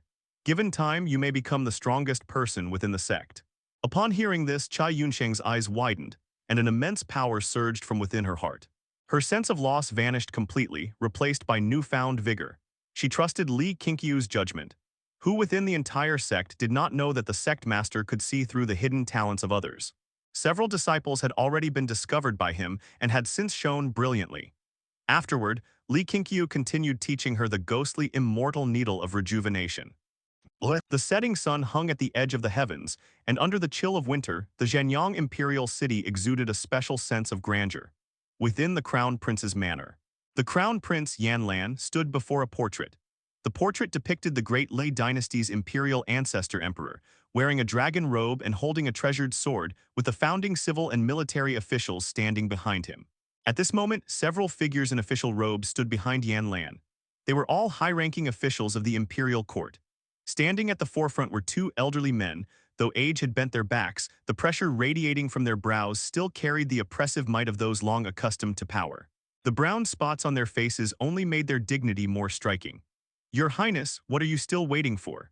Now, within the Zhenyang imperial city, aside from the palace itself, the other government offices have all fallen under our control. As long as you give the order, we shall follow you into the palace to face His Majesty. A stern-faced middle-aged man spoke up. As soon as he did, the other officials followed in support. We can't delay any longer. If we do, something unforeseen may occur. His Majesty indulges in heretical arts, neglecting the court's affairs. We can endure this, but the people cannot, and neither can the soldiers defending the borders. Oh yes. The northern barbarians eye us covetously, and the southern tribes grow restless. Though the great Li dynasty appears powerful and unshakable, in the eyes of foreign races, we have long been a fat piece of meat waiting to be divided. For the sake of the empire, your highness must not hesitate any longer. The officials' voices grew more impassioned with every word. Since they had resolved to rise in rebellion, more than a month had passed, yet Yan Lan still refused to act. This seemed absurd to them. Today, even if Yan Lan refused to rebel, they would not agree to stand down. Yan Lan slowly turned around. The twilight glow shone into the room, yet he stood entirely in shadow, his expression unreadable. Pass down the order, assemble the troops. At the hour of Su, attack the main gate of the Imperial Palace and seize Qianwu Hall directly. Yan Lan's voice rang out cold and sharp. At these words, joy spread across the faces of all the officials. They bowed in acknowledgement. Yan Lan then stepped out from the shadows. His face was icy, his gaze filled with deadly resolve. The officials followed behind him, stepping over the threshold together. Snow was stirred into the air like calm water suddenly struck apart. The setting sun disappeared beyond the western walls, and Zhenyang Imperial City fell into darkness. Warhorses clad in armor galloped down the streets, charging toward the Imperial Palace. The townsfolk and merchants along the way shut their doors and windows tight. They knew the heavens of Great Li were about to change. When the morning sun rose, the Great Li dynasty would face a great upheaval. Boom! The palace gates burst open. Cavalrymen with long spears poured in like a river in flood, the thunder of hooves shattering the silence of the imperial grounds. On the inner city wall ahead, figures in white robes appeared. Each wore a silver mask and carried a horizontal blade at their waist. Seeing the invading cavalry, they drew their weapons. Presumptuous, forcing entry into the palace is a capital crime. If you refuse to turn back, your 9 clans will be executed. One of the white-clad figures shouted loudly, his voice booming like thunder through the night sky over the palace. Unfortunately, the cavalrymen did not stop. They continued their charge. At this sight, all the white-robed figures leapt from the inner wall like descending cranes, surging forward like rolling waves. Hundreds of cavalrymen clashed with the white-clad guards. The clash of steel and screams quickly threw the palace into chaos. Yan Lan emerged from beneath the palace gate, now clad in a purple robe with a sword at his waist. Armored soldiers carrying torches rushed past him on both sides, while the officials followed closely behind. Li Si. Yan Lan called out as he strode forward, "Here." An official behind him immediately answered with a firm voice. "Lead your men along the left imperial path. Do not allow anyone to escape the palace." "Understood." Luo Yujiang's. "Here." "Send your city guard along the right imperial path. Search every palace courtyard, find the imprisoned children and marshal captives." "Understood." Yan Lan advanced with a powerful tiger-like stride, issuing commands one after another. Behind him, an endless stream of people poured into the palace, their footsteps echoing ever louder. Soon, he reached the chaotic long street within the imperial compound. He ignored the slaughter around him. Even as blood splashed upon him and severed limbs fell at his feet, his expression remained unchanged. Just as he stepped through the inner palace gate, a figure descended from above, sword in hand, aiming to behead him. A flash of sword light, another figure emerged from behind Yan Lan, cleaving upward. Sword chi surged skyward, striking the attacker and sending him flying. Even the inner wall behind him split open with a terrifying crack. A host of Imperial Guardian army soldiers appeared behind Yan Lan. Dressed in dark brocade, wielding swords and short blades, they fanned out to both sides, slaughtering enemies in his path. Yan Lan's gaze fixed upon the grand palace in the distance, the highest hall within the imperial grounds, the very hall where ministers once paid homage. Qianwu Hall. Under the night sky, as snow descended, Qianwu Hall loomed like a monstrous demon crouched in darkness, radiating oppressive might. Waves of palace guards and mysterious experts attacked, yet none could approach Yan Lan. Over 100 Imperial Guardians surrounded him, escorting him forward. Jia was among them. His face was pale, filled with regret. This operation must succeed, otherwise the consequences will be unimaginable. Gritting his teeth, Jia swung his blade, cutting down a eunuch. Yan Lan's pace was steady, not fast yet not slow. Every step carried force, the frail appearance he once had was gone, but after walking for nearly a mile, he could not help coughing. Even so, he did not stop. The officials behind him ignored his condition and kept pace. Passing through several palace gates, their vision suddenly widened. Ahead lay a vast square with a white stone stairway rising before them. The Qianwu Hall stood at its summit. Before Qianwu Hall stood 9 figures, all dressed in black, wearing evil ghost masks, each holding a different weapon. Jia Yi recognized them immediately, his face turned ashen. The forbidden martial guards. Kill! A grade A Imperial Guardian roared and charged. The others followed like a storm of arrows, rushing up the white stone steps. In the distance, atop the roof of a tall tower within the city, 2 black-clad figures stood side by side. They wore bamboo hats and black veils, revealing only their eyes, clearly a man and a woman. Both held swords. The woman also carried a long staff bound in black cloth upon her back. They were Jiang Jiaxia and Su Ning. Following their gaze, the distant palace was already ablaze. The streets surrounding it were packed with soldiers, not a gap left. Quite the spectacle. It seems the crown prince might just win. Su Ning spoke calmly. Jiang Jiaxia replied, the crown prince sealed off the palace for over a month. Since the emperor has yet to respond, he's either lost his mind to madness or is plotting something. We'd best enter the palace and see for ourselves. Su Ning nodded. It had been a long time since she last received a mission from her master. This one must be completed. The two leapt into the night and vanished into the boundless darkness. Boom! The great doors of Qianwu Hall burst open. A forbidden martial guard was flung inward, flipping midair before landing heavily, his sword braced against the floor as he slid several paces back. The Imperial Guardians stormed in, followed closely by Yan Lan. The bright moon hung overhead, stretching his shadow deep into the hall. The forbidden martial guard struggled to his feet, panting heavily, the hand gripping his broadsword trembling uncontrollably. Yan Lan ignored him, his gaze fixed upon the darkness beyond. Within that darkness sat a figure upon the dragon throne, his chest faintly rising and falling. Father Emperor, your son has come to claim your throne, to help you become the first retired emperor since the founding of the dynasty. Yan Lan spoke calmly, but his tone brimmed with authority. He halted. Dozens of Imperial Guardians formed 3 lines before him, while behind him stood the officials and their retainers and guards. A faint, heavy breathing echoed from the shadows. It sounded like a slumbering dragon awakening. Good, I have long awaited this day. You are much like I once was. Back then, I too stormed into Qianwu Hall and forced my elder brother to abdicate. A hoarse voice came from the darkness. Hearing this, Yan Lan frowned. To him, that chapter of history was a disgrace, a stain of fratricide that would forever tarnish the Zhao family's legacy. At that time, my brother urged me to turn back, yet he laid traps within this very hall. The emperor's voice sounded again. Then from both sides of the great hall, countless forbidden martial guards emerged from the darkness. Xuan Gong appeared atop the steps before the dragon throne, his eyes gleaming coldly in the dark. When Yan Lan saw the forbidden martial guards walking out from the darkness, he did not panic. The officials behind him were equally calm.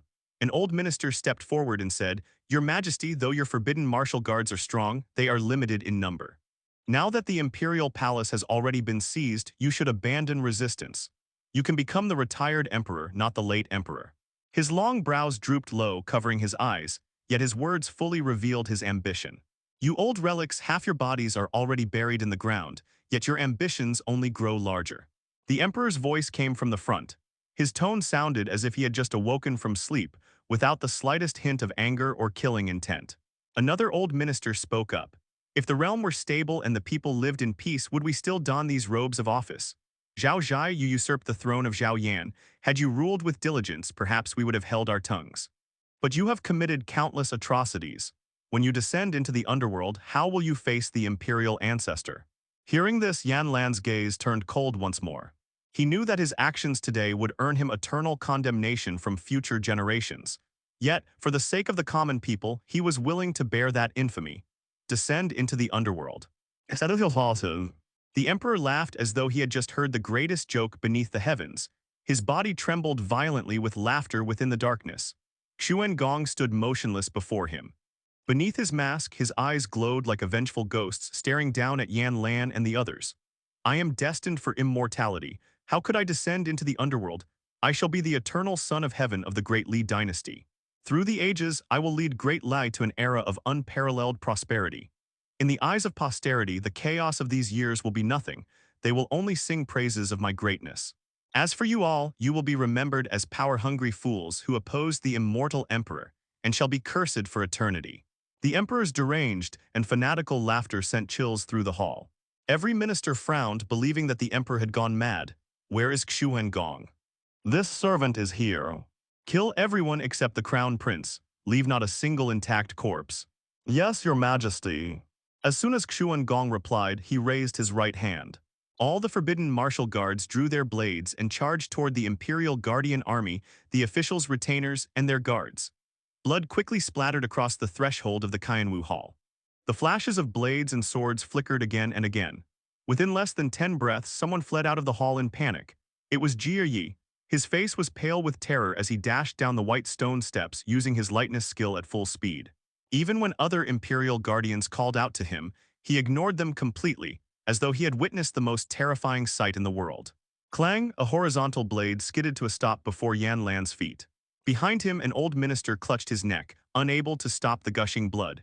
In the next instant, a forbidden martial guard severed his legs. With a wail, he fell into a pool of blood, never to rise again. All around Yan Lan lay corpses and mangled remains, surrounded by forbidden martial guards. Yan Lan clenched his hands within his sleeves. He exhaled softly, and the fear in his eyes turned once more into calm resolve. He gazed toward the emperor hidden in the darkness and spoke. "They say I am too soft-hearted, that I dare not kill my father. In truth, it was not fear that stayed my hand but uncertainty. Yet now you force me and they force me. I have no path left to retreat." The emperor sneered. "Those fools think the great enterprise lies before them, but you see clearly, indeed worthy of being my son. Kneel now, and I shall grant you a dignified death." Yan Lan stared at the shadowed figure of his father and shouted, "Father, have you been possessed by a demon, or are you truly blinded by ignorance? Do you really believe in the so-called elixir of immortality? The 9 provinces and 14 regions hold 7,000 years of history, yet where has there ever been an immortal man? Others may not succeed, but that does not mean I cannot. I once wished to let you remain crown prince for eternity, but your behavior disappoints me. No matter, sons are easily replaced. For all who oppose me, death awaits." The emperor's tone turned icy, filled with murderous intent. Yan Lan fell silent, knowing that words were useless now. He gripped the sword at his waist, drew it, and pointed it toward the emperor. Though surrounded by dozens of forbidden martial guards, even if he could not slay the emperor, he would at least die with his stance made clear. "Xuan Gong, break his knees for me. I want him to kneel," the emperor said coldly. "Yes." Xuan Gong answered and gestured for the guards to step aside. Facing the demon-like Xuan Gong, Yan Lan showed no fear. He merely sighed in his heart, "Jenner, father will not be there to watch you grow up." Boom! A terrifying gust surged upward as Xuan Gong leapt, his kick striking toward Yan Lan with lethal force. Yan Lan's eyes widened instinctively. Clang! A crisp sword cry rang out. Yan Lan's eyes flickered in shock as his mouth parted slightly. 2 swords crossed before him, blocking Xuan Gong's kick. The violent energy blasted gusts that whipped his robes and hair backward, and he even saw an energy barrier shimmering before him. He turned and saw one figure on each side, 2 people holding swords, shielding him from harm. Xuan Gong's pupils contracted as he suddenly leapt backward, landing before the steps. He stared coldly at the 2 mysterious black-clad figures and demanded, "Who are you? There are few in the martial world with such skill as yours. You are no nameless wanderers." Jiang Zheoxia raised one hand, grabbed Yan Lan's shoulder, and leapt upward, soaring like an immortal as he attempted to carry Yan Lan out of the Qianwu Hall. Xuan Gong's eyes glinted sharply and he waved his hand. Dozens of forbidden martial guards charged forth immediately. Su Ning remained where she stood, sweeping her sword in rapid arcs. Her sword energy burst outward, sweeping across all directions, forcibly blocking the encroaching guards. Xuan Gong darted through the gap between 2 guards like a phantom, striking a palm toward Su Ning. Su Ning lifted her sword to block, but the force of their clash sent both reeling backward.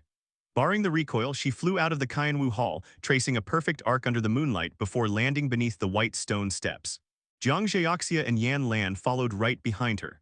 Ahead, the palace gates were blocked by the forbidden martial guards. On the palace walls in every direction, their dark forms stood in rows. Clad in black brocade robes and wearing evil ghost masks, brandishing all manner of weapons, they looked like specters from the underworld descending upon the mortal realm. Xuan Gong appeared atop the white stone steps like a phantom, looking down upon the 3 coldly. "Tonight, none of you will leave alive." With that, he leapt high into the air, raising his right palm. Centuries of cultivation surged within it, erupting into a domineering aura. Snow fell endlessly between heaven and earth. The blazing sun above the firmament cast its light across the frozen land, bringing a faint warmth to the icy world. At noon that day, Zhu Jin returned with the 12 sword fiends, meeting Li Qingqiu alone. "It was the Pei clan of Zhenyang sending assassins after our sect disciples.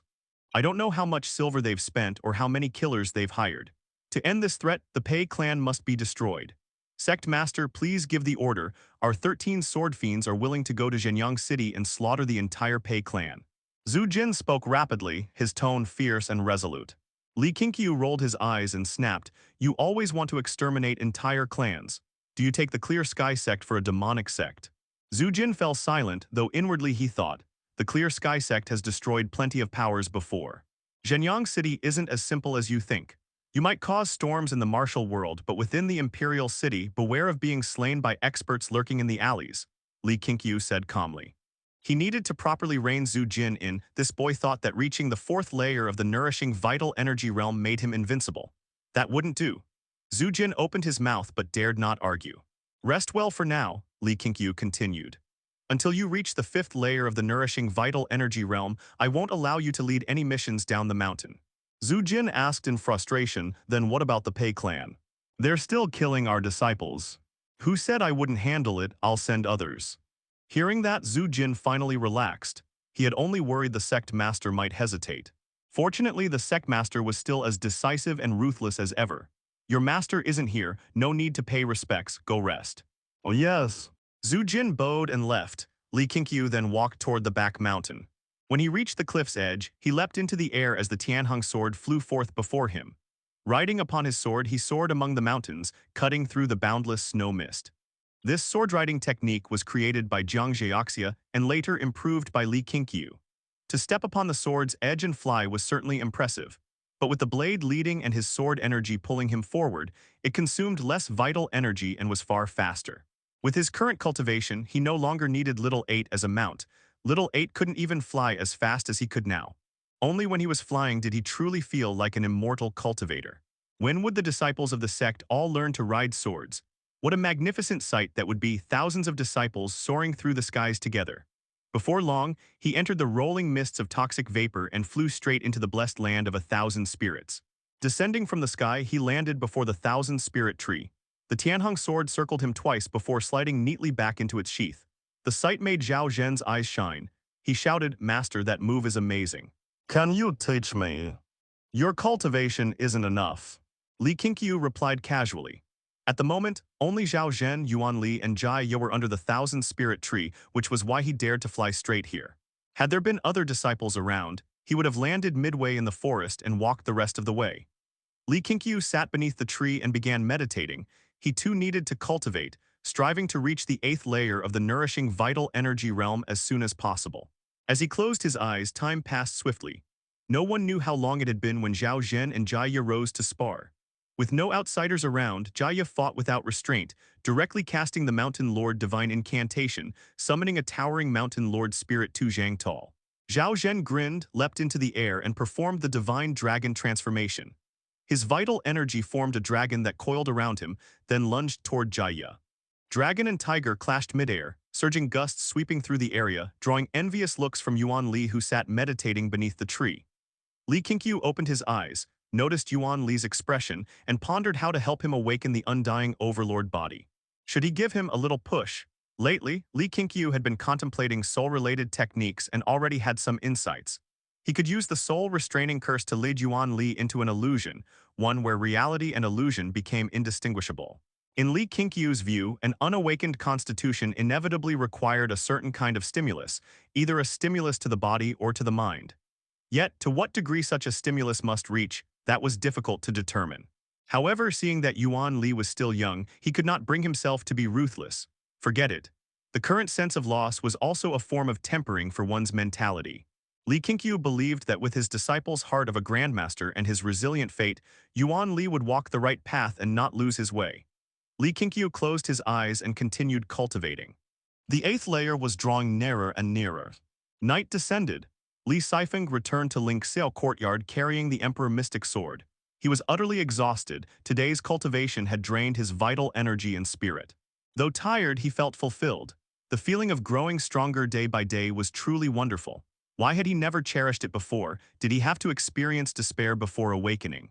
As Li Sifeng recalled how Qingxiu had come to watch him practice swordsmanship that afternoon, her face filled with admiration. His heart brimmed with a sense of accomplishment.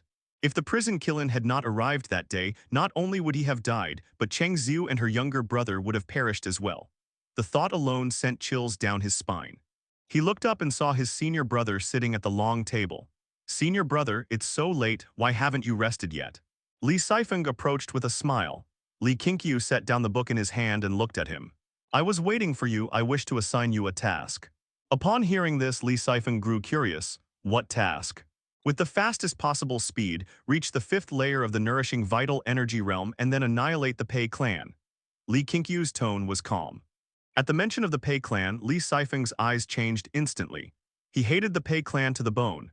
Even without Li Qingqiu's instruction, he had long sworn to settle that score one day. "All right," Li Sifeng agreed without hesitation. Li Qingqiu looked at him and said seriously, "Originally, our Clear Sky Sect had no grievances with the Pei clan. But because you set your eyes on the Emperor Mystic sword they coveted, a battle ensued, and enmity that cannot coexist was born between us. Many of our disciples died because of this. I'm not blaming you, the worthy obtained the treasure, and the Emperor Mystic sword never belonged to the Pei clan to begin with. I just hope that, from now on, before you act, you weigh the pros and cons carefully. You've grown up, it's time to be mature." Hearing this, Li Sifeng felt deeply ashamed. This time he did not argue for himself. "Go rest." Li Qingqiu picked up his book again. Li Sifeng took a deep breath, nodded firmly, and turned to leave. 20 days after Zhang Zheoxia and Su Ning's departure, they finally returned. However, Li Qingqiu did not see Yan Lan. Observing the heavy expressions on their faces, he already had a guess. Li Qingqiu dismissed Zhao Zhen, Yuan Li, and the others from the courtyard. He wished to speak privately with the two. Once the others had left, Li Qingqiu motioned for Zhang Zheoxia and Su Ning to sit. "The crown prince is dead." Zhang Zheoxia's first words made Li Qingqiu frown. Though he had already suspected it, hearing it confirmed still stirred a complex feeling in his heart. Seeing that neither of them was injured, he asked, "You didn't make it in time." "We did, we even rescued him from the imperial palace. But on the way out of the city, the poison suddenly took effect. It must have been lying dormant in his body for at least half a month. That means, before his uprising, someone had already poisoned him. The poison was extremely insidious. Even with the power of the primordial unity scripture, we couldn't expel it. He chose to stay behind and face death, telling us to escape." Zhang Zheoxia's voice was heavy. This was his first failed mission, and his mood was grim. Su Ning's expression was just as somber. The two had spoken little on their return journey. "So you abandoned him?" Li Qingqiu asked in surprise. "Of course not," Zhang Zheoxia frowned. "We wanted to bring him back for you to heal, but he refused at all costs. He said he couldn't flee. If he did, Zhao Zhen and the Clear Sky Sect would be in danger. He had to die within the imperial city. Before long, the poison erupted and he died. We could only leave his body behind." Su Ning nodded. He was right. Li Qingqiu fell silent. He had not spent much time with Yan Lan and their friendship was shallow. But Yan Lan was Zhao Zhen's father, and he feared that his death might change Zhao Zhen's temperament. Also, the masters in the imperial palace were no ordinary people. There was one named Xuan Gong. His martial strength was not inferior to Shen Yue's. Though the two of us were confident that together we could kill him, he had many subordinates, all powerful and well-coordinated. Since we had to protect the crown prince, we were forced to flee, Zhang Zheoxia continued, his expression grave at the mention of Xuan Gong. Su Ning added, "Xuan Gong's cultivation far surpassed the sword gods, though the sword god's sword intent made up for it. We fear this may only be the tip of the iceberg. If Xuan Gong could personally pursue us, that means there are likely others of similar strength remaining in the palace to guard the emperor. And there's another possibility, that the emperor himself is stronger than Xuan Gong. Otherwise, he wouldn't keep Xuan Gong within the palace.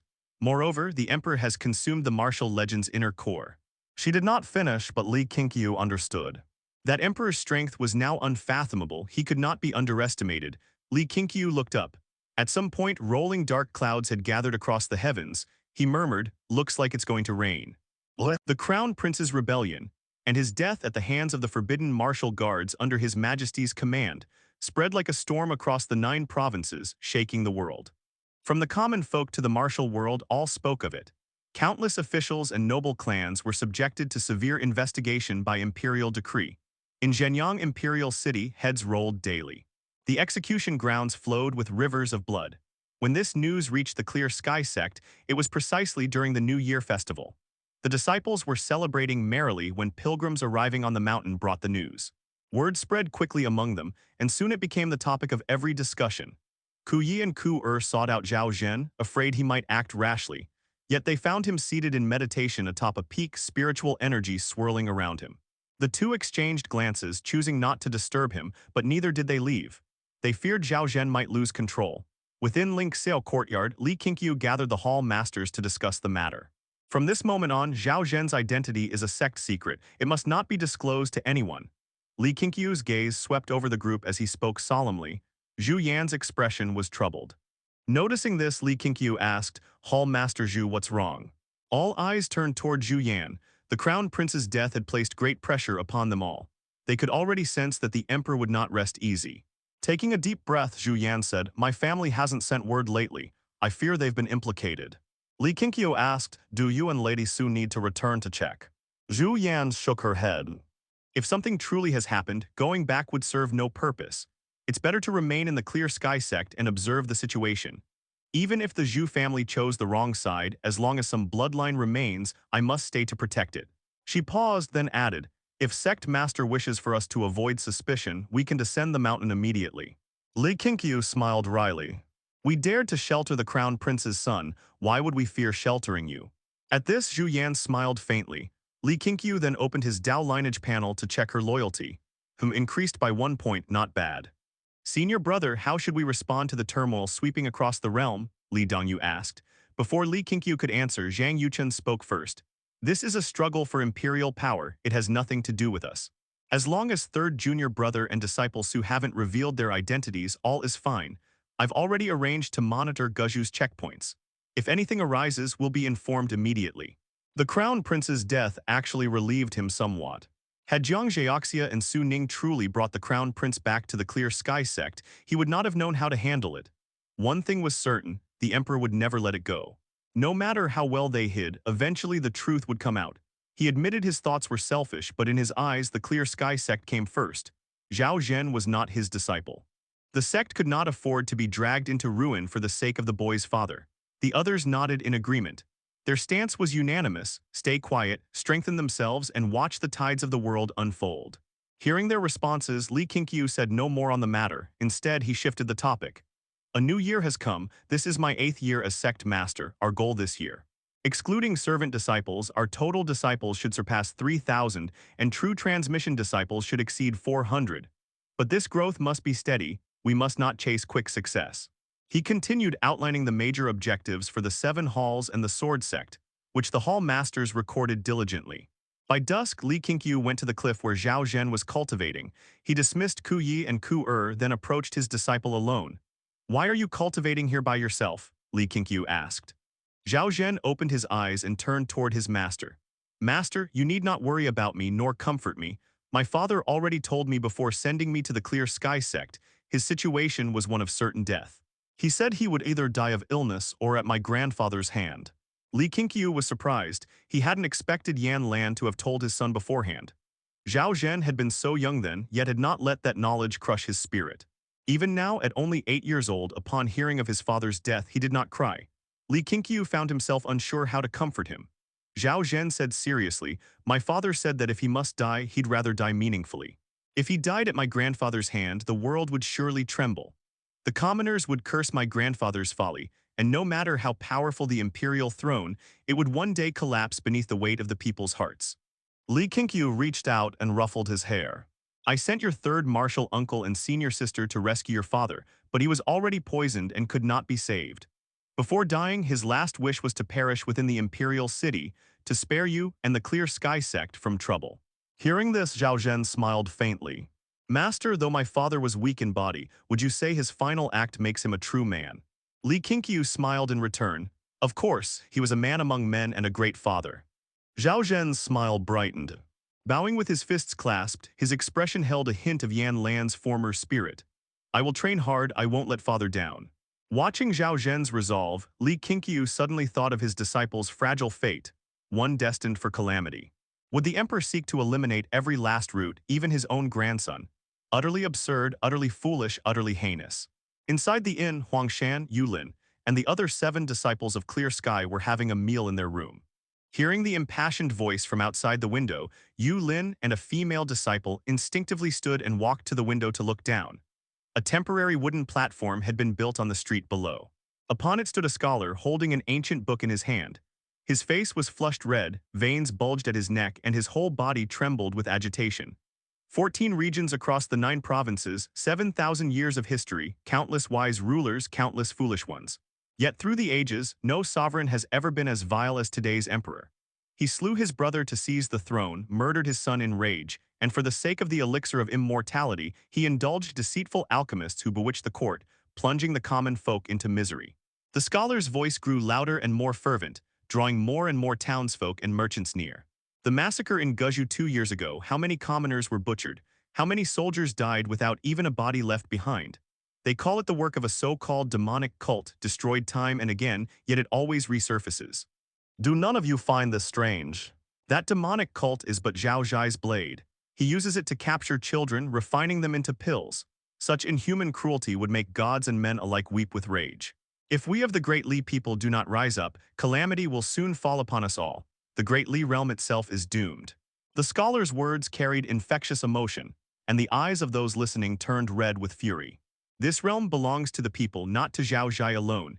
He dared to kill even his virtuous crown prince and branded him a rebel.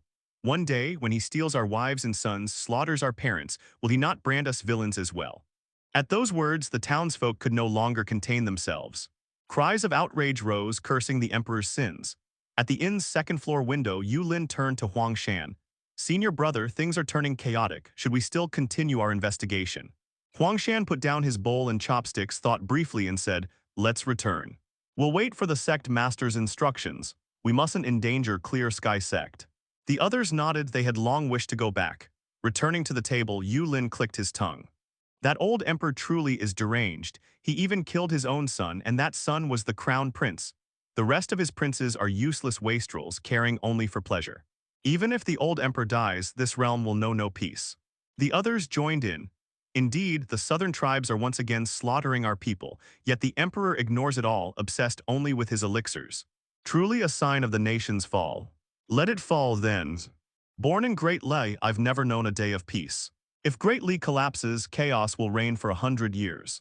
The imperial ancestor emperor of Great Li was a man of boundless talent, sweeping across the 9 provinces to found 5 centuries of prosperity, and yet he sired such a wicked son.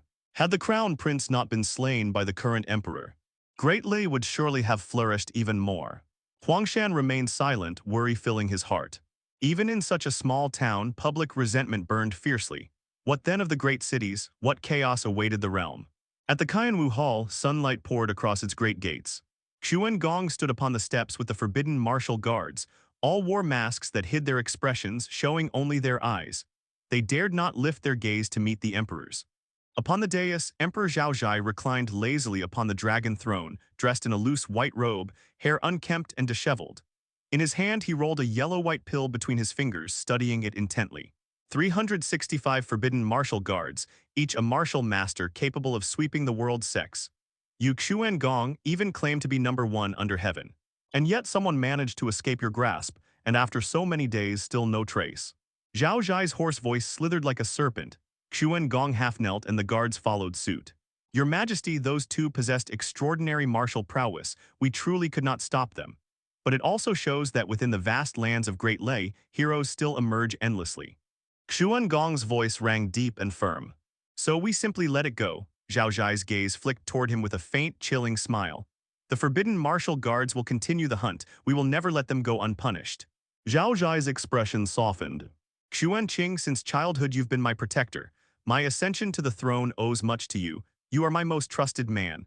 Should I obtain the elixir of immortality, I will grant you one as well. Of all the officials in court, you are the only one I trust. Never disappoint me. I shall give my all, Xuan Gong replied solemnly. Zhao Zhai continued, the martial legend's power was indeed great, but this is no true elixir of immortality. I need more martial experts as medicinal guides. From now on, let the demonic cult sweep through the martial world. Within 3 years, I must complete the elixir. As your majesty commands. After a moment's thought, Zhao Zhai asked, what of the Clear Sky Sect in Guizhou? Small as they are, they were said to have slain the demonic emperor. Their sect master must possess considerable strength. You've been there before, should we seize them early? Xuan Gong replied, the warriors of Clear Sky Sect are still young, though exceptionally gifted. I advise your majesty to wait. In 3 years their cultivation will grow stronger. Capture them then, the yield will be far greater. When the time comes, I shall personally ascend the mountain to seize their sect master. Very well. Zhao Zhai closed his hand around the pill, then shut his eyes. Xuan Gong rose, saluted, and departed with the guards. Once they left Qianwu Hall, Zhao Zhai suddenly opened his eyes, cold, murderous light flashing within. By the second month, the 7 sons of Clear Sky had returned. After hearing their report, Li Qingqiu told them to rest and focus on cultivation. In the days that followed, Zhang Yuchun's network continued gathering intelligence from across the land. Public resentment flared like fire. Hatred toward the emperor grew fiercer by the day. Crowds even rioted at the state capitals. Many noble families who had once supported the crown prince were executed to the last, forcing countless scions into hiding. The martial world became a storm of blood and vengeance. At month's end, Li Qingqiu finally broke through to the 8th layer of the nourishing vital energy realm within the subterranean spiritual lake. He cultivated alone in that blessed land. Due to the unique nature of the 100-fold tempered demon body, after breaking through, he spent 3 more days consolidating his strength. Vital energy surged within him, almost overflowing. Though the difference between the 7th and 8th layers seemed slight, the gap was as vast as heaven and earth. Li Qingqiu had begun to touch upon the existence of spirit perception. Spirit perception was a form of soul power, a third eye, a new force altogether. He had already glimpsed its perspective when deciphering the seals upon magic implements. According to the Supreme Purity Primordial Unity Scripture, above the nourishing vital energy realm lay the spirit perception realm, and he now looked forward to that step with anticipation. While the use of vital energy resembled that of a martial artist's inner energy, spirit perception was utterly different. It could kill unseen, and its application to magic implements was infinitely more profound. At the 8th layer, his vital energy had multiplied 100-fold, confidence soaring. A faint smile appeared upon his face. He retrieved the bronze mirror once obtained through Bai Ninger. Within the mirror dwelled a ghostly spirit, one he had long been unable to touch. Now, at the 8th layer, he intended to see if he could subdue it with the soul-restraining curse. With the fate trait of human ghost god and the 100-fold tempered demon body, Li Qingqiu had long perfected his mastery of the soul-restraining curse. Lin Chuan hovered nearby. When Li Qingqiu drew forth the bronze mirror, Lin Chuan sensed something and floated closer. Li Qingqiu ignored him and began chanting toward the ghost within the mirror. In the darkness, a white-clad female ghost lay still, then suddenly lifted her head. Her pale face twisted hideously, eyes blood-red. A surge of sinister energy burst from the mirror, taking form as the white-clad woman herself, claws extended toward Li Qingqiu. Lin Chuan moved to intervene, but stopped when Li Qingqiu raised a hand. Just as the ghost was about to seize him, she froze midair, trembling, unable to move forward. Li Qingqiu's eyes had turned violet as he chanted continuously. Soon, the white-clad woman's eyes closed.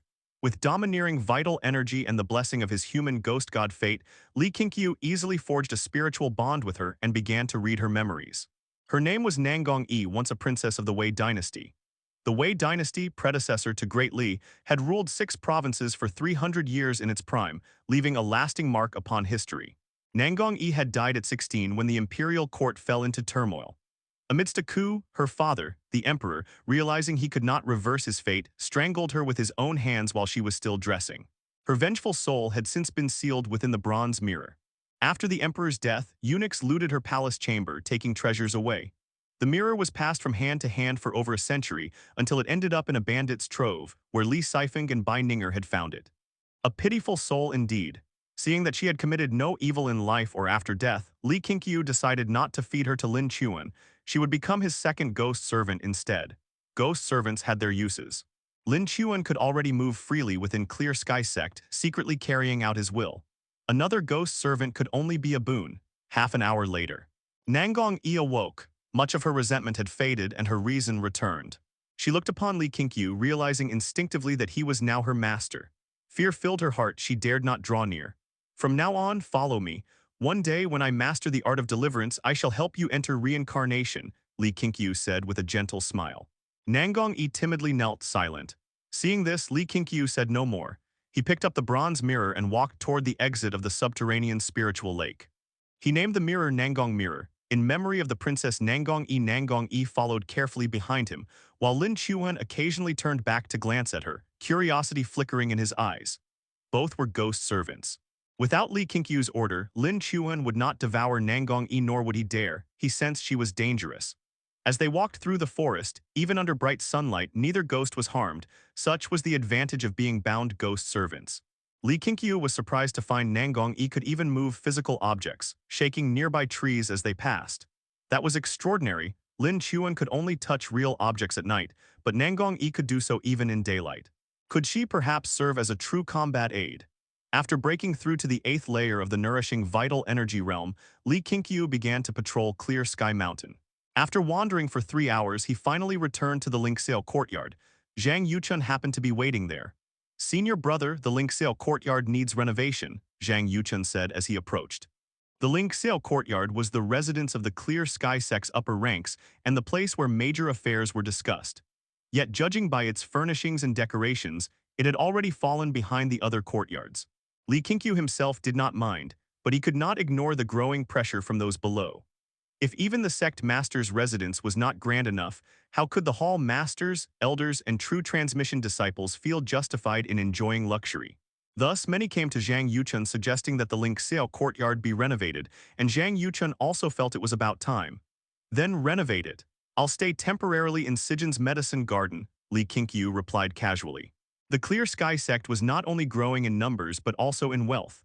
However, Li Qingqiu cared little for riches. So long as expenses were covered, he was satisfied. What he valued more was his disciples' cultivation and the amount of spirit stones the sect possessed. Recently, he was planning to have the disciples of the Heavenly Works Hall calculate the spirit stones in the spirit mines and record them properly for future allocation. Every true transmission disciple had received spirit stones before. These stones not only aided in their cultivation, but could also rapidly replenish their vital energy. Relying solely on one's own breath absorption to compress heaven and earth spiritual energy into spirit stone form would take at least 7 days for the gifted, let alone for those in areas where spiritual energy was thin, where even the same level of vital energy required much more time. After Zhang Yuchun discussed a few other matters, he finally departed. Li Qingqiu returned to his room, picked up brush and paper, and began recording his insights from his recent breakthrough. To help his disciples break through more effectively, he decided to write down every experience and technique from his own breakthroughs, so they could find their own opportunities. Li Qingqiu's breakthrough to the 8th layer of the nourishing vital energy realm carried great significance for the Clear Sky Sect, though no one but him knew of it. Rather than seeking fame for himself, he preferred to see his disciples become known. His own tireless cultivation was to serve as the sect's safeguard. The sun was bright, and before the sword debate platform, many Clear Sky Sect disciples and patrons had gathered, cheering now and then. The atmosphere was lively. On the platform, Li Sifeng wielded the Emperor Mystic Sword against a swordsman. This opponent was not from the Clear Sky Sect, but a well-known expert of the martial world who had come to challenge for the Emperor Mystic Sword, and Li Sifeng had chosen to face him personally. Hall Master Li's swordsmanship is extraordinary, fierce, yet flexible. I heard Hall Master Li often cultivates at the Sword Sect courtyard. The Sword God once taught him a sword technique that once shook the martial world. Though, which sword technique is that?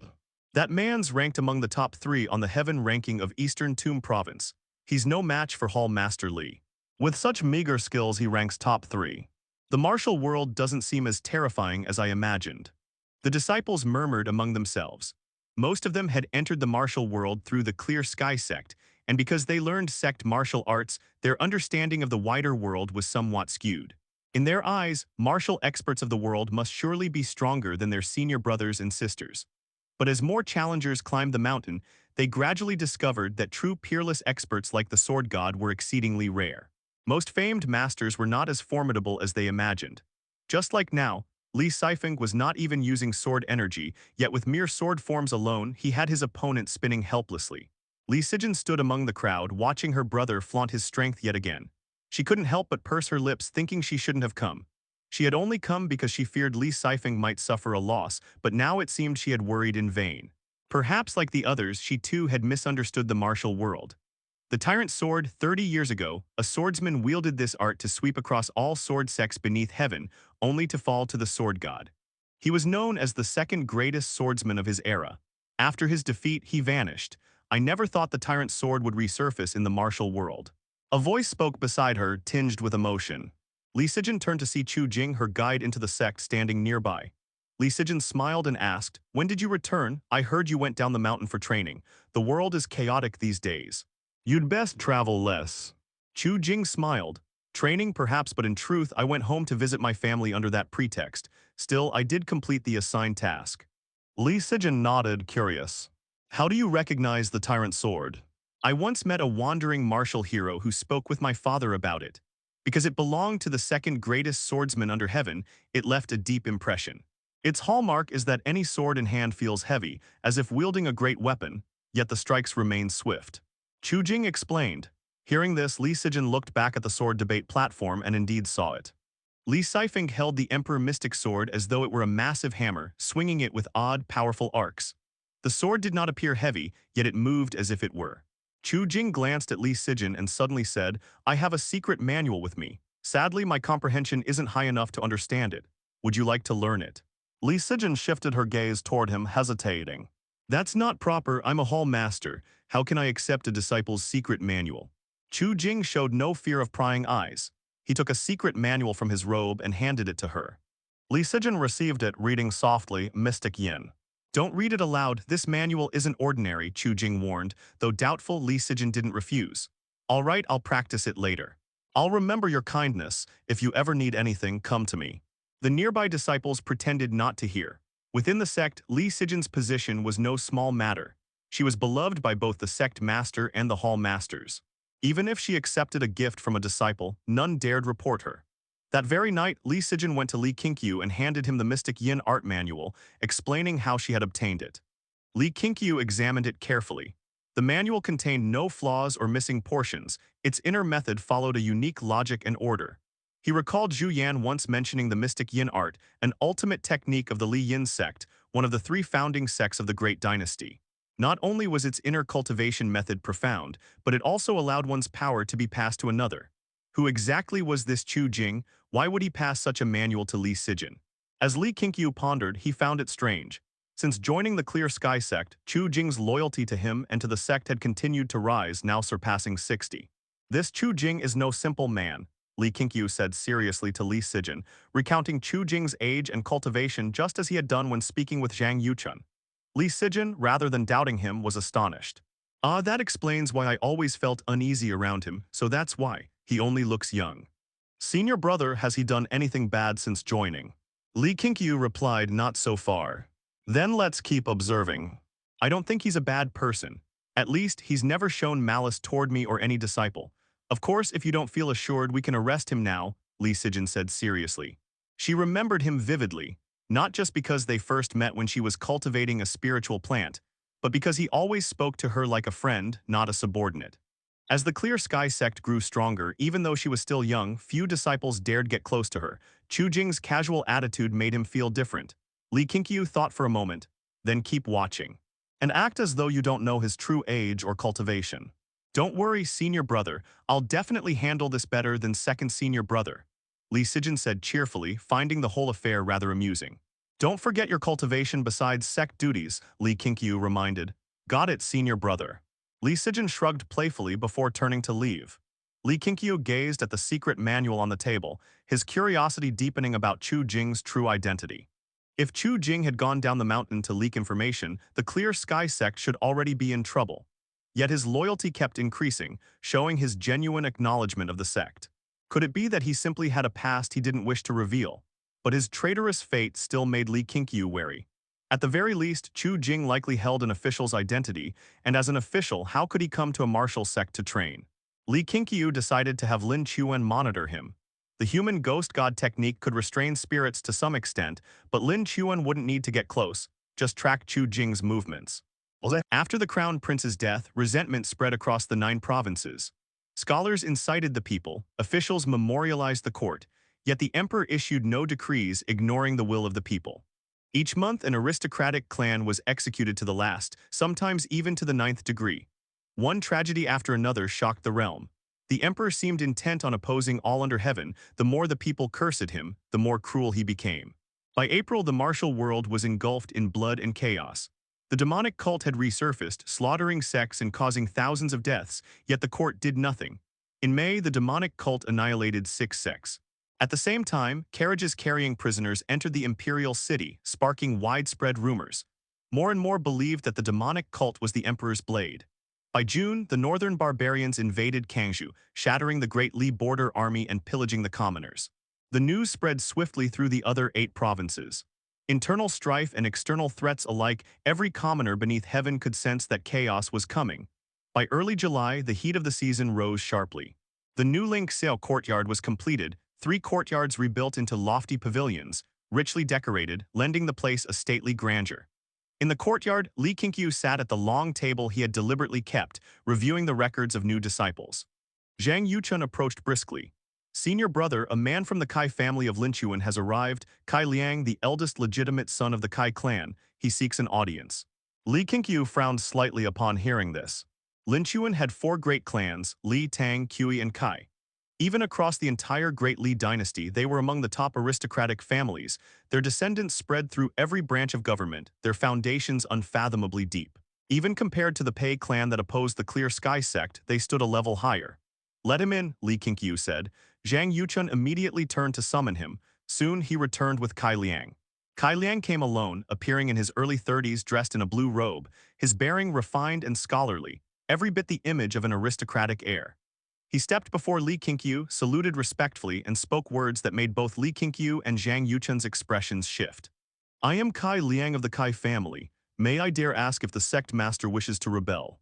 Zhang Yuchun hadn't expected Kai Liang to be so direct the moment he arrived. Without waiting for Li Qingqiu to speak, he hurriedly said, "Brother Kai, it's our first meeting. How can you utter such reckless words? These are things that must not be said. Let's pretend we never heard them." Kai Liang, however, remained unmoved. He fixed his gaze on Li Qingqiu and said, "The emperor is muddle-headed and cruel. The heroes and noble families of the world will no longer tolerate him. Even if your sect master refuses, this matter is already set in stone. I merely wish to give Clear Sky Sect a chance." Zhang Yuchun couldn't help but glance toward Li Qingqiu. Li Qingqiu's expression regained its calm. Looking at Kai Liang, he asked, "May I ask what the Kai family's goal is? Why seek out Clear Sky Sect?" "The 9 great families will unite to place a descendant of the Zhao family upon the throne. In this new order, the Kai family requires a greater voice. Clear Sky Sect defeated the demonic cult and saved the Guzhou state capital. Near the ancient Great Mountain Range, you've long been known for your chivalry. In the eyes of the world, you are a righteous and reputable sect. Your martial prowess has already gained recognition from the martial world. I need your aid. The Kai family's goal is second rank." Kai Liang spoke earnestly, meeting Li Qingqiu's eyes squarely. Before Li Qingqiu or Zhang Yuchun could ask further, he continued, "If we succeed, the Kai family will assist Clear Sky Sect in replacing the 3 founding sects of the Great Dynasty, becoming the supreme authority of the martial world." Li Qingqiu fell into contemplation. Zhang Yuchun gave a bitter smile. "Brother Kai, this matter concerns the fate of nations. How can we respond so lightly?" Kai Liang replied, "I will stay in Clear Sky Sect for 1 night. Give me your answer tomorrow. Even if you refuse, the Kai family will not make things difficult for you." Li Qingqiu nodded, "Then arrange quarters for Brother Kai. Yuchun, see to his hospitality." "Understood." Zhang Yuchun nodded in response and gestured for Kai Liang to follow him. Kai Liang said no more and turned to leave. Li Qingqiu sat down at the wooden table, deep in thought. He suddenly felt that the crown prince's death was never about a struggle for imperial power. The prince was merely a sacrifice. The true contest lay between the emperor and those great noble houses. But Li Qingqiu had already lost interest in the mundane struggles of the mortal world. So long as Clear Sky Sect became strong enough, it could stand above the dynasties. Whoever sat upon the throne was of no concern to him, so long as it didn't hinder the sect's growth. Indeed, by now, Li Qingqiu already viewed the 9 provinces and 14 regions as his future domain. One day he would travel across the land, excavating spirit mines, spiritual veins, and spiritual lakes, and treasures like the 1,000-spirit tree. As long as he had 100 true transmission disciples at the 5th layer of the nourishing vital energy realm, he would fear neither the noble families nor imperial authority. Though that goal was still distant, he had already glimpsed hope. He continued examining the panels of the new disciples. The number of registered disciples had surpassed 2,000, yet not a single one possessed a special fate trait. The most talented among them was only at the level of Zhu Jin. Suddenly, Li Qingqiu raised his brows. He finally found a disciple with special fate traits. Name, Zhang Ping. Gender, males. Age, 16. Loyalty to Sect Master Sect. 81/89 full value 100. Cultivation aptitude average. Comprehension average. Fate traits. Ordinary man, foresight of fortune and calamity, defying the heavens to change fate. Ordinary man, born ordinary, looks ordinary, temperament ordinary, easily overlooked by others. Foresight of fortune and calamity. When encountering trouble or danger, he will instinctively avoid it. Possesses a measure of good luck and never acts without certainty. Defying the heavens to change fate. Will encounter 3 chances in life to alter his fate. 2 special fate traits, strictly speaking 3. Ordinary man might seem a flaw, yet on the path of cultivation it could become a virtue. Easily overlooked, without a defined limit of strength. Could it be that even cultivators of higher realms might fail to notice him? If so, then this was a divine gift. However, Li Qingqiu also saw a problem in foresight of fortune and calamity. This boy only acted when certain, meaning he would not take risks. If burdened too heavily, he might even betray the sect. If that were the case, his assignments must be fewer, while his cultivation should be given extra attention and support. Without defying the heavens to change fate, Li Qingqiu might have thought Zhang Ping's value to the sect minimal, but with it, things were entirely different. A Zhang Ping at the 7th layer of nourishing vital energy could take on missions meant for the 5th layer. Once at the spirit perception realm, he could handle tasks of the nourishing vital energy realm. As long as he grew quickly, the number of things he was confident in would increase. A while later, Zhang Yuchun hurried into the courtyard, sat beside Li Qingqiu, and whispered, "Senior brother, how should we decide? Don't be fooled by Kai Liang's pleasant tone. If we refuse, they'll surely bear a grudge.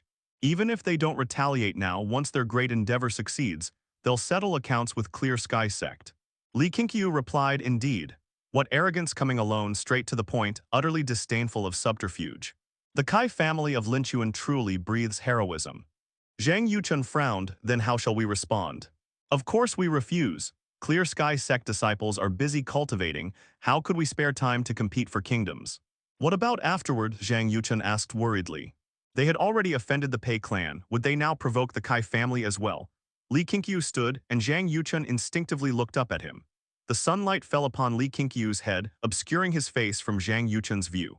"Second junior brother, no matter the choice, someone will always seek to trouble us," Li Qingqiu said in a tone so calm it was frightening. "Only if we are the ones in control will these troubles cease to exist." Zhang Yuchun looked puzzled. "How do we become the ones in control? Clear Sky Sect was but a martial sect. No matter how much it grew, it couldn't shake imperial dominance. Even the grandest sect couldn't surpass a dynasty of millions." Then he heard his senior brother utter 4 words he would never forget for the rest of his life. "Monarch's power immortal bestowed." The matter of Clear Sky Sect's refusal to join the Kai family's rebellion did not spread. When Kai Liang departed, his face was cold as ice. Yet for once, Zhang Yuchun felt no unease. He instead devoted himself more fervently to strengthening the sect. Li Qingqiu also didn't give the Kai family another thought.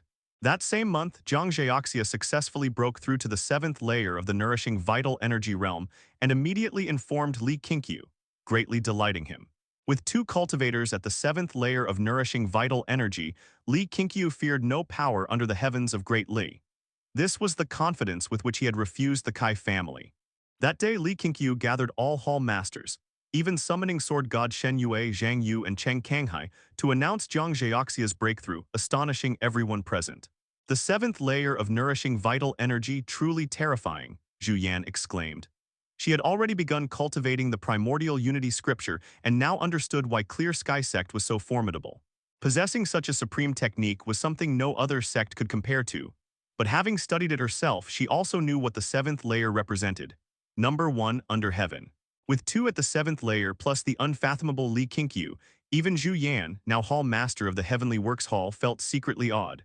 No matter their background, whoever provoked Clear Sky Sect was courting death. Li Qingqiu had revealed Jiang Zheoxia and Su Ning's cultivation not only to boost morale, but also to warn Zhu Yan. Since the noble families were preparing rebellion, the Zhu family would likely be involved. He wanted Zhu Yan to see clearly the strength of Clear Sky Sect and not make a fatal choice. Shen Yue's expression remained calm as he stroked his beard, though his heart was anything but calm. Though old, he refused to be surpassed by Jiang Zheoxia. He had reached the 2nd layer of the nourishing vital energy realm and was progressing quickly, yet the 7th layer was still far away. Cheng Kanghai and Zhang Yu were equally shocked. The former was only at the 3rd layer, the latter at the 1st. "I plan to implement a cultivation ranking system. From now on, among the true transmission disciples, the first 10 to reach the fifth layer of nourishing vital energy will receive differing amounts of spirit stones as rewards. This will be known only to the true transmission disciples. Li Qingqiu's words brought everyone's attention back to the long table. Yang Juding gasped. Did I miss something? Are there really that many geniuses in our sect? I'm only at the third layers. He had reached the third layer thanks to his hall master privileges. Otherwise, like ordinary disciples, he might barely have reached the second. Everyone else was startled, half of them couldn't even glimpse the fifth layer. This is a fine strategy. It will motivate the true transmission disciples to cultivate harder. After all, their chief duty is training. The other chores are handled by the registered and servant disciples. Zhang Yuchun praised. As Hall Master of Free Spirit Hall, he oversaw the disciple registry and knew their realms well. Realm determined monthly stipends.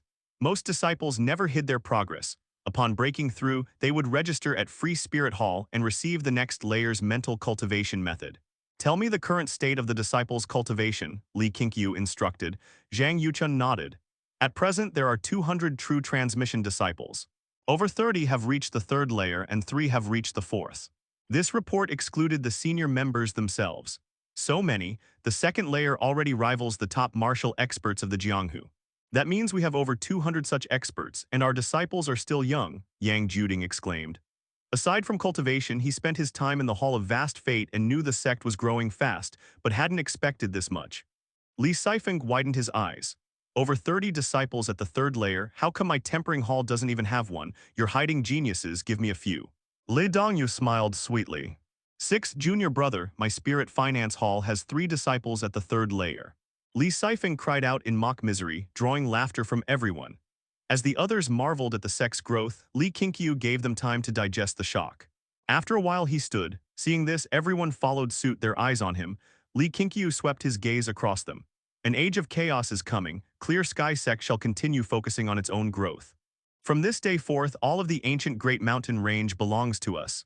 The surrounding townsfolk, we shall protect them. Understood. These words ignited the blood of everyone present. Zhu Yan silently sighed. She had long known this Sect Master harbored grand ambition. Shen Yue, however, was filled with curiosity. With such ambition, what did this Sect Master truly seek? To unify the martial world? Or something even greater? The 5-tier ranking system was swiftly conveyed to all true transmission disciples, stirring great excitement among them. Within the Clear Sky Sect, the true transmission disciples had already formed distinct circles. Each one brimmed with confidence, believing themselves to be geniuses who might yet rise above others. Their vigorous cultivation inspired the inner disciples, outer disciples, and registered disciples alike, igniting a fierce spirit of diligence throughout the sect. And as a result, the number of disciples going down the mountain for tempering decreased. The establishment of the martial discussion platform made more and more disciples realize that the so-called martial world was not as formidable as they once believed. The martial arts of the Clear Sky Sect stood unrivaled, and sword god Shen Yue was the most convincing proof of this truth. Because of the existence of the menial disciples, even though more time was devoted to cultivation, the sect's operations were not hindered. On the contrary, it allowed the menial disciples to earn money and strive for opportunities to learn martial arts. Li Qingqiu was not a cold-hearted man. He did not allow menial disciples to work in vain. He had Zhang Yuchun assign essential chores for them to complete, and once done, those willing could perform additional tasks to accumulate personal contributions. In the Clear Sky Sect, everyone held hope, and thus, everyone was filled with fighting spirit. Zhang Yuchun borrowed disciples from the Sword Sect courtyard and began traveling around the ancient Great Mountain Range, promoting the Clear Sky Sect among the commoners, telling them that if they ever encountered trouble, they could seek aid from the sect.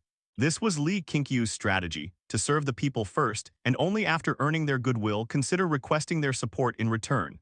During this process, the sect also eradicated 2 bands of mountain bandits, spreading its chivalrous reputation once again.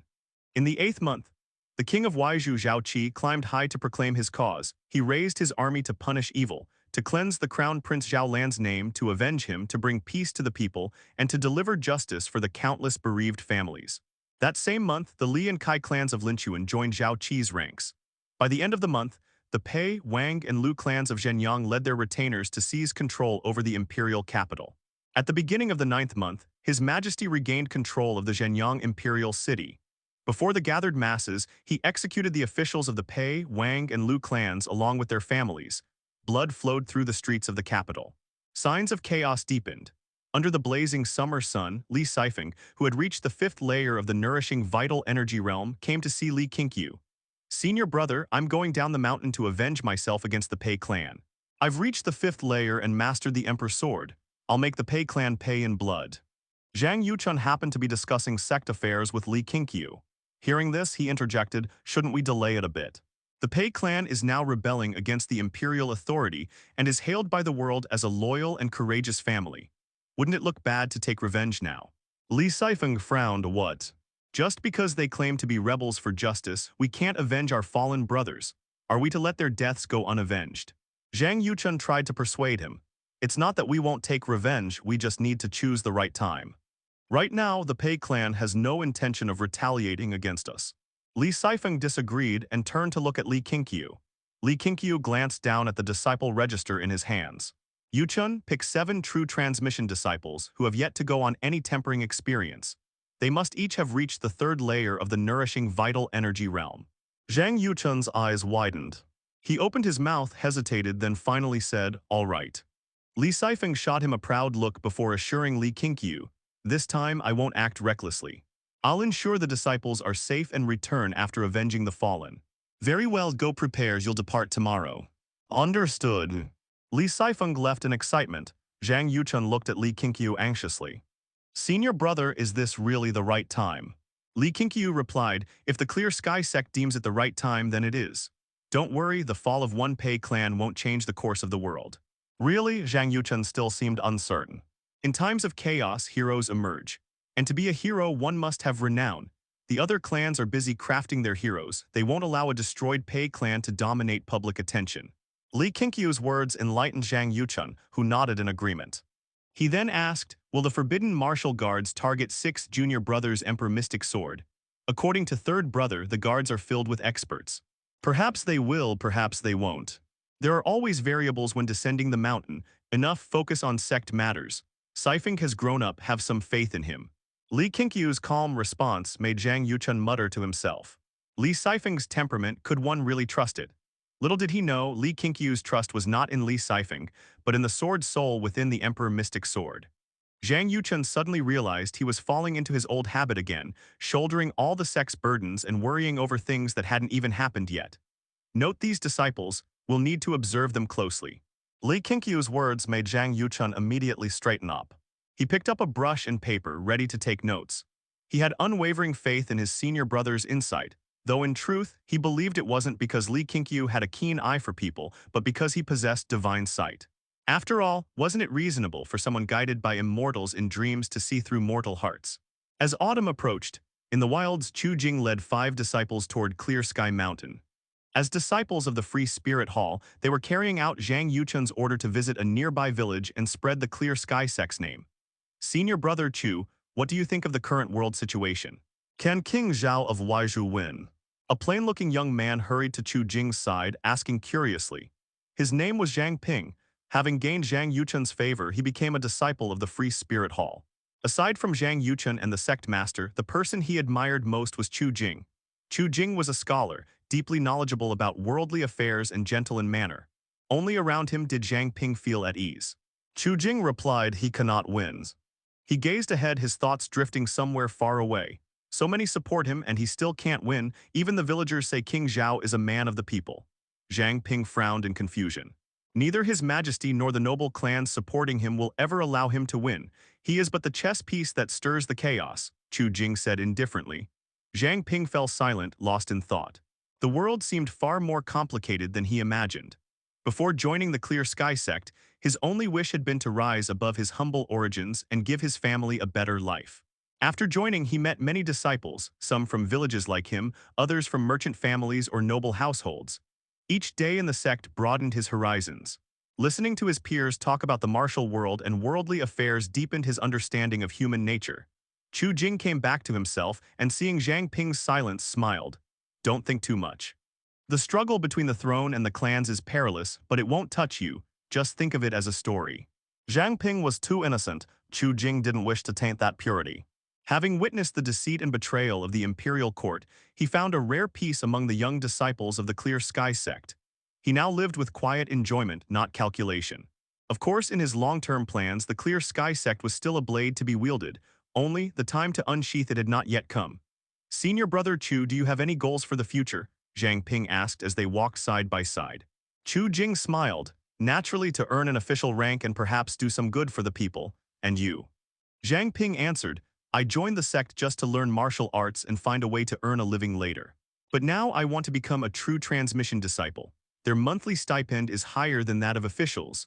I just don't know when I'll ever reach that level. He began talking endlessly about his family.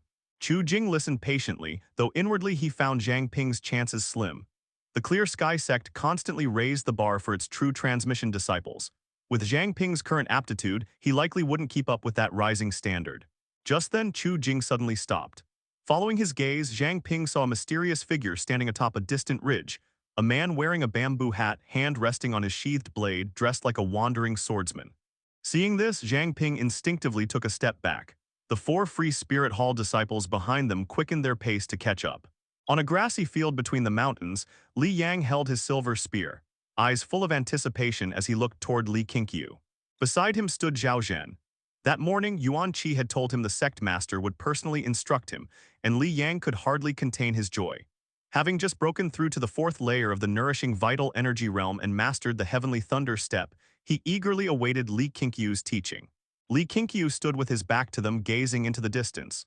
We'll do it here. Zhener, teach him the divine dragon transformation. I want to see your ability as an instructor. Understood. Zhao Zhen responded and stepped forward. Li Yang froze, he's teaching me.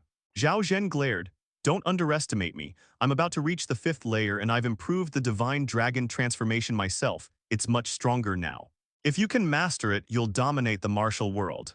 Li Yang didn't know Zhao Zhen was the crown prince's son, but he had heard of his talent, hailed as even greater than Su Ning's. Hearing that Zhao Zhen was close to the fifth layer at only 8 years old, Li Yang's eyes widened in astonishment. 8 years old and already so monstrous. He cast away his arrogance and asked earnestly, can you show me the divine dragon transformation? The name alone sounded profound. Zhao Zhen nodded and began circulating his energy. As his vital energy surged, the force beneath his feet swirled upward, lifting grass and sending Li Yang's robe fluttering. Li Yang narrowed his eyes. He could already sense how extraordinary this technique was. Zhao Zhen leapt high into the air, vital energy spiraling around him. It condensed into the form of a golden dragon enveloping his body. The dragon stretched 5 zhang long, exuding divine majesty and golden brilliance. Li Yang was utterly stunned. This was martial arts. Zhao Zhen, satisfied with his reaction, grinned proudly and directed the dragon forward. The golden dragon shot across the grass like golden lightning, tearing the ground and filling the air with its roar. It circled Li Yang once, kicking up clouds of dust. Li Yang spun around, but the dust in front of him suddenly burst apart as the golden dragon lunged, its claw larger than his head, stopping barely a foot away, the wind of its power whipping his hair backward. The sudden scene almost made Li Yang summon his dragon soul for defense. He saw Zhao Zhen within the dragon's body like a celestial being. His eyes instantly burned with passion. Such a domineering move, he wanted to learn it. At dusk, Li Qingqiu returned to Qingxiao courtyard with Zhao Zhen. Zhao Zhen followed beside him, talking endlessly. Today, Zhao Zhen had instructed Li Yang in cultivating the divine dragon transformation, and the process went smoothly, leaving the young man quite pleased with himself. However, in Li Qingqiu's view, it wasn't because Zhao Zhen taught well, it was because Li Yang possessed remarkable comprehension. Perhaps it was the influence of the dragon's soul. Li Yang was indeed well suited for cultivating the divine dragon transformation. Zhang Yuchun was already waiting in the courtyard. Seeing him, Zhao Zhen immediately walked away, not wishing to interrupt their conversation. Today, some disciples were ambushed at the foot of the mountain. 5 were injured. Fortunately, the thief was captured, but on the way back up, he secretly took poison and killed himself, cutting off our lid. Zhang Yuchun frowned as he spoke. Though such incidents were inevitable, each occurrence still weighed heavily on him. Li Qingqiu said, bring the corpse in, let me take a look. Zhang Yuchun nodded and left at once.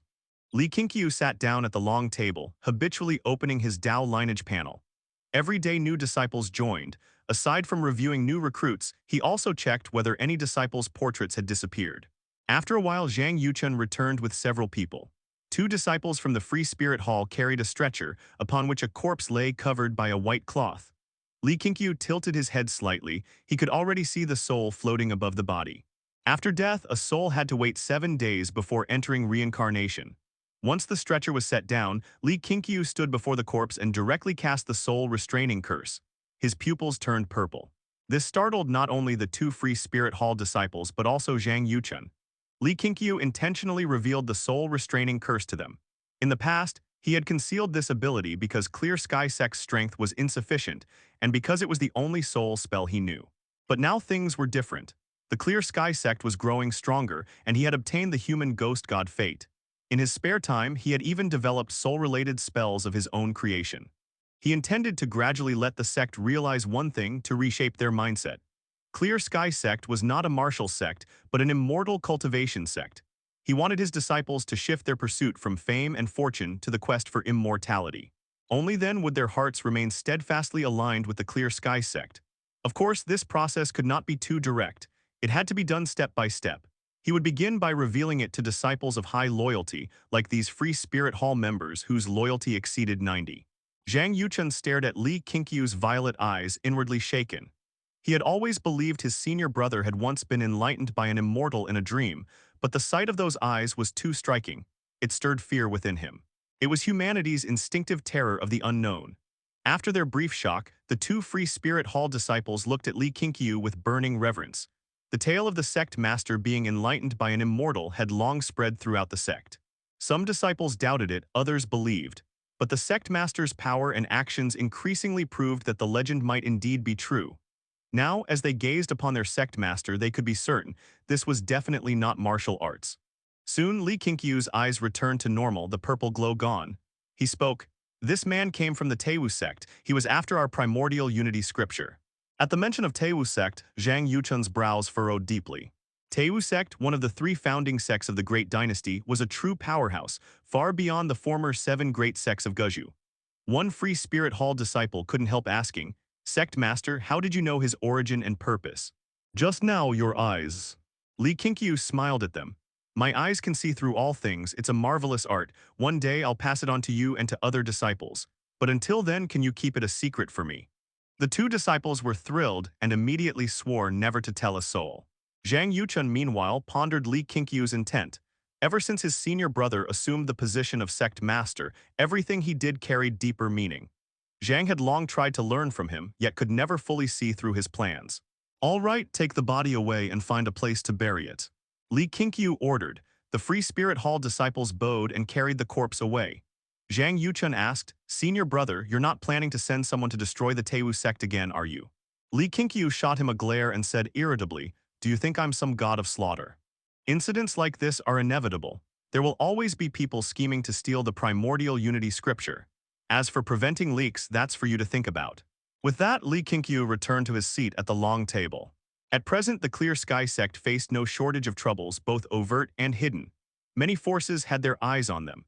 As long as these threats did not endanger the sect's survival, Li Qingqiu preferred to leave them for the Hall Masters to handle, an opportunity for them to hone their abilities. Zhang Yuchun looked at Li Qingqiu, smiling. This time he understood his senior brother's intent, part trust, part opportunity to show his worth. Oh, and the 6 disciples who captured the thief, they deserve a reward. As for how to reward them, you decide. Li Qingqiu added, making Zhang Yuchun frown slightly. Rewarding them would be tricky, for one of those 6 disciples was Chu Jing. The uprising across the land spread like wildfire. With King of Waizhou Zhao Qi leading the charge, rebellion flared across the 9 provinces, some among commoners, others among noble families seeking power. By late September, great upheaval struck the Guzhou state capital. Inside the Inspector General's residence, Fanzai sat in the hall, his face dark and trembling as he gripped his teacup. Bang! From the courtyard came the sound of the main gate being kicked open, followed by a thunderous boom that made Fanzai flinch. Turning his head, he saw black-clad men with blades rushing in, quickly surrounding the hall. Then, a yellow-robed old man strode in with the bearing of a dragon. Seeing him, Fanzai frowned bitterly and growled, "Qin Meng, it's you. You bribed Jiang Yan's." The yellow-robed elder Qin Meng grinned. "Inspector Fan, you're upright, you don't love wealth, but others do, and they're smarter than you. They see chaos coming and want to build a little nest egg. You parachuted into this post, no foundation, no gold, no troops. Do you really think that chair suits you?" Fanzai took a deep breath. "And how can you be so sure chaos will come? If His Majesty quells the unrest, your Qin family will have no chance to rise again." Qin Meng raised his hand. A black-clad man wielding a long sword entered and advanced toward Fanzai. I'm not sure, Qin Meng said with a sneer. But I know opportunities are rare. If you want to climb higher, you need courage. Inspector Fan, it seems you've nothing left to say. Then die. Killing intent flashed in his eyes. Fanzai felt despair. He knew no martial arts. There was no escape from the Inspector General's residence. Oh, right. Hall Master Zhang Yuchun of the Clear Sky Sect asked me to tell you your attempt to assassinate their Sect Master is finally settled today. Qin Meng chuckled darkly as he spoke.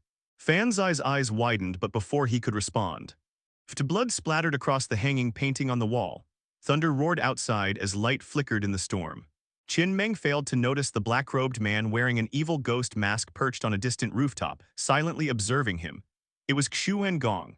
Beneath the rolling thunderclouds, the eerie mask reflected a cold glint. His gaze was icy. As Qin Meng turned to leave, Xuan Gong's figure vanished from the rooftop.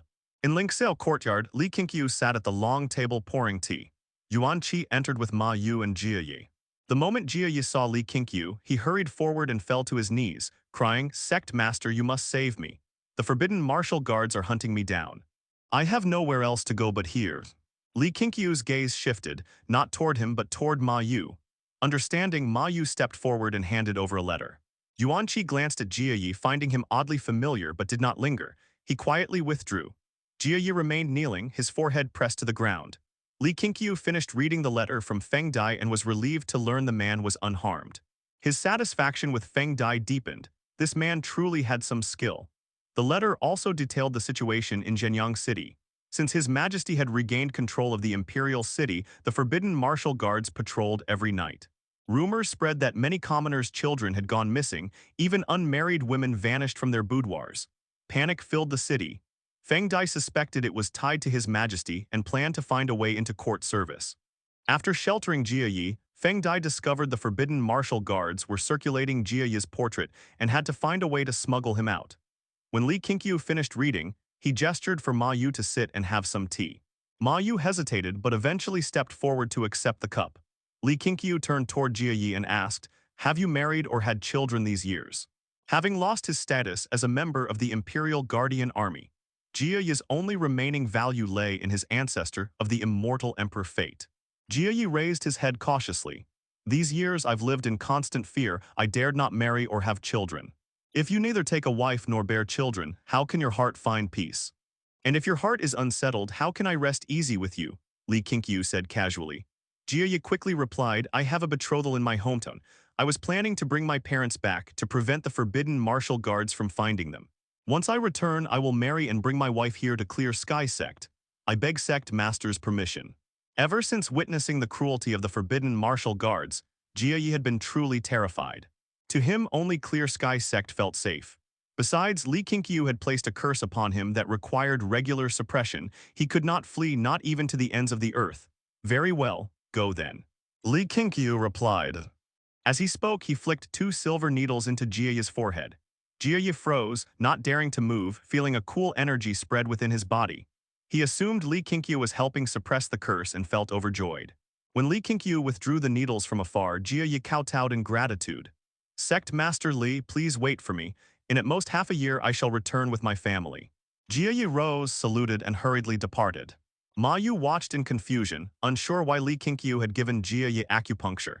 Yet the technique of retrieving the needles from afar amazed him. He was eager to learn it. Li Qingqiu turned to him. "Feng Dai asked me in his letter to look after you. Would you be willing to stay in Clear Sky Sect?" At this, Ma Yu's face changed. He immediately stood and said, "My lord saved my life, how could I abandon him? I thank Sect Master Li for his kindness, but I must take my leave." He cupped his hands toward Li Qingqiu and quickly left, faster even than Jia Yi. Autumn passed and winter arrived with snow swirling across the heavens. Li Qingqiu stood atop a cliff, overlooking the magnificent snowy scenery. To him, this year had gone by quickly. The development plan he had proposed at the start of the year had already been completed ahead of schedule. This put him in an excellent mood, and today he decided to take a rare break, doing nothing but enjoying the snow. Unfortunately, even when he wished to be left alone, someone would still find him. Zhu Yan approached from behind, wrapped in a thick white fur robe. Her makeup was exquisite, her long hair coiled atop her head, and her hands were clasped before her with a composed posture. "Master, regarding Xuan Gong, my clan has gathered some information." Zhu Yan stepped beside Li Qingqiu and spoke softly. Ever since Jiang Zheoxia and Su Ning had mentioned Xuan Gong, Li Qingqiu had grown interested in the man, so he had Zhu Yan send her people to investigate him. Even while residing on Clear Sky Mountain, Zhu Yan could still observe the world below. That was the power of the noble clans. Speak. Li Qingqiu gazed into the endless snow and responded calmly. Zhu Yan said, this person, Xuan Gong, is extremely mysterious. His true name and origin are both unknown. Even before His Majesty ascended the throne, Xuan Gong was already serving him. It's said that he secretly eliminated many of His Majesty's enemies. Most of the martial experts raised by the former Crown Prince Zhao Yan were killed by him. After Zhao Zhai took the throne, he adopted the alias Xuan Gong and hid in the shadows. Most of the experts in the forbidden martial guards were trained by him. The martial prowess of Xuan Gong is unmatched in this era. He once single-handedly broke into the 3 founding sects of the Great Dynasty.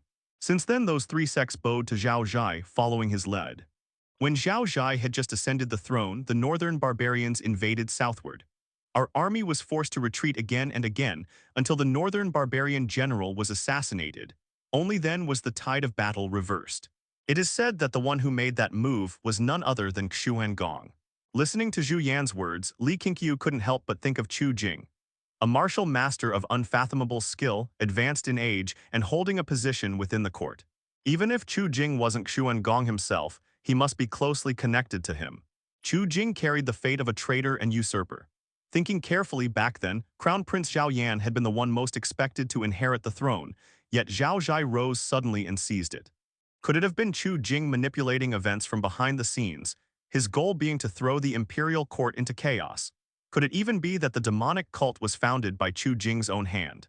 If that were the case, then Li Qingqiu would have to kill Chu Jing, even if Chu Jing's loyalty continued to rise. It wasn't for the so-called righteousness of the world that he would kill him, but for vengeance. For his master and for Lin Chuan. His junior brothers and sisters had become orphans, and perhaps Chu Jing was tied to that tragedy. It sounds as if without this Xuan Gong, His Majesty's throne would not be stable. Could His Majesty's pursuit of the elixir of immortality be related to this Xuan Gong? Li Qingqiu asked. Zhu Yan replied, that's unclear. However, my clan discovered that Xuan Gong and His Majesty have quarreled several times precisely because of that elixir of immortality. The forbidden martial guards secretly executed several alchemists, which greatly angered His Majesty. Li Qingqiu pondered deeply upon hearing this. Could it be that Xuan Gong wasn't directly involved in His Majesty's evil deeds, but was merely carrying out orders? It was possible. If Xuan Gong truly was Chu Jing, then his reason for becoming a traitor might have been to restore the former Wei dynasty. If the great Li dynasty were to be conquered by foreign powers, how could Chu Jing ever hope to revive the Wei? Of course, all of this was only speculation. He still needed more proof. Have your clan investigate the connection between Xuan Gong and the demonic cult, Li Qingqiu said thoughtfully. Understood. Zhu Yan responded softly. Li Qingqiu continued admiring the snow, while Zhu Yan remained standing quietly. If you have something to say, speak plainly. We've worked together long enough, no need for formality, Li Qingqiu said again. Zhu Yan had served diligently in the Heavenly Works Hall and, using her clan's influence, had gathered much valuable intelligence for the Clear Sky Sect. Even Zhang Yuchun often sought her help in his planning. Li Qingqiu was quite satisfied with her and didn't mind granting her certain requests. More importantly, Zhu Yan's loyalty had already surpassed 90. Strangely enough, despite their limited personal interaction and shallow friendship, her loyalty kept increasing. Whatever the reason, rising loyalty was always a good thing. Zhu Yan bit her lip lightly, her eyes filled with hesitation. After a pause, she said, my father wishes to ask you for a favor. He hopes to send some members of the Zhu family to study martial arts in the Clear Sky Sect. Master, please think this through carefully. I cannot fully control my clan, there are always internal struggles. By telling you this openly, I've done my part. Whether you agree or not, the decision is yours. Then let him send them. We can't have the Zhu family working for us without return. Even gathering intelligence about Xuan Gong within the court carries risk. Li Qingqiu agreed readily. There were already many disciples from noble families within the sect. It was impossible to prevent it. He couldn't only recruit commoners and orphans forever. Besides, noble families had their advantages. Families like the Qin and Zhu clans could accomplish things the sect alone could not. Zhu Yan hadn't expected Li Qingqiu to agree so readily. A faint smile appeared on her face as she asked, how many places will you grant our Zhu family? 30 for now, you'll handle the selection. I only care about two things: aptitude and character. Excelling in either one will suffice. Understood, I'll make sure to select carefully. Goods, you may go. Zhu Yan saluted, then turned and left. Li Qingqiu's thoughts drifted once more, back to the matter of Xuan Gong. He was deeply envious of Chu Jing's talent and fate, and had always intended to bring him under his control. If Chu Jing truly was Xuan Gong, and if he had any direct ties to the demonic cult, Li Qingqiu would kill him without hesitation. Better to slay the tiger before it grew. Li Qingqiu watched the snow for a full hour before leaving. He then went to the Free Spirit Hall to chat with Zhang Yuchun, who told him that Chu Jing still hadn't returned. The man had been away for over a month. He relayed Zhu Yan's report to Zhang Yuchun, and after hearing it, Zhang Yuchun shared his opinion. Chu Jing was most likely Xuan Gong. Judging from his conduct in the Clear Sky Sect, he doesn't seem like a bloodthirsty man, Zhang Yuchun mused. Li Qingqiu, seated opposite him, replied, "Everyone has many sides. So does he, and so do we. We shouldn't judge too hastily." True enough. Zhang Yuchun nodded. One couldn't rely solely on appearances. Then Li Qingqiu asked about Zhang Ping's situation. "That kid works diligently, though he's rather timid. Senior brother, you seem quite fond of him. You recommended him for the Free Spirit Hall and have asked about him several times. Why don't you let me tell him of your attention?" Zhang Yuchun asked curiously. He honestly couldn't see what was so special about Zhang Ping. Li Qingqiu smiled. "I simply find him pleasing to the eye. I have a feeling he'll bring the Clear Sky Sect a surprise someday." He hadn't told Zhang Ping this lest the boy overthink it. If Zhang Ping mistook his intentions and ran away, that would be troublesome. In the future, perhaps. But are there any geniuses in the sect now like Zhao Zhen, Li Yang, or Jia, talents who could rise rapidly if given the chance? Zhang Yuchun asked expectantly. Recently, he'd been handling more affairs and felt increasingly short-handed. If the Sword Sect weren't under separate management, he would have already gone to borrow people. But he knew why his senior brother had founded the Sword Sect, so he restrained himself. He would not overstep. The Sword Sect was meant to guard the Clear Sky Sect, not serve as its weapon for profit. Such geniuses are rare. "How about I let you borrow Jia for a while? He can gain some experience following you," Li Qingqiu offered with a smile. "Really?" Zhang Yuchun's eyes lit up. He wasn't like Zhang Zheoxia, who sought disciples that could surpass Li Qingqiu's. To him, his disciples were simply disciples of the sect. He cared only for the sect's strength. "Of course, I'll have Jia come find you tomorrow." "That's wonderful. That kid's already reached the 4th layer of the nourishing vital energy realm. His progress is astonishing. I bet within half a year he'll reach the 5th layer. Even at his young age, he'll become a key force by then." "Well, he is my disciple. How could his cultivation speed be slow?" "Haha, then what about Yuan Li? After all these years, he's still stuck at the 2nd layer. The resources you've given him would have pushed any mediocre disciple to the 3rd layer by now." "That's where you're blind, my friend. Haven't you thought the less progress he seems to make, the more extraordinary his talent must be?" "What do you mean by that?" "You'll see in time. One day, Yuan Li will become the greatest pride of the Clear Sky Sect. No one will outshine him." "Senior brother, do you really expect that much from him?" "You'll understand in the future." Li Qingqiu rose, spoke those words, and turned to leave. Zhang Yuchun sat in his chair, deep in thought. He decided he should build a closer relationship with Yuan Li, especially now, when Yuan Li's prospects seemed bleak. Offering encouragement at such a time would be a true kindness. It wasn't often that his senior brother spoke with such certainty. He couldn't miss this opportunity. Indeed, he felt that his senior brother had deliberately revealed this secret to him, hinting for him to win Yuan Li's favor. For that, he was deeply grateful. The Clear Sky Sect was growing larger, no longer the small sect where the two brothers could decide everything on a whim.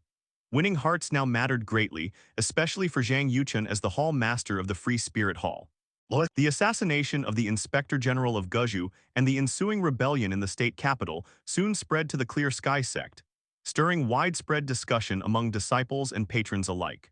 As the year's end approached, 7 of the 9 provinces across the realm had declared rebellion against His Majesty, amassing their forces to march on the Zhenyang Imperial City to force His Majesty's abdication. After half a year away from the mountain, Li Sifeng finally returned. The 7 true transmission disciples accompanying him were all safe and sound, much to Zhang Yuchun's relief. True transmission disciples of the 3rd layer of the nourishing vital energy realm were precious. Losing even one would be a painful blow. Li Sifeng waited for Li Qingqiu in the Qingxiao courtyard, waiting until evening. Li Qingqiu finally returned, bringing Su Ning with him. Today he had sparred with her. She had gained much, though also suffered a few blows. "Senior brother, come quickly. I must report to you about the Pei clan." Li Sifeng waved to Li Qingqiu. Seeing this, Su Ning turned and went inside, leaving them to speak privately. Li Qingqiu sat down and gestured for Li Sifeng to pour him a bowl of wine. After draining it in one go, he nodded for him to begin. Senior brother, you would never guess the outcome of my trip. Li Sifeng looked at Li Qingqiu and spoke seriously. His hands clasped around his wine bowl as if to warm them. Li Qingqiu stared at him calmly and said, with you being so roundabout, it's obvious you didn't exterminate the Pei clan. You're not even angry. Seems you've eaten their honeyed dates instead. Li Sifeng's expression stiffened. Listen to me first. When I've finished, you can decide whether to scold me or not. Li Qingqiu wasn't angry. He knew Li Sifeng's temperament too well, narrow-minded, and since the Pei clan had harmed him so cruelly, if he could let it go, there had to be a reason. He noticed Li Dongyu entering the courtyard and beckoned her over. Li Sifeng turned his head. When he saw Li Dongyu, his eyes rolled slightly, and he no longer rushed to speak. When Li Dongyu sat beside Li Qingqiu, Li Sifeng began to explain everything in detail. I headed straight for Zhenyang Imperial City, but on the way, I heard that the Pei clan had migrated to Eastern Tomb Province. So I turned toward Eastern Tomb Province, originally planning to begin a slaughter. But then I happened to see the Pei clan distributing food to the commoners. The townsfolk were full of gratitude, though to me it all looked like an act. Still, I thought I'd wait for them to finish distributing food. At least that would benefit the people. I waited a few more days and then heard that an evil tyrant in the city had seized a young woman, forcing her into his manor where she died miserably. Her husband went to seek her, only to be beaten to death at the gate. Her parents reported it to the authorities, but the officials ignored them. They died sick in bed, leaving behind only a lonely child. What kind of person am I, Li Sifeng of the Clear Sky Sect? Seeing such evil, how could I sit idly by? Just as I was about to punish that villain, I reached the gate of his manor and found a large crowd gathered. Someone had already taken action before me, punished the tyrant severely. The townsfolk were cheering. After asking around, I learned it was the daughter of the Pei clan's patriarch who did it. Li Sifeng grew more excited as he spoke. Li Qingqiu and Li Dongyu exchanged a glance. They understood each other without words. The next morning, I stormed into the Pei clan's ancestral mansion, demanding the patriarch come out and face me so I could end it cleanly. No one could accuse us of injustice. But to my surprise, when I told him why I had come, that patriarch apologized to me and handed over the clansman who sought to seize the Emperor Mystic's sword, letting me kill him. Even when the other clansmen tried to intervene, the patriarch ignored them. At this point, Li Dongyu couldn't help but ask, so you didn't kill him? Li Sifeng looked offended, glaring wide-eyed. Fourth senior sister, what do you take me for? Should our Clear Sky Sect disciples die in vain? I struck him down with one sword, but that wasn't enough. I executed every person involved in that matter. The Pei patriarch was straightforward. He had his people investigate thoroughly. Within an hour, those Pei clansmen were dragged before me. At first they cried injustice, later they cursed their patriarch. I waited for them to finish shouting before I struck. I killed 34 in total, most satisfying. But the hired martial men among them were harder to pursue. When he finished, he looked toward Li Qingqiu, nervous and uneasy. Li Qingqiu sighed. The Pei patriarch truly has a deft hand, decisive and ruthless. Li Dongyu frowned, staring at Li Sifeng. You think the grudge ends there? You killed so many of their clansmen inside their ancestral home. Put yourself in their place, would you feel it settled?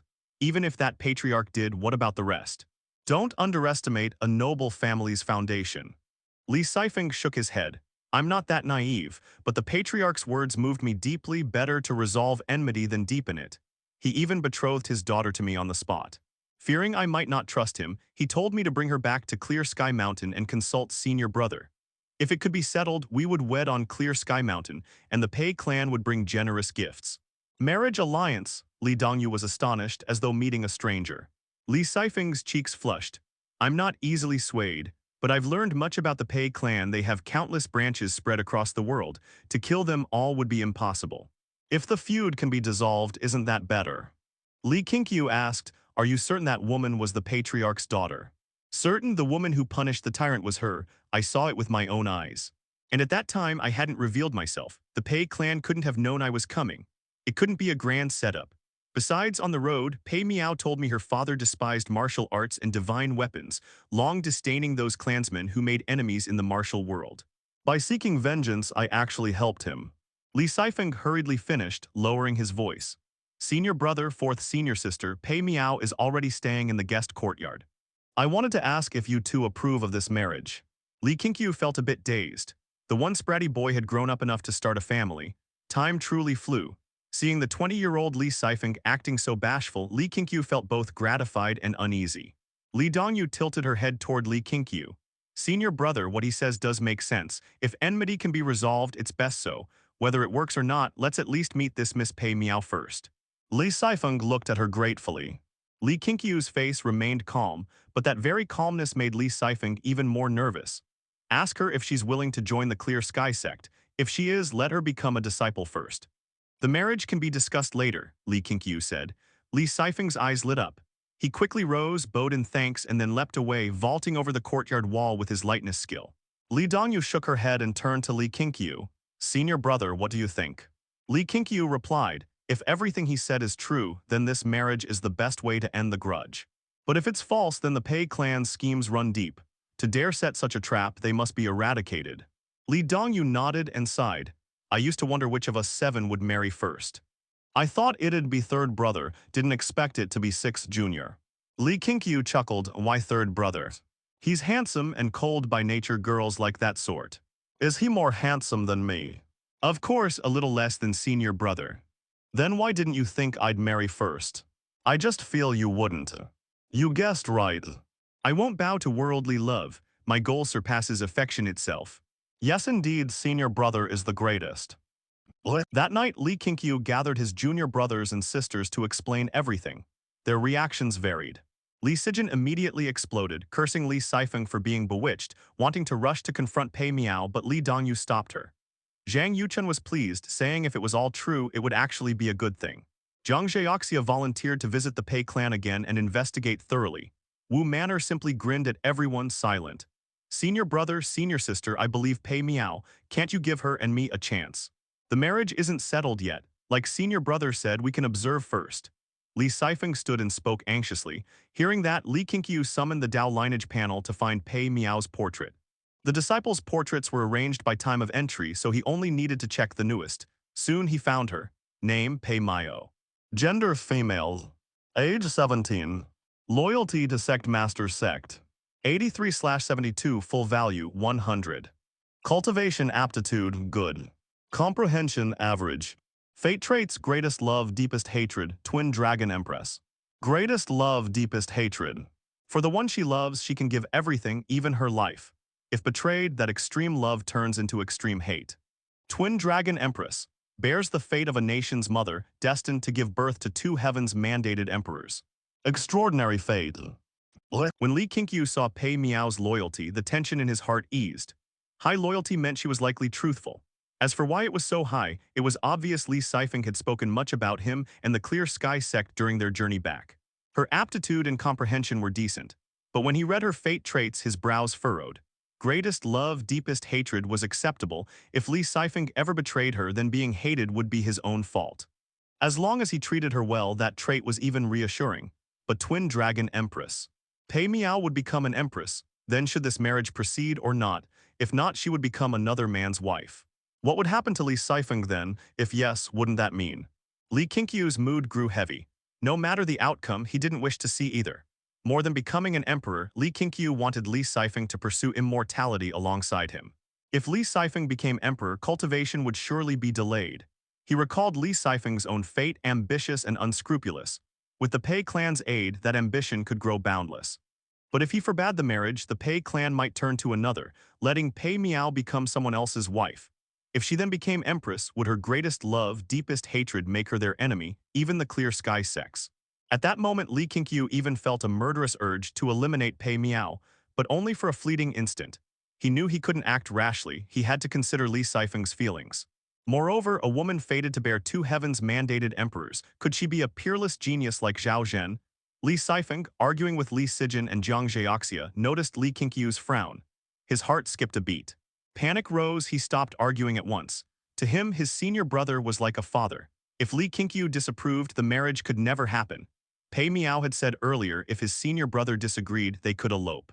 He had gotten angry right then, he would never betray his senior brother. If his senior brother truly refused, he would abandon the marriage. Now he stayed quiet because he didn't want to anger him further. He might not understand a woman's heart or the world's hearts, but one thing he knew for sure, senior brother would never harm him. Jiang Zhaoxia and Li Sijin followed his gaze, and seeing Li Qingqiu's dark expression, also fell silent and sat back down slowly. Li Qingqiu held an extremely high status in the hearts of his 6 junior brothers and sisters. Even the proud Jiang Zhaoxia dared not provoke his anger. This prestige had only continued to grow as they matured. Zhang Yuchun wanted to ease the tense atmosphere with a few words, but upon seeing his senior brother's expression, he simply could not muster the courage. Li Qingqiu came back to his senses and noticed that all his junior brothers and sisters were looking at him nervously.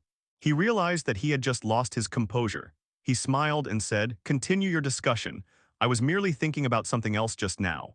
Li Dongyu followed up saying, "Senior brother, you should make the decision. Everyone listens to you, and besides, 6 junior brothers' marriage is something that should be decided by you." The others nodded in agreement. They had already voiced their opinions and believed Li Qingqiu could weigh all perspectives and choose the best course of action. In that case, let's observe Pei Miao for a year first. The world is in chaos right now. Perhaps the Pei clan will bring about its own downfall. Li Qingqiu spoke calmly and everyone nodded. Li Sifeng let out a quiet sigh of relief. After everyone had gone back to their rooms, Li Qingqiu heard an argument erupting between Li Sifeng and Jiang Zhaoxia. Jiang Zhaoxia believed firmly that the Pei clan was scheming and that the best course would be to annihilate them entirely. But Li Sifeng, with his heart set on Pei Miao, insisted on trusting her.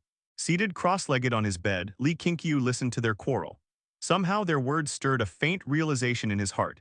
He possessed the Dao Lineage panel, which allowed him to see his disciples' loyalty and fate traits. For a long time, he had felt as though he could control others' destinies, but now suddenly he felt otherwise. Perhaps what was called fate traits were merely the possibilities of destiny, something that could be broken or something that could be followed. Yet there existed something that surpassed his will and obstructed his interference in destiny. That was the human heart. Li Qingqiu realized that he had been too arrogant. He pursued immortality, relying mostly on his ability to replicate fate traits, but he could not make those around him walk the same path as himself. If Li Sifeng missed his chance with Pei Miao and later failed in his pursuit of immortality, would he on his deathbed resent him? Perhaps he should respect Li Sifeng's will instead, help him pursue what he desired, and clear away every obstacle that stood in his path. That would be the best form of care. Once he understood this, Li Qingqiu felt as though a heavy burden had been lifted from his heart. Let nature take its course. To share a lifetime together was already fate. To pursue immortality together would be a blessing. If not, then cherish this bond in this lifetime. Pei Miao's addition did not affect the Clear Sky Sect in any way. The disciples of the Tempering Hall merely noticed that there was now a young woman beside their hall master, and the two often chatted and laughed, appearing quite close. The New Year festival arrived, signaling the start of a new year. Zhu Jin did not disappoint expectations, becoming the first true transmission disciple to reach the 5th layer of the nourishing vital energy realm. The news spread quickly among the true transmission disciples. It was said that the Sect Master personally summoned Zhu Jin for commendation, greatly boosting the morale of all disciples. Li Qingqiu genuinely felt happy for Zhu Jin's achievement. It signified that aside from the 7 brothers of the Clear Sky Sect, the sect had finally nurtured another disciple capable of standing on his own. Unlike Yang Juding and Shen Yue, who had joined later, Zhu Jin had been raised entirely by the Clear Sky Sect. He was a true core disciple. Under Li Qingqiu's arrangement, Zhu Jin became the deputy hall master of the Tempering Hall, with the 13 sword fiends merging into the hall. Li Sifeng was delighted, believing that the Tempering Hall finally had a powerful cultivator to oversee it, allowing him to venture out for training without worry. After Zhu Jin reached the 5th layer, Zhao Zhen and Jai Ye were both inspired and began cultivating even more diligently. Behind them, Chai Yunsheng, Li Yang, Liu Yan, Han Lang, and others also worked hard, refusing to fall behind. Beyond these, Li Qingqiu saw dozens of other prodigies gathering their strength, waiting for the right moment to make their names known to the world. In early February, Zhao Zhen achieved the 5th layer of the nourishing vital energy realm, instantly stealing Zhu Jin's spotlight. Within the Tempering Hall in the Deputy Hall Master's quarters, Zhu Jin was organizing training missions. Among the 13 sword fiends, Zhang Yunqiao stood before the table and exclaimed, "What a terrifying talent that Zhao Zhen is. He's only 9 years old, imagine how strong he'll be as an adult." Without looking up, Zhu Jin chuckled, "Of course. After all, he's the Sect Master's disciple. Not everyone gets to be the Sect Master's disciple, even if I wanted to, I couldn't." "You can't say that, senior brother. Look at Yuan Li, his aptitude is far worse. In my opinion, you could easily replace him," Zhang Yunqiao said, defending Zhu Jin. Zhu Jin lifted his head and glared at him. Don't speak nonsense. Without the Sect Master's guidance, I would never have achieved what I have today. As for Yuan Li, don't underestimate him. If you observe carefully, you'll notice that the Sect Master favors him most. He takes him along even more often than Zhao Zhen. Perhaps one day, Yuan Li will shock everyone. Really? Zhang Yunqiao looked unconvinced. Zhu Jin smiled meaningfully. Yuan Li may not have shown great talent in cultivation yet, but in dealing with people, he's clearly wiser than Zhao Zhen. Personally, I'm looking forward to seeing what he becomes. Zhang Yunqiao pondered this. Their conversation mirrored the atmosphere of the entire Clear Sky Sect. When everyone marveled at Zhao Zhen's terrifying talent, it was inevitable that Yuan Li's name would be brought up as well. The two were of similar age and often accompanied the Sect Master in training, but their cultivation achievements were worlds apart. At noon that day, Li Qingqiu walked along the mountain path toward the Sword Sect Hall when he happened to meet Yuan Li coming from the opposite direction. The 9-year-old wore a well-fitted blue sect robe. His features were delicate and handsome, his eyes bright and clear. His energy and demeanor instantly lifted Li Qingqiu's spirits. He felt proud of how well he had raised this disciple. Master. Upon seeing Li Qingqiu, Yuan Li immediately quickened his pace and bowed politely. Li Qingqiu smiled and asked, "Where are you coming from?" "I just went to deliver lunch to my elder brother." "Ah, Yuan Qi, really? Even when he's busy, he still needs you to look after him. Brother just wants to contribute to the sect. All right, go back and continue your cultivation." Li Qingqiu gently ruffled Yuan Li's hair before continuing toward the Sword Sect Hall. Yuan Li turned to watch his masters departing back, his eyes bright though his heart felt heavy with the gossip he had overheard along the way. His master's affection and his fellow disciples' doubts were crushing him. He had even considered asking his master to give up on him, but every time he saw that gentle smile, he knew he could not. Even if not for himself, he had to persevere for his master's sake. He had to achieve something great, to prove to the entire Clear Sky Sect that his master's judgment had never been wrong. At that thought, determination flashed in Yuan Li's eyes. Unbeknownst to him, a faint golden mark surfaced on his forehead, like a hidden third eye on the verge of opening. He turned and headed for the forest behind the Qingxiao courtyard to train. Meanwhile, Li Qingqiu arrived at the Sword Sect Hall, where 50 disciples were meditating, refining their sword energy. At the front sat Shen Yue with a sword floating beside him, exuding the grace of a sword immortal. Though aged, Shen Yue's extraordinary cultivation aptitude and keen comprehension allowed his progress to remain astonishingly fast. He had already reached the 3rd layer of the nourishing vital energy realm. Li Qingqiu could sense his growing strength. His vital energy was transforming his sword intent. He noticed that Li Sifeng was also there, sitting at the edge of the front row, cultivating with the Emperor Mystic Sword standing upright beside him. Without disturbing them, Li Qingqiu observed silently. With his innate sword maniac fate trait, his perception of sword techniques was exceptional. He could see through the sword energy refinement method they were using. It was one he had never seen before, likely created by Shen Yue himself, since Jiang Zheoxia, though a sword sect elder, rarely visited this place. Half an hour later, Shen Yue opened his eyes. He had noticed Li Qingqiu's arrival long ago but hadn't expected him to stay so long. When he glanced over and saw Li Qingqiu standing quietly in the corridor, eyes closed, sword energy swirling faintly around him, his heart trembled. How could he possibly? Shen Yue was secretly shocked. Ever since cultivating the primordial unity scripture, he had realized that his defeat had not been due to the 10,000 swords returning to the sect, but to the essence of vital energy itself. Li Qingqiu was not merely a swordsman.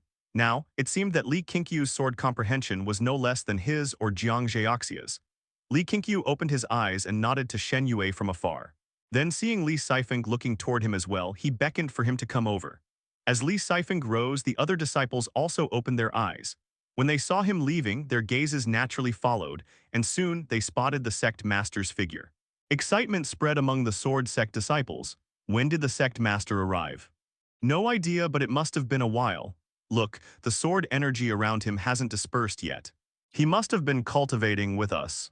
Do you think the Sect Master will discover my hidden talent and take me as a disciple? Dream on. If he merely designates you as a focused disciple, you should be content. Had I known the Sect Master was coming, I would have tried harder just now. The disciples chattered among themselves. Such was Li Qingqiu's influence within the Clear Sky Sect. No one commanded greater respect, even though he lived modestly. Li Qingqiu led Li Sifeng away. Together, they walked to a cliff where no one else was around and stood side by side, gazing at the magnificent mountains below. Perhaps because he had found someone he loved, Li Sifeng had recently been training much harder. Though not lost in romance, Li Qingqiu knew him well, such change surely had a reason. To marry a daughter of the Pei clan means your future will not be peaceful. Have you truly thought this through? Li Qingqiu asked quietly, his eyes on the distant peaks. Li Sifeng also looked ahead and replied, I have. The Pei clan is indeed ambitious. By marrying Maior to me, they surely hope I'll aid their goals.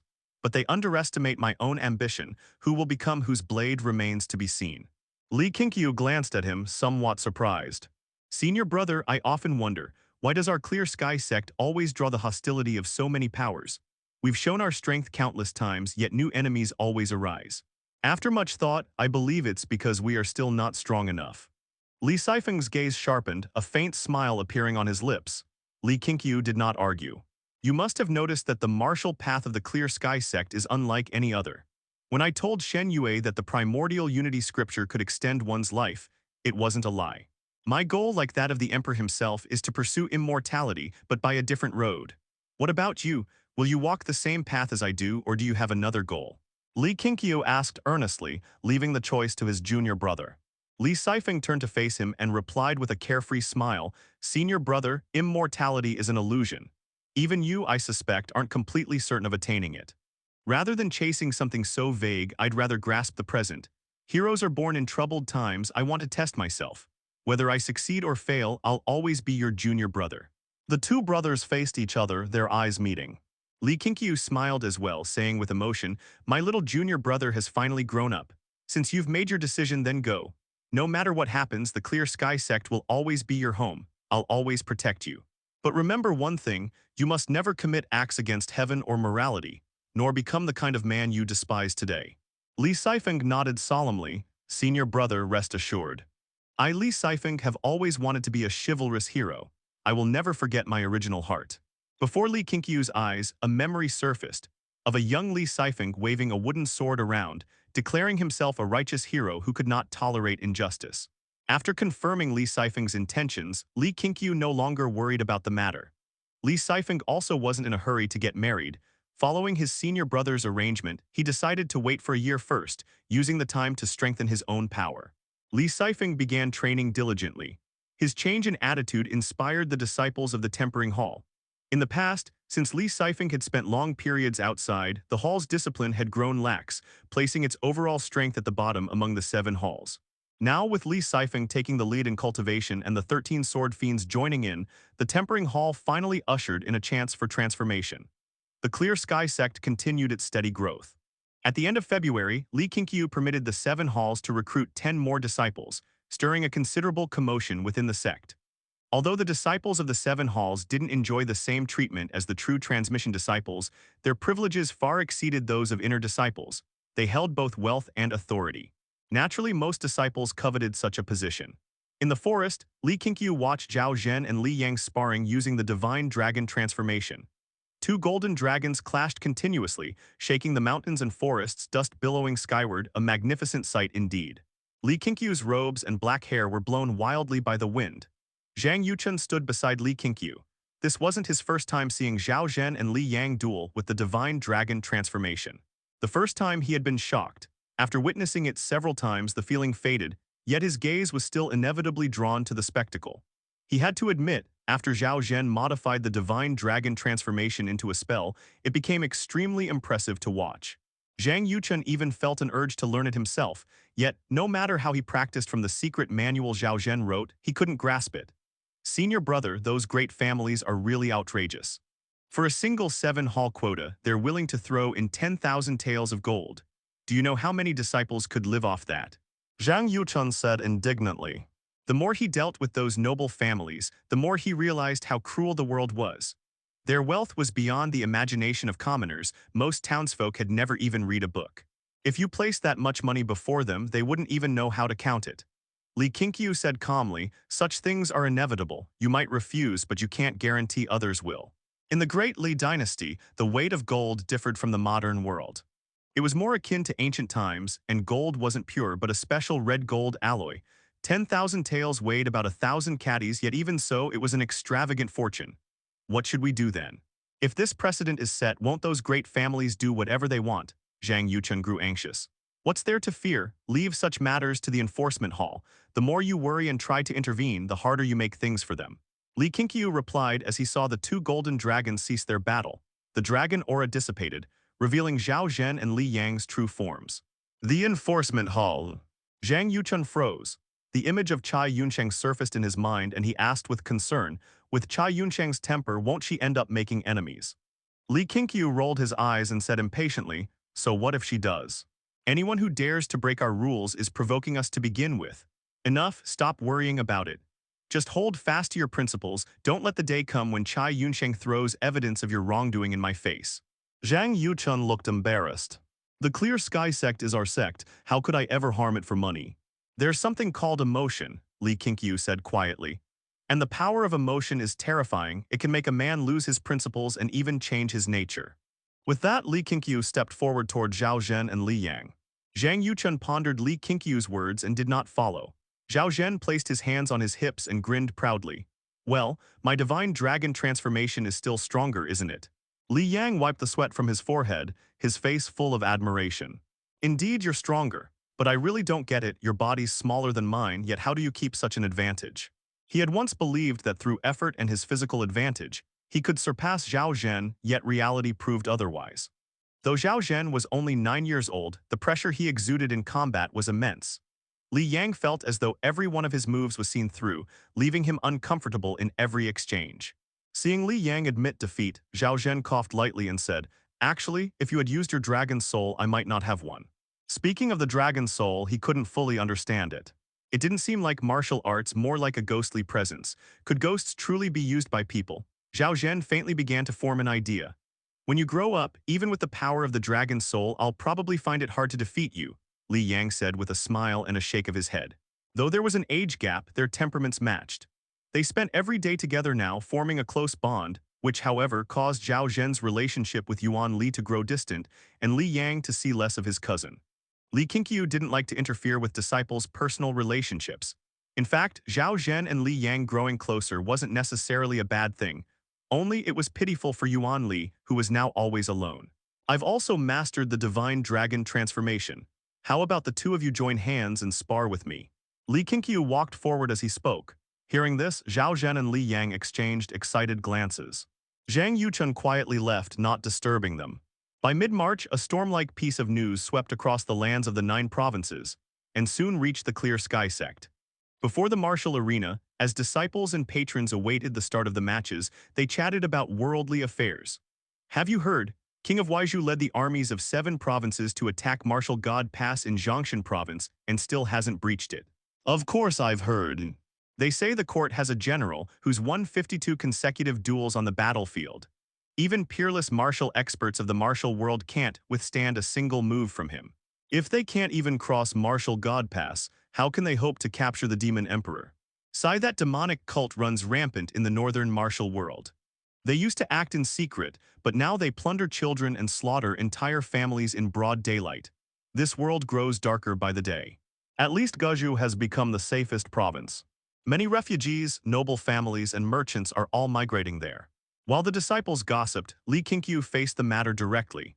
Inside the Qingxiao courtyard, Li Qingqiu and Zhang Yuchun sat at a long table. Across from them sat 3 men, one of whom was Qingqiu, Qinyi's father.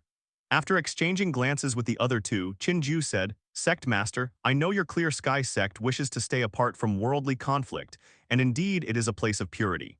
But when calamity strikes the world, none can remain untouched. The demon Emperor Zhao Zhai disregards the welfare of the people and unrestrainedly orders the demonic cult to abduct the children of commoners. The evils committed by the demonic cult in Guizhou's state capital, Sect Master, you surely remember. Sooner or later, they will march south, and then the Clear Sky Sect won't be able to avoid war with them. Only by storming Martial God Pass and attacking Zhenyang Imperial City will the Demon Emperor gather all his forces to confront the allied army. If the Clear Sky Sect could dispatch a single expert to slay that demonic general for us, the allied forces could advance unhindered, and countless commoners would be saved.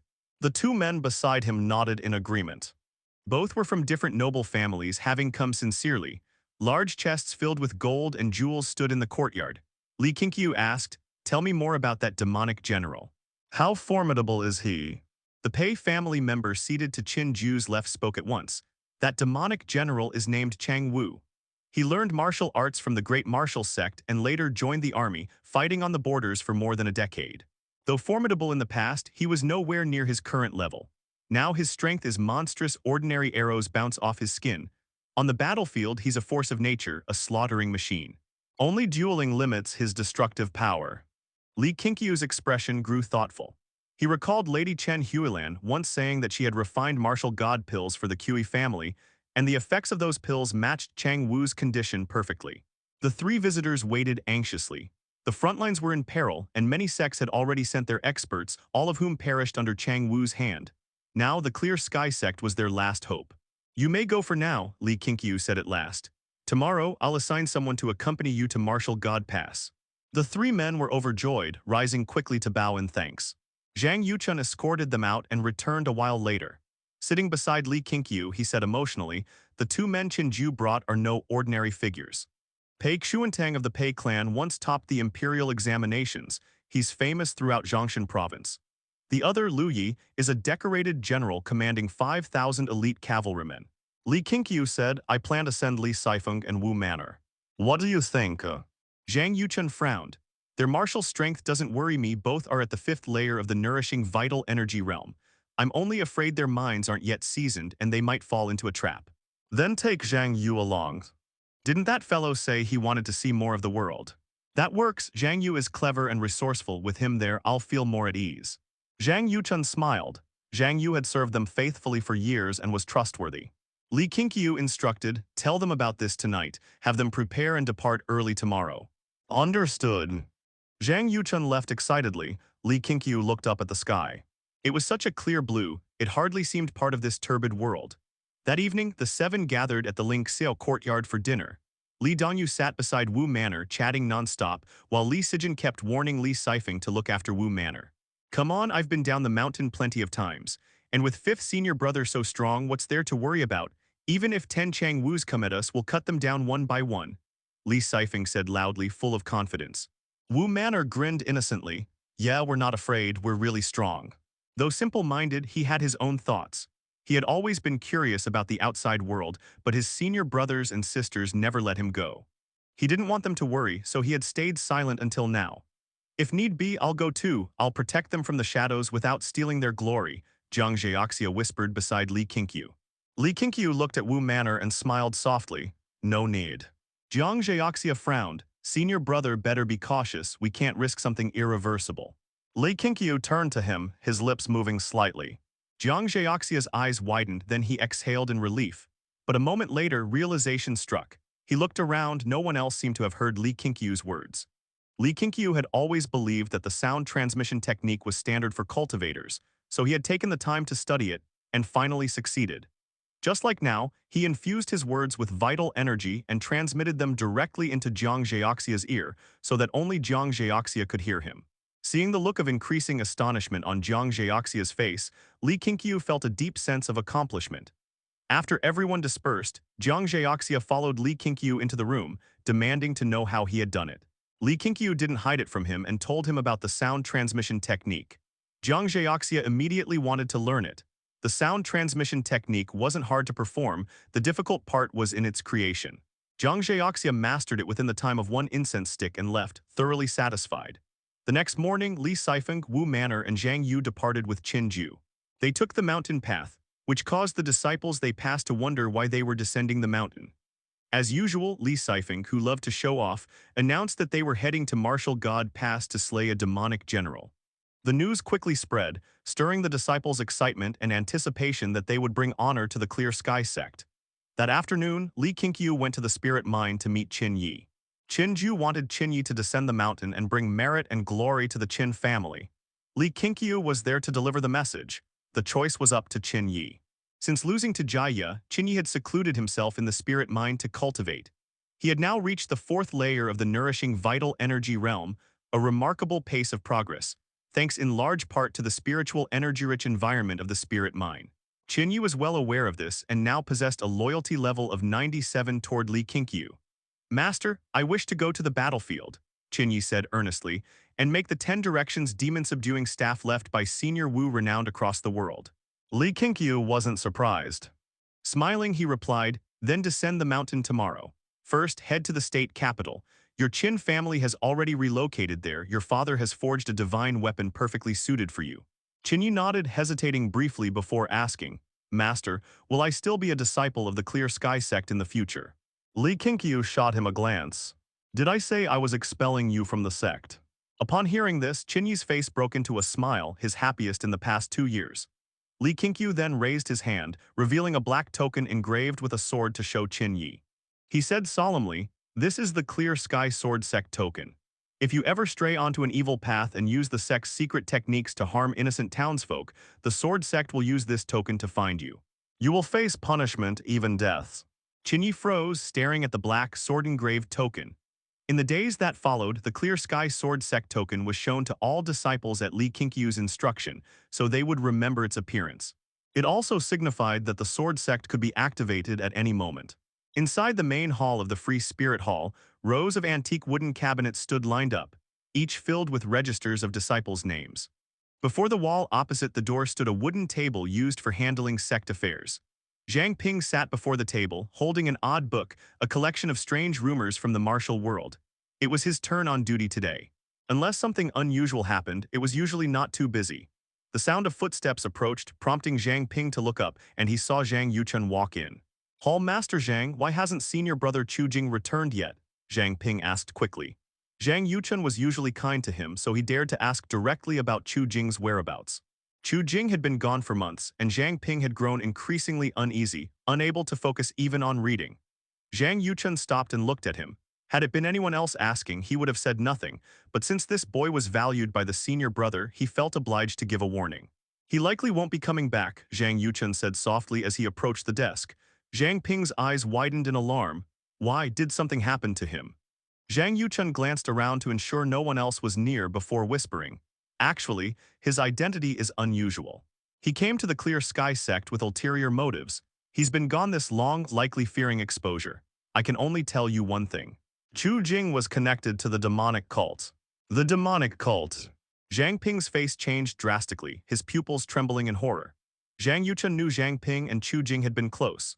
Fearing that the young man might not believe him, he added, Chu Jing seemed kind and helpful, never lost his temper, but you can never truly know a man's heart. Don't doubt me. I believe you. Zhang Ping cut him off, trembling as he spoke. Recalling Chu Jing's past kindness only filled him with deeper fear. He had heard stories about the demonic cult. To him, its members were unforgivable villains. Had Chu Jing already marked him? Very likely. He was so ordinary, yet Chu Jing had always looked after him, clearly trying to win him over to turn him into a spy. Zhang Yuchun hadn't expected Zhang Ping to believe him so readily. He was momentarily stunned, but when he saw the boy's face grow paler and paler, he suddenly remembered the senior brother's warning. This boy is weak-willed. When faced with trouble, he tends to run. Do not let him think of leaving the Clear Sky Sect. Zhang Yuchun didn't know what exactly the senior brother saw in Zhang Ping, but since he had been told so clearly, he had to suppress the boy's flighty thoughts. If he truly has his eyes on you, then whatever you do, don't leave the Clear Sky Sect. At least here no one can harm you, Zhang Yuchun said seriously. Zhang Ping shuddered. He had indeed just been thinking about fleeing the sect and finding another sect where no one knew him. But after hearing Zhang Yuchun's words, he no longer dared descend the mountain. He even began to fear the world below. Watching his changing expressions, Zhang Yuchun found it rather amusing. It was the first time he had seen someone's face display such vivid shifts, he nearly laughed. Do not speak of this to anyone, lest we alert the enemy. After giving this final reminder, Zhang Yuchun turned and left. Zhang Ping sat before the table in a daze, feeling as though the whole world had turned hostile toward him. After finishing his morning cultivation, Li Qingqiu changed into a traveler's outfit and arrived at the cliff behind the mountain forest. Gazing at the misty valley, he waited patiently. After a while, a violent gale swept through, scattering the fog, and the enormous little 8 appeared before him. Its head was nearly as large as Li Qingqiu's entire body. Its gem-like eagle eyes gleamed as it let out a clear, resonant cry. Little 8's cultivation had now reached the 4th layer of the nourishing vital energy realm. After years of training, it had mastered the primordial Unity Scripture's method of absorbing energy, truly stepping onto the path of cultivation. Not only that, little 8 had also formed a spiritual link with Li Qingqiu. Even though it couldn't speak, Li Qingqiu could understand its thoughts. It was a wondrous feeling, making Li Qingqiu sense little eight's emotions. It no longer felt like a beast, but like a person, perhaps an 8 or 9-year-old boy. More precisely, Li Qingqiu felt that little eight was already a demon. They've arrived, then let's go. Murmuring to himself, Li Qingqiu leapt onto little eight's back. He had already informed Zhang Yuchun that he would be leaving the mountain for a few days, and not to alarm the sect. Zhang Yuchun hadn't questioned it. After all, with Li Qingqiu's strength, he could handle himself anywhere. Moreover, the Clear Sky Sect was no longer what it once was. With Jiang Zhaoxia and Su Ning guarding it, no enemy could threaten them. Little Eight spread its wings, soaring into the sky. Standing on its back, Li Qingqiu faced the wind, savoring the freedom. Heading north from Clear Sky Mountain, Li Qingqiu didn't know the route, but Little Eight remembered. When Li Sifeng and the others had set off, he'd told Little Eight to follow from a distance.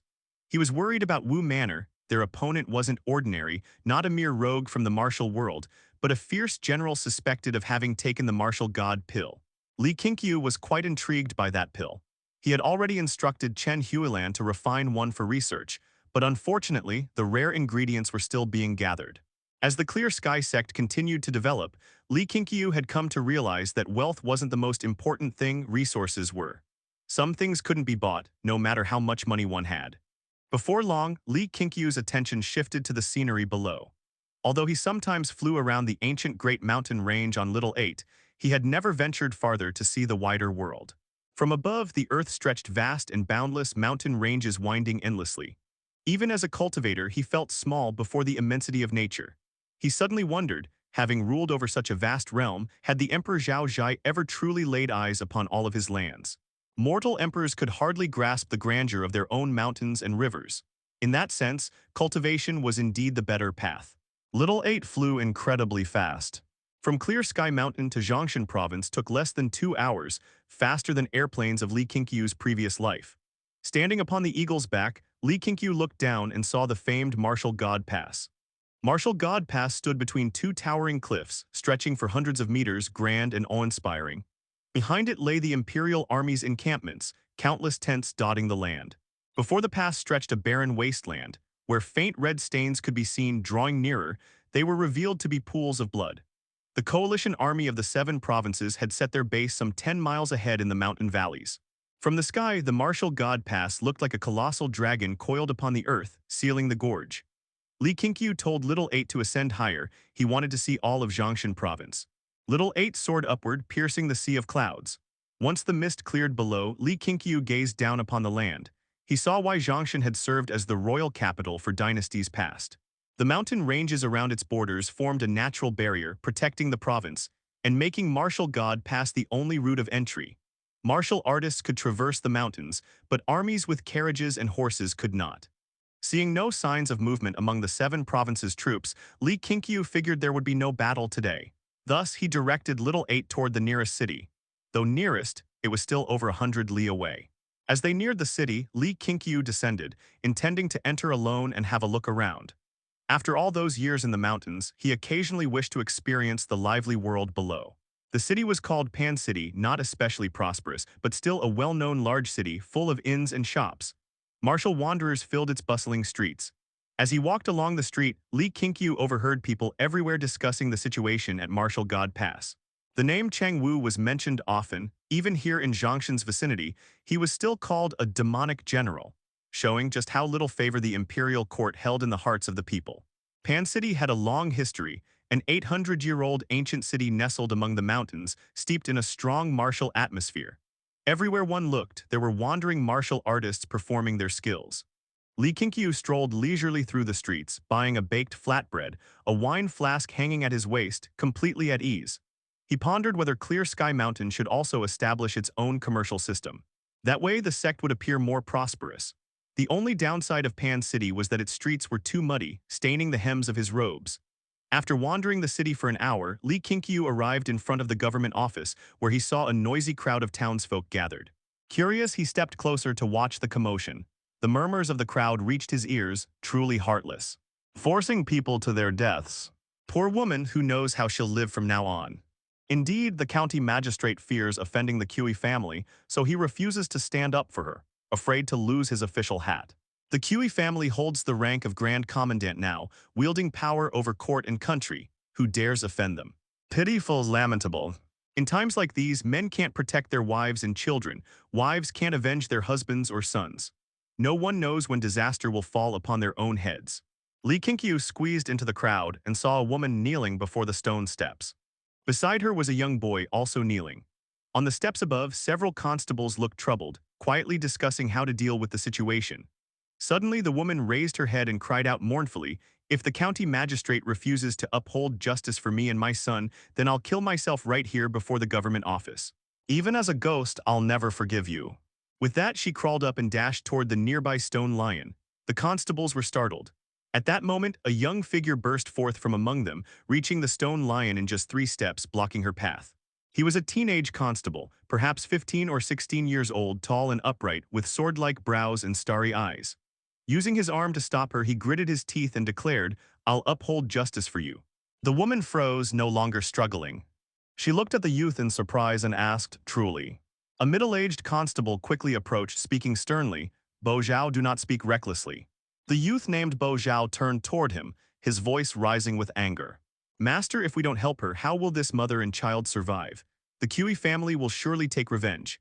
If you all fear trouble, then I'll act alone. I don't believe that the sword in my hand cannot cut through the evil festering in Pan City." Turning back to the woman, he said, "Lead the way." "We'll go now." The woman, having no time to question his youth, nodded repeatedly, then turned to take her 6-year-old son and headed down another street. The onlookers, eager for more spectacle, followed behind, though none of the constables joined them. The middle-aged constable stomped his foot and hurried back into the government hall. The Qi family had branches in many cities. Pan City was no exception. Even as a branch family, they were the overlords here, so much so that even the county magistrate had to bow and scrape before them. Li Qingqiu, with nothing better to do, followed the crowd out of curiosity. As he observed Bo Zhao ahead, he thought, "This boy carries a heroic spirit, but his martial strength is lacking. Going to confront the Qi family, he's heading toward danger." That Chang Wu seemed to have taken the martial god pill, and since Pan City is under the Qi family's influence, could it be that the martial god pill is hidden here too? Li Qingqiu mused calmly. He had no desire for the martial god pill. According to Chen Huilan, although the pill granted immense strength, making one impervious to blades and arrows and even doubling their inner energy, it also doomed the user to live no more than 10 years. Such a pill was unsuitable for disciples of the Clear Sky Sect. He was merely curious about its exact effects. Moreover, if the Qi family possessed the martial god pill, might they also hold the rare herbs used to refine it? With that thought, Li Qingqiu followed the crowd toward the Qi residence. If a new battle erupted at Martial God Pass, Little 8 would come to alert him, so he wasn't worried. After walking about 3 miles, they finally arrived at the Qi family's estate. Seeing the tightly shut gate, Bo Zhao strode forward and kicked it open, earning cheers from the townsfolk. Yet the moment he stepped inside, a powerful kick sent him flying back out, crashing onto the street and nearly knocking him unconscious. The crowd gasped and backed away in fear. Everyone's gaze turned toward the gate. A group of Qi family guards rushed out, led by a towering brute whose robe bulged with muscle. None of the others even reached his shoulder. His presence alone drew every eye. "It's Qi Yang. How did he become so huge?" someone cried, disbelief in their tone. Qi Yang's face was fierce, his eyes bloodshot like a savage beast. He exuded a violent aura as he looked down at the fallen Bo Zhao and said coldly, "Brat, how dare you kick the Qi family gate? You're courting death, you'll regret this. I'll make your kin die before your eyes so you'll understand the price of offending the Qi family." Bo Zhao coughed up blood, whether from anger or injury he couldn't tell. Fury and disbelief mingled in his gaze. How could this be? One kick and I'm crippled. He tried to rise, but pain racked his body. His ribs felt shattered, agony coursing through him. Qi Yang began walking toward him, deliberately slow, intending to crush his will. The woman and her son trembled at the side, too frightened to move. She hadn't expected Bo Zhao to fall so swiftly. Amid the commotion, Li Qingqiu frowned slightly. He handed the remaining piece of his flatbread to a runny-nosed boy nearby, then pushed through the crowd toward the front. Qi Yang noticed Li Qingqiu stepping out and raised a brow, surprised that anyone else dared intervene. Bo Zhao's heart sank into despair. He knew he would die on this street, in full view of everyone, a disgraceful end he had never imagined. Just as he was about to close his eyes and accept his fate, he saw someone walk past him. Lifting his gaze, he caught sight of Li Qingqiu's back. Seeing him approach Qi Yang, Bo Zhao instinctively tried to speak, wanting to stop him. "So there really is someone unafraid of death." Qi Yang sneered. As the two drew close, Bo Zhao's vision blurred, then came a bang. The bulging forehead of Qi Yang vanished in an instant. he turned his head in shock. Qingxiang's enormous body was sent flying back into the Qi courtyard with a single kick from Li Qingqiu. The Qi guards froze, unable to comprehend how their strongest man had fallen. The townsfolk too were stunned, staring blankly at Li Qingqiu. Without pause, Li Qingqiu strode toward the Qi residence. The guards regained their senses and rushed at him. What Bo Zhao witnessed next would be forever etched in his mind. Those guards charged like a pack of wolves, yet before Li Qingqiu even lifted a hand, they were all sent flying, coughing blood. The sight defied understanding, leaving Bo Zhao awestruck. In moments half the guards were down, the rest fled in terror. Li Qingqiu pressed forward, unstoppable, straight into the Qi estate. The townsfolk hurried to help Bo Zhao to his feet. Meanwhile, inside the Qi estate, Li Qingqiu stepped past Qingxiang's lifeless body, following the faint sound of weeping. Along the way, guards and servants appeared to block him. Anyone who dared was knocked unconscious by a surge of vital energy. Soon, he reached a secluded courtyard and pushed open a door. His eyes swept the room. A young girl in plain clothes sat crying by the bed. Startled by the sudden noise, she looked up and met Li Qingqiu's gaze. Terrified, she scrambled backward until her back hit the wall. "Don't be afraid, I'm here to save you." Li Qingqiu smiled gently. He could sense that other girls were imprisoned throughout the estate, likely connected to alchemy. "Don't save me," they said. "If I tried to escape, they'd kill my mother and break my brother's arms and legs," she said bitterly. Though she looked no older than 12, she carried a tragic resolve born of sacrifice. Li Qingqiu replied, "It's all right, I'll kill them all, then no one will harm your family." With that, he turned and left. The girl froze, unable to react. Moments later, screams rang out from the courtyard. She rushed to the door and cautiously peered outside. No one was there. Gathering her courage, she stepped out. Li Qingqiu moved through the estate like a silent storm. Servants were merely knocked out, but those in fine clothing were slain outright. Each time he passed a room holding captives, he kicked open the doors. The strongest in the Qi estate was indeed Qingxiang, who had clearly taken the martial god pill. Even top martial masters would struggle against him, but he had met Li Qingqiu and died like a stray dog on the roadside. Before long, cries of agony echoed throughout the compound, reaching even the townsfolk outside the gates. "What's happening? Did that man really go in and start killing everyone?" "Seems so," I heard women screaming. "Who is he to dare defy the Qi family?" "Well done. Finally, someone has punished these beasts. This will throw Pan City into chaos." Supported by others, Bo Zhao looked toward the Qi courtyard, his eyes filled with awe and emotion. No matter what came next, someone had finally stood up for justice. Before long, guards and servants began fleeing from the gates, confirming Li Qingqiu's overwhelming strength. The townsfolk cheered and even pelted the fleeing servants with vegetable leaves. After cutting down dozens, Li Qingqiu sensed a unique spiritual energy emanating from one courtyard. Curious, he followed it. Pushing open a door, a waft of fragrant air greeted him. Inside were rows of large chests, some already open, filled with medicinal herbs. He approached one sealed chest, flipped open the lid, brushed aside a heap of withered herbs, and found beneath them a fresh crimson Ganoderma. An unexpected fortune, not bad, not bad. It seems that acting on behalf of heaven brings heaven's own reward. Li Qingqiu's lips curved upward, his mood light and pleasant. He did not carry away the medicinal herbs immediately, but turned to deal with the remaining members of the Qi family. Apart from rescuing the imprisoned girls, Li Qingqiu also witnessed scenes that made his blood boil with fury. The Qi family was truly as vile as the demonic sect, deserving of death 1,000 times over.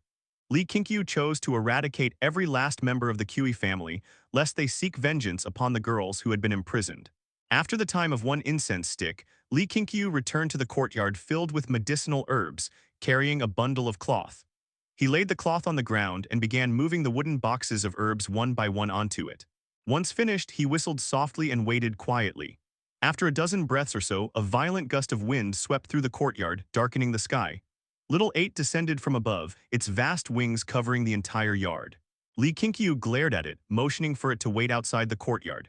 He then began loading the boxes onto its back, securing them tightly with the cloth.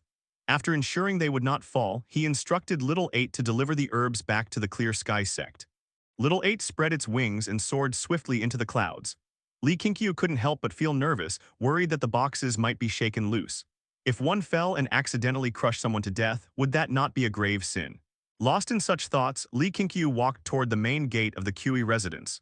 There must still be much wealth left within the estate, yet he no longer bothered to take it.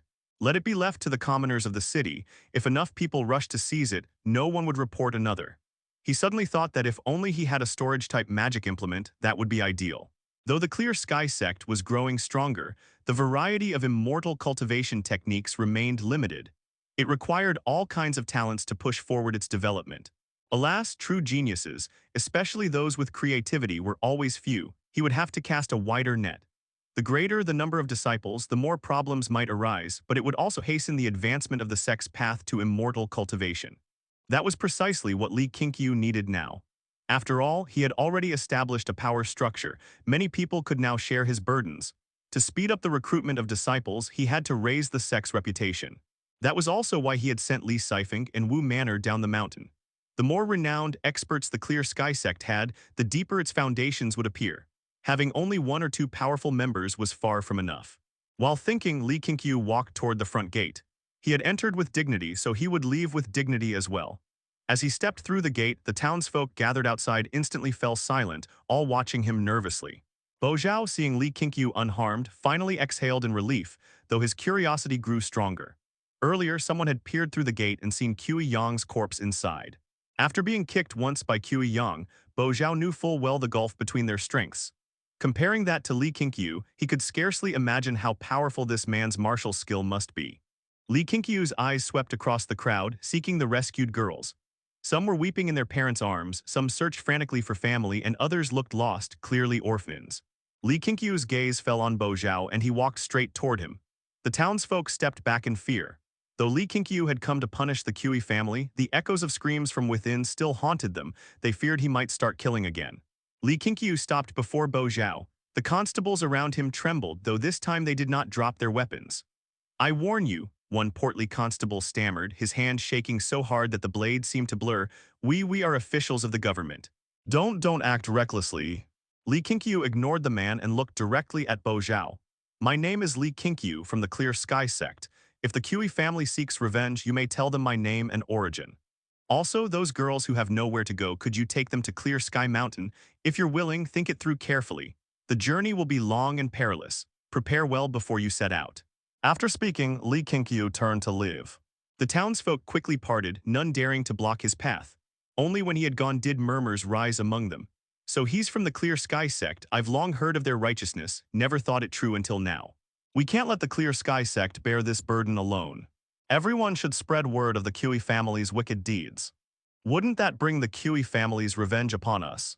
You coward, the Qi family of Panchi City has already been wiped out. What's there to fear? Besides, the coalition army of the 7 provinces is at Martial God Pass. That hero Li appeared here, perhaps he's on his way to aid Martial God Pass. Maybe he'll slay Chang Wu and make his name resound across the land.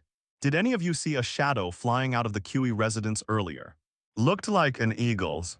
While the townsfolk chattered excitedly, Bo Zhao turned, but there were too many people. Li Qingqiu's figure was already lost among them. Suddenly, he realized the pain in his chest had lessened. Reaching to touch it, he found a silver needle embedded there. He immediately thought of Li Qingqiu and left the needle untouched. He had long heard the name of the Clear Sky Sect. They not only fought against the demonic sect, but were also skilled in healing, something few martial sects could boast. Seeing it today, their reputation was indeed well-deserved. The first cloth-garbed girl whom Li Qingqiu had rescued was now held in a woman's embrace, her eyes still fixed on the direction he had gone. The moon sank and the sun rose. By noon, the coalition army of the 7 provinces advanced along the Martial God Pass Road, drawing near their destination. Hundreds of thousands of soldiers moved like a massive black dragon winding through the mountains, a grand and awe-inspiring sight. Clad in armor, Wu Manor rode a black horse, adjusting his cuirass now and then, still unused to its weight. His armor was not ornate, much like any other commander's, but his towering build stretched it taut, lending him a fearsome presence.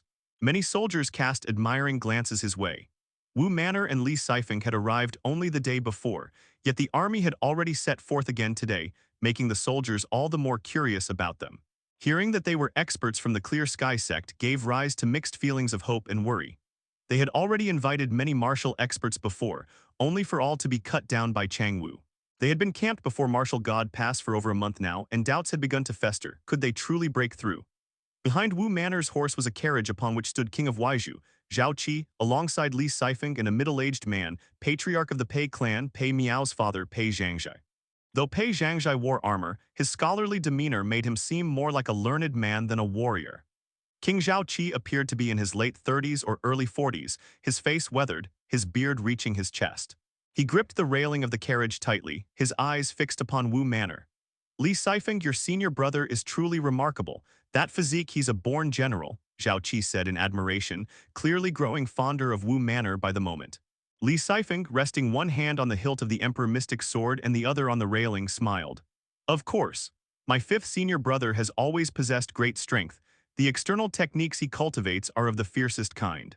Once he faces Chang Wu, you'll see his power for yourself. They had arrived only yesterday and now the battle would begin, but Li Sifeng felt no unease. If anything, he felt trusted. He had resolved that today Chang Wu would fall. If his fifth senior brother failed, he himself would step in. Pei Zhangzhai chuckled. I've heard that the Clear Sky Sect possesses a secret technique called the Primordial Unity Scripture. The disciple's martial strength is judged by its layers.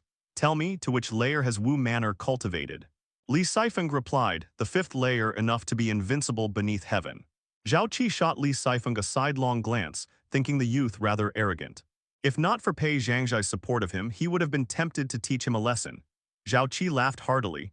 Then this king shall await the outcome. If he truly slays Chang Wu, I shall make him a general. Their confident banter lifted the spirits of surrounding commanders and soldiers alike.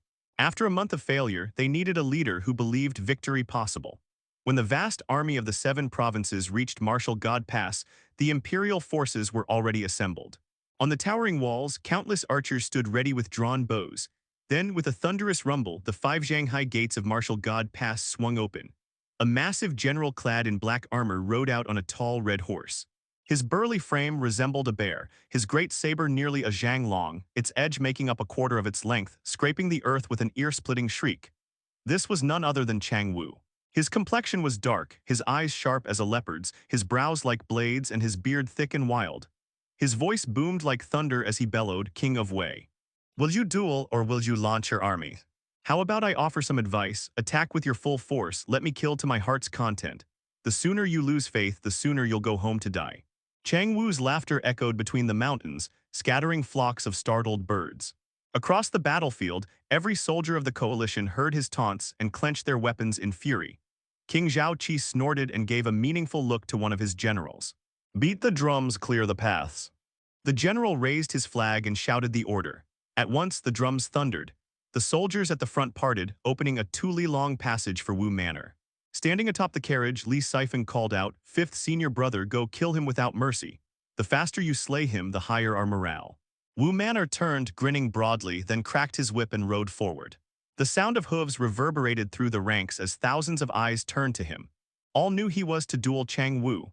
Though Chang Wu's ferocity was infamous, they prayed for Wu Manor's victory. Not only for honor, but for their families. To capture the demon emperor and end this chaos meant their loved ones could finally live in peace. Unaware of the immense hopes resting upon him, Wu Manor ignored the stares. His eyes locked on Chang Wu in the distance, his expression twisting into a snarl. Under the gaze of the multitude, Wu Manor rode alone from the army ranks, galloping straight toward Martial God Pass. Chang Wu's sharp gaze fell upon Wu Manor. His brows furrowed slightly, the youth gave him an inexplicable feeling of discomfort. Ever since consuming the martial god pill, this was the first time he had felt such unease. Who goes there? State your name. Chang Wu shouted, his voice so loud it stirred up the dust all around. Wu Manor gripped a long halberd in his hands, the heaviest weapon in the 7 provinces coalition army, weighing 270 caddies. Yet to him, it felt like the most fitting weapon he could wield. Clear Sky Sect Wu Manor. Wu Manor gathered all his vital energy, his shout echoing across the mountains, not a bit weaker than Chang Wu's. That single shout caused the soldiers on Martial God Pass to pale in shock. Even the fierce warhorse beneath Chang Wu reared in fright, its forehooves pawing at the air. Clear Sky Sect. A cold glint flashed through Chang Wu's eyes. In recent days, King of Waiju had invited many martial experts to aid him, so such a thing no longer surprised him. Yet the name Clear Sky Sect sounded vaguely familiar, as though he had heard it before. Wu Manor knew nothing of psychological warfare. As instructed by his second senior brother, after declaring his name and origin, he charged directly toward Chang Wu. The soldiers of the 7 provinces watched him, tension rising in their hearts as their eyes followed his figure unwaveringly. Seeing Wu Manor rushing straight at him, Chang Wu realized that the man clearly did not take him seriously. Fury surged in his chest. He immediately squeezed his legs together, sending his warhorse thundering forward. The two sped toward each other, their momentum building with every heartbeat. Twin plumes of dust billowed behind them as they charged, unstoppable. Wu Manor raised his halberd high, swinging it down with the force of splitting Mount Hua. Chang Wu raised his blade from below, aiming to knock the halberd aside. Clang, Wu Manor's brows knitted tighter. Chang Wu's face changed slightly. The long weapons in their hands quivered violently. Beneath them, both warhorses burst apart from the shock, flesh and blood scattering everywhere. The instant they landed, they launched into another assault, two human war gods clashing amidst waves of blood. Chang Wu wielded his long saber single-handedly, slashing horizontally. Wu Manor gripped his halberd with his right hand, his left forming a palm strike. He thrust out vital energy roaring forth with the sound of thunder and wind. Boom. The nine heavens' divine palm struck with overwhelming might, sending Chang Wu flying. The surging energy swept dust in all directions, engulfing the battlefield. Chang Wu was blasted 10 zhang away.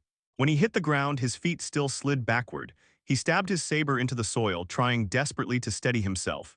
At that moment, Wu Manor suddenly hurled his halberd. He threw it with his full strength, his armor nearly bursting from his swelling muscles. His left foot, serving as the pivot, sank deep into the ground. A cold gleam flashed.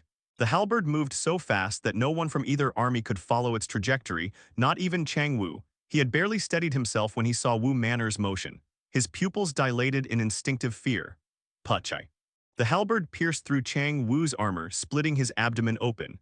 The tremendous force yanked his body off the ground, sending him flying backward like a siege boulder. He crashed into the wall of Martial God Pass. Cracks spidered out from the impact, spreading like a massive web. The entire pass trembled violently, and the soldiers upon the wall felt the shock through their feet. Silence. Both armies froze in disbelief, their eyes wide as if staring at a ghost. From the moment Wu Manor clashed with Chang Wu, only 3 moves had passed, and in less than 3 breaths the battle had ended. Chang Wu was nailed to the wall, his body trembling. Blood gushed from his chest like a spring, foam dribbled from his mouth. The light in his bloodshot eyes rapidly faded. The one-man barrier of Martial God Pass, Chang Wu was dead. Wu Manor still held the posture of having thrown his halberd. Behind him, the soldiers of the 7 provinces stared wide-eyed, imprinting his image forever in their hearts. He had pierced Chang Wu's impervious body and sent him flying dozens of zhang away, an act so terrifying that many wore expressions as if they had seen a ghost. Kill, assault the city. A thunderous roar shattered the silence. The 7 provinces' army erupted in a sky-shaking battle cry, the earth and mountains trembling with their charge. Tens of thousands charging, what a magnificent sight. King of Waizhou and Pei Zhangzhai stood upon a war chariot, gazing at Wu Manor's figure in awe. Pei Zhangzhai sighed sincerely. A truly peerless general, a god of war reborn. The king of Waizhou's eyes blazed with excitement. Li Sifeng laughed proudly. I wasn't exaggerating, was I? That's my 5th senior brother, that Chang Wu was never his match. Even amidst the deafening roars of battle, the king of Waizhou heard Li Sifeng's words. Snapping out of his daze, he burst into hearty laughter and clapped Li Sifeng on the shoulder. Reward, I shall reward you all handsomely. A brutal siege was about to begin. Though the imperial army's morale faltered after Chang Wu's death, they still relied on the strong defenses of Martial God Pass. Even against 10,000 foes, they stood with confidence. Wu Manor charged toward the pass. Archers upon the walls drew their bows, loosing volleys of arrows that rained down like a collapsing sky. Though his build appeared heavy, Wu Manor's movements were swift and fluid. He slipped through the downpour of arrows and raced for the gate. The soldiers of the 7 provinces behind him were utterly roused, their blood boiling as they sped up to follow. Before their eyes, Wu Manor leapt over the moat, twisting midair. His shoulder crashed forward like a falling boulder. Boom. The massive city gate shattered under his impact. The soldiers behind it were flung backward, their screams ringing out in chaos. Brutal, violent, unstoppable, Wu Manor's display utterly ignited the 7 provinces' army's morale, making them forget all fear. The king of Waizhou was ecstatic. He had not only witnessed Wu Manor slay Chang Wu, but also break through the city gate, sparing the army a costly assault. At that instant, the king of Waizhou felt as though the throne itself was beckoning to him. Meanwhile, atop a mountain west of Martial God Pass, dozens of black-clad figures wearing evil ghost masks stood watching the battle below.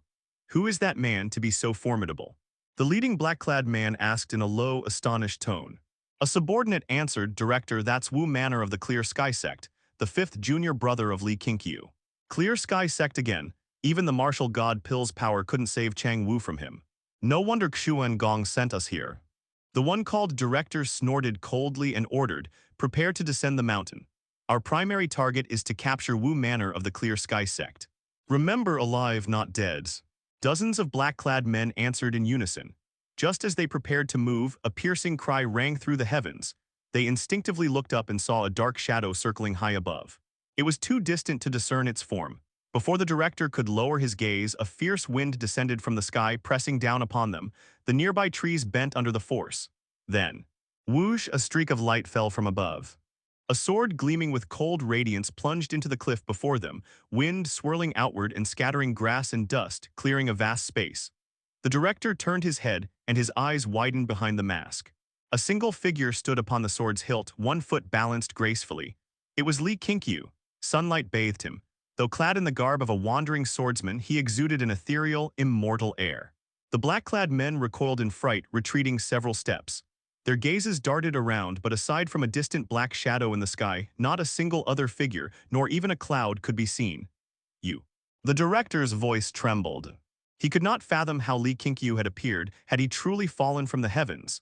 The others were equally terrified, uncertain whether the man before them was human or ghost.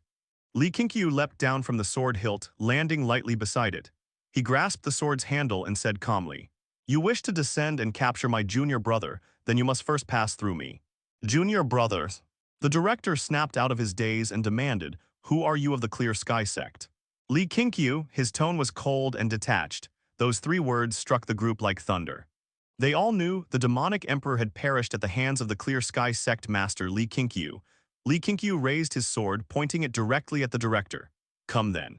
You are already surrounded by me, there's nowhere left to run." His words stoked the director's fury. He drew his blade and roared. "Arrogant fool, kill him, cut off his limbs and take him back to the imperial city as a cripple." Dozens of black-clad men unsheathed their weapons and charged. Below the mountain, the battlefield raged in chaos. Above, a deadly duel began. The clash of blades echoed endlessly. Li Qingqiu did not use any spells, only his swordsmanship, to face the black-clad men who had taken the martial god pill. Their strength far surpassed that of Su Xiling and even slightly exceeded Zhao Linglong's. To think that Zhao Linglong, who cultivated the mystic yin art, held 200 years of power, the martial god pill, was truly extraordinary. Li Qingqiu sensed the violent vital energy within them, rampaging wildly through their bodies, the effect of the pill itself. Their movements and reaction speeds were astonishing. On a battlefield, such warriors would be devastating. Unfortunately, Li Qingqiu was faster. Each time their figures crossed, his sword left a mark upon them. He did not hurry to kill them, he wanted to see their limits. The director swung out a wave of blade energy, which Li Qingqiu easily sidestepped. With a single turn, Li Qingqiu closed in on him. Seeing the swordsman's ghost-like speed, the director panicked and leapt into the air, slashing again.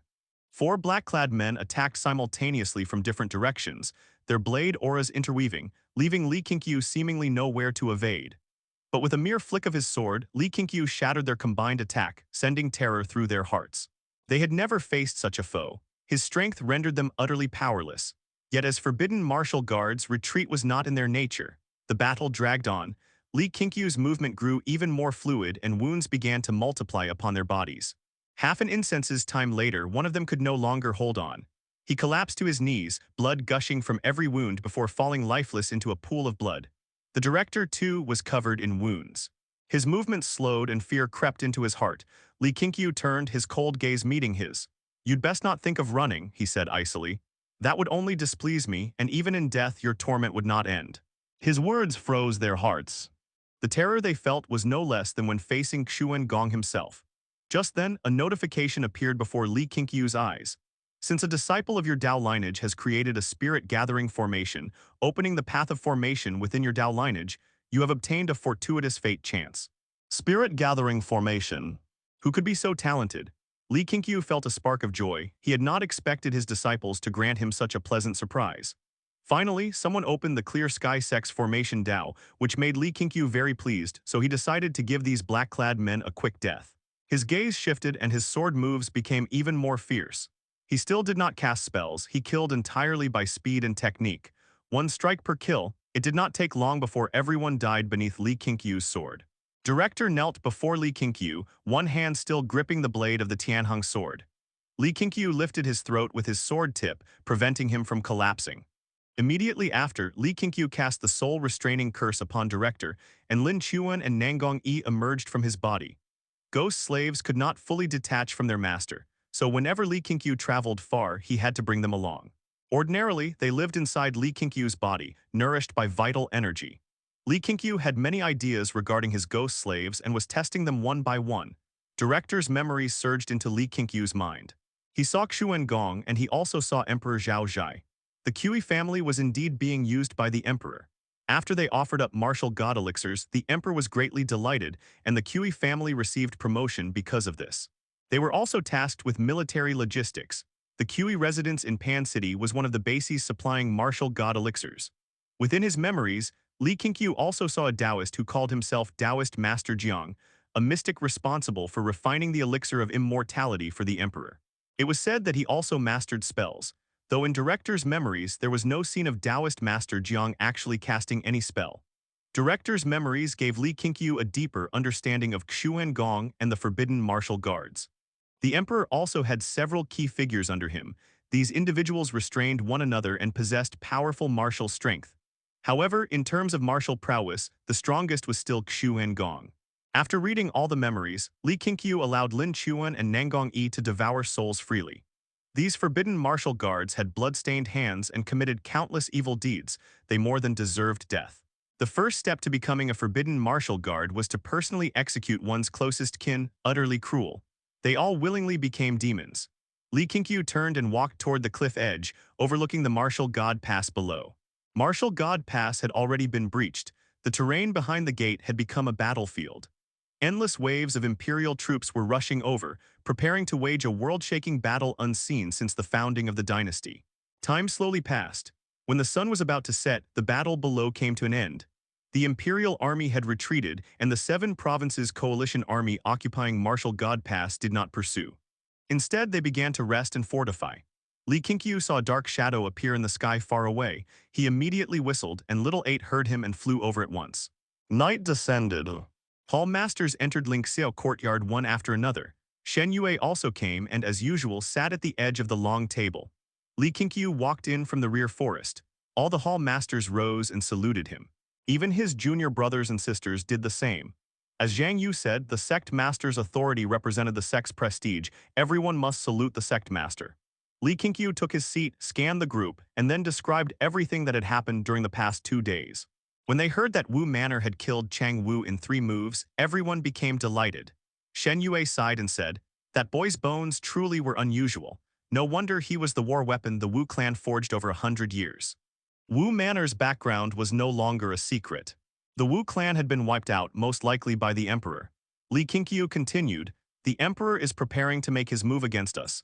He has issued a death order. Clear Sky Sect must be destroyed this year." Jiang Zhaoxia said disdainfully, "Does the imperial court still have time to gather troops just to deal with us?" The others were equally dismissive, not only because of the world's current state, but also because of the Clear Sky Sect's growth. Even Shen Yue had to admit that Clear Sky Sect was already the #1 sect under heaven. The 3 founding sects of the Great Dynasty could not compare. Clear Sky Sect only lacked reputation and time. The Emperor has ordered the 3 founding sects and the forbidden martial guards to act together against us. They may very well use martial god elixirs and yin ghost elixirs. Martial god elixirs can cause one's martial strength and physical power to surge. Chang Wu held the pass alone because of martial god elixirs.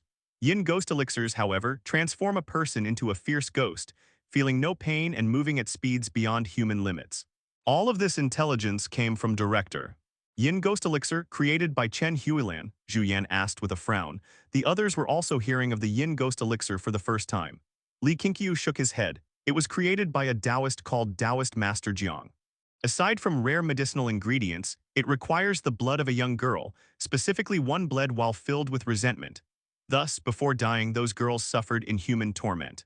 That Taoist Master Jiang had clearly inherited a cultivation legacy.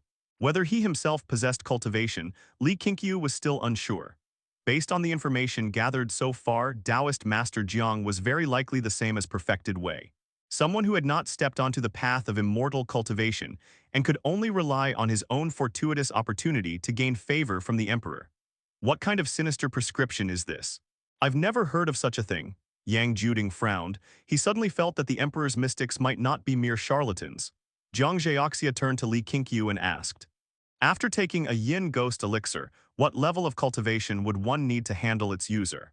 Everyone returned their attention to Li Qingqiu, tension rising. They did not question his intelligence, nor did they ask how he obtained it.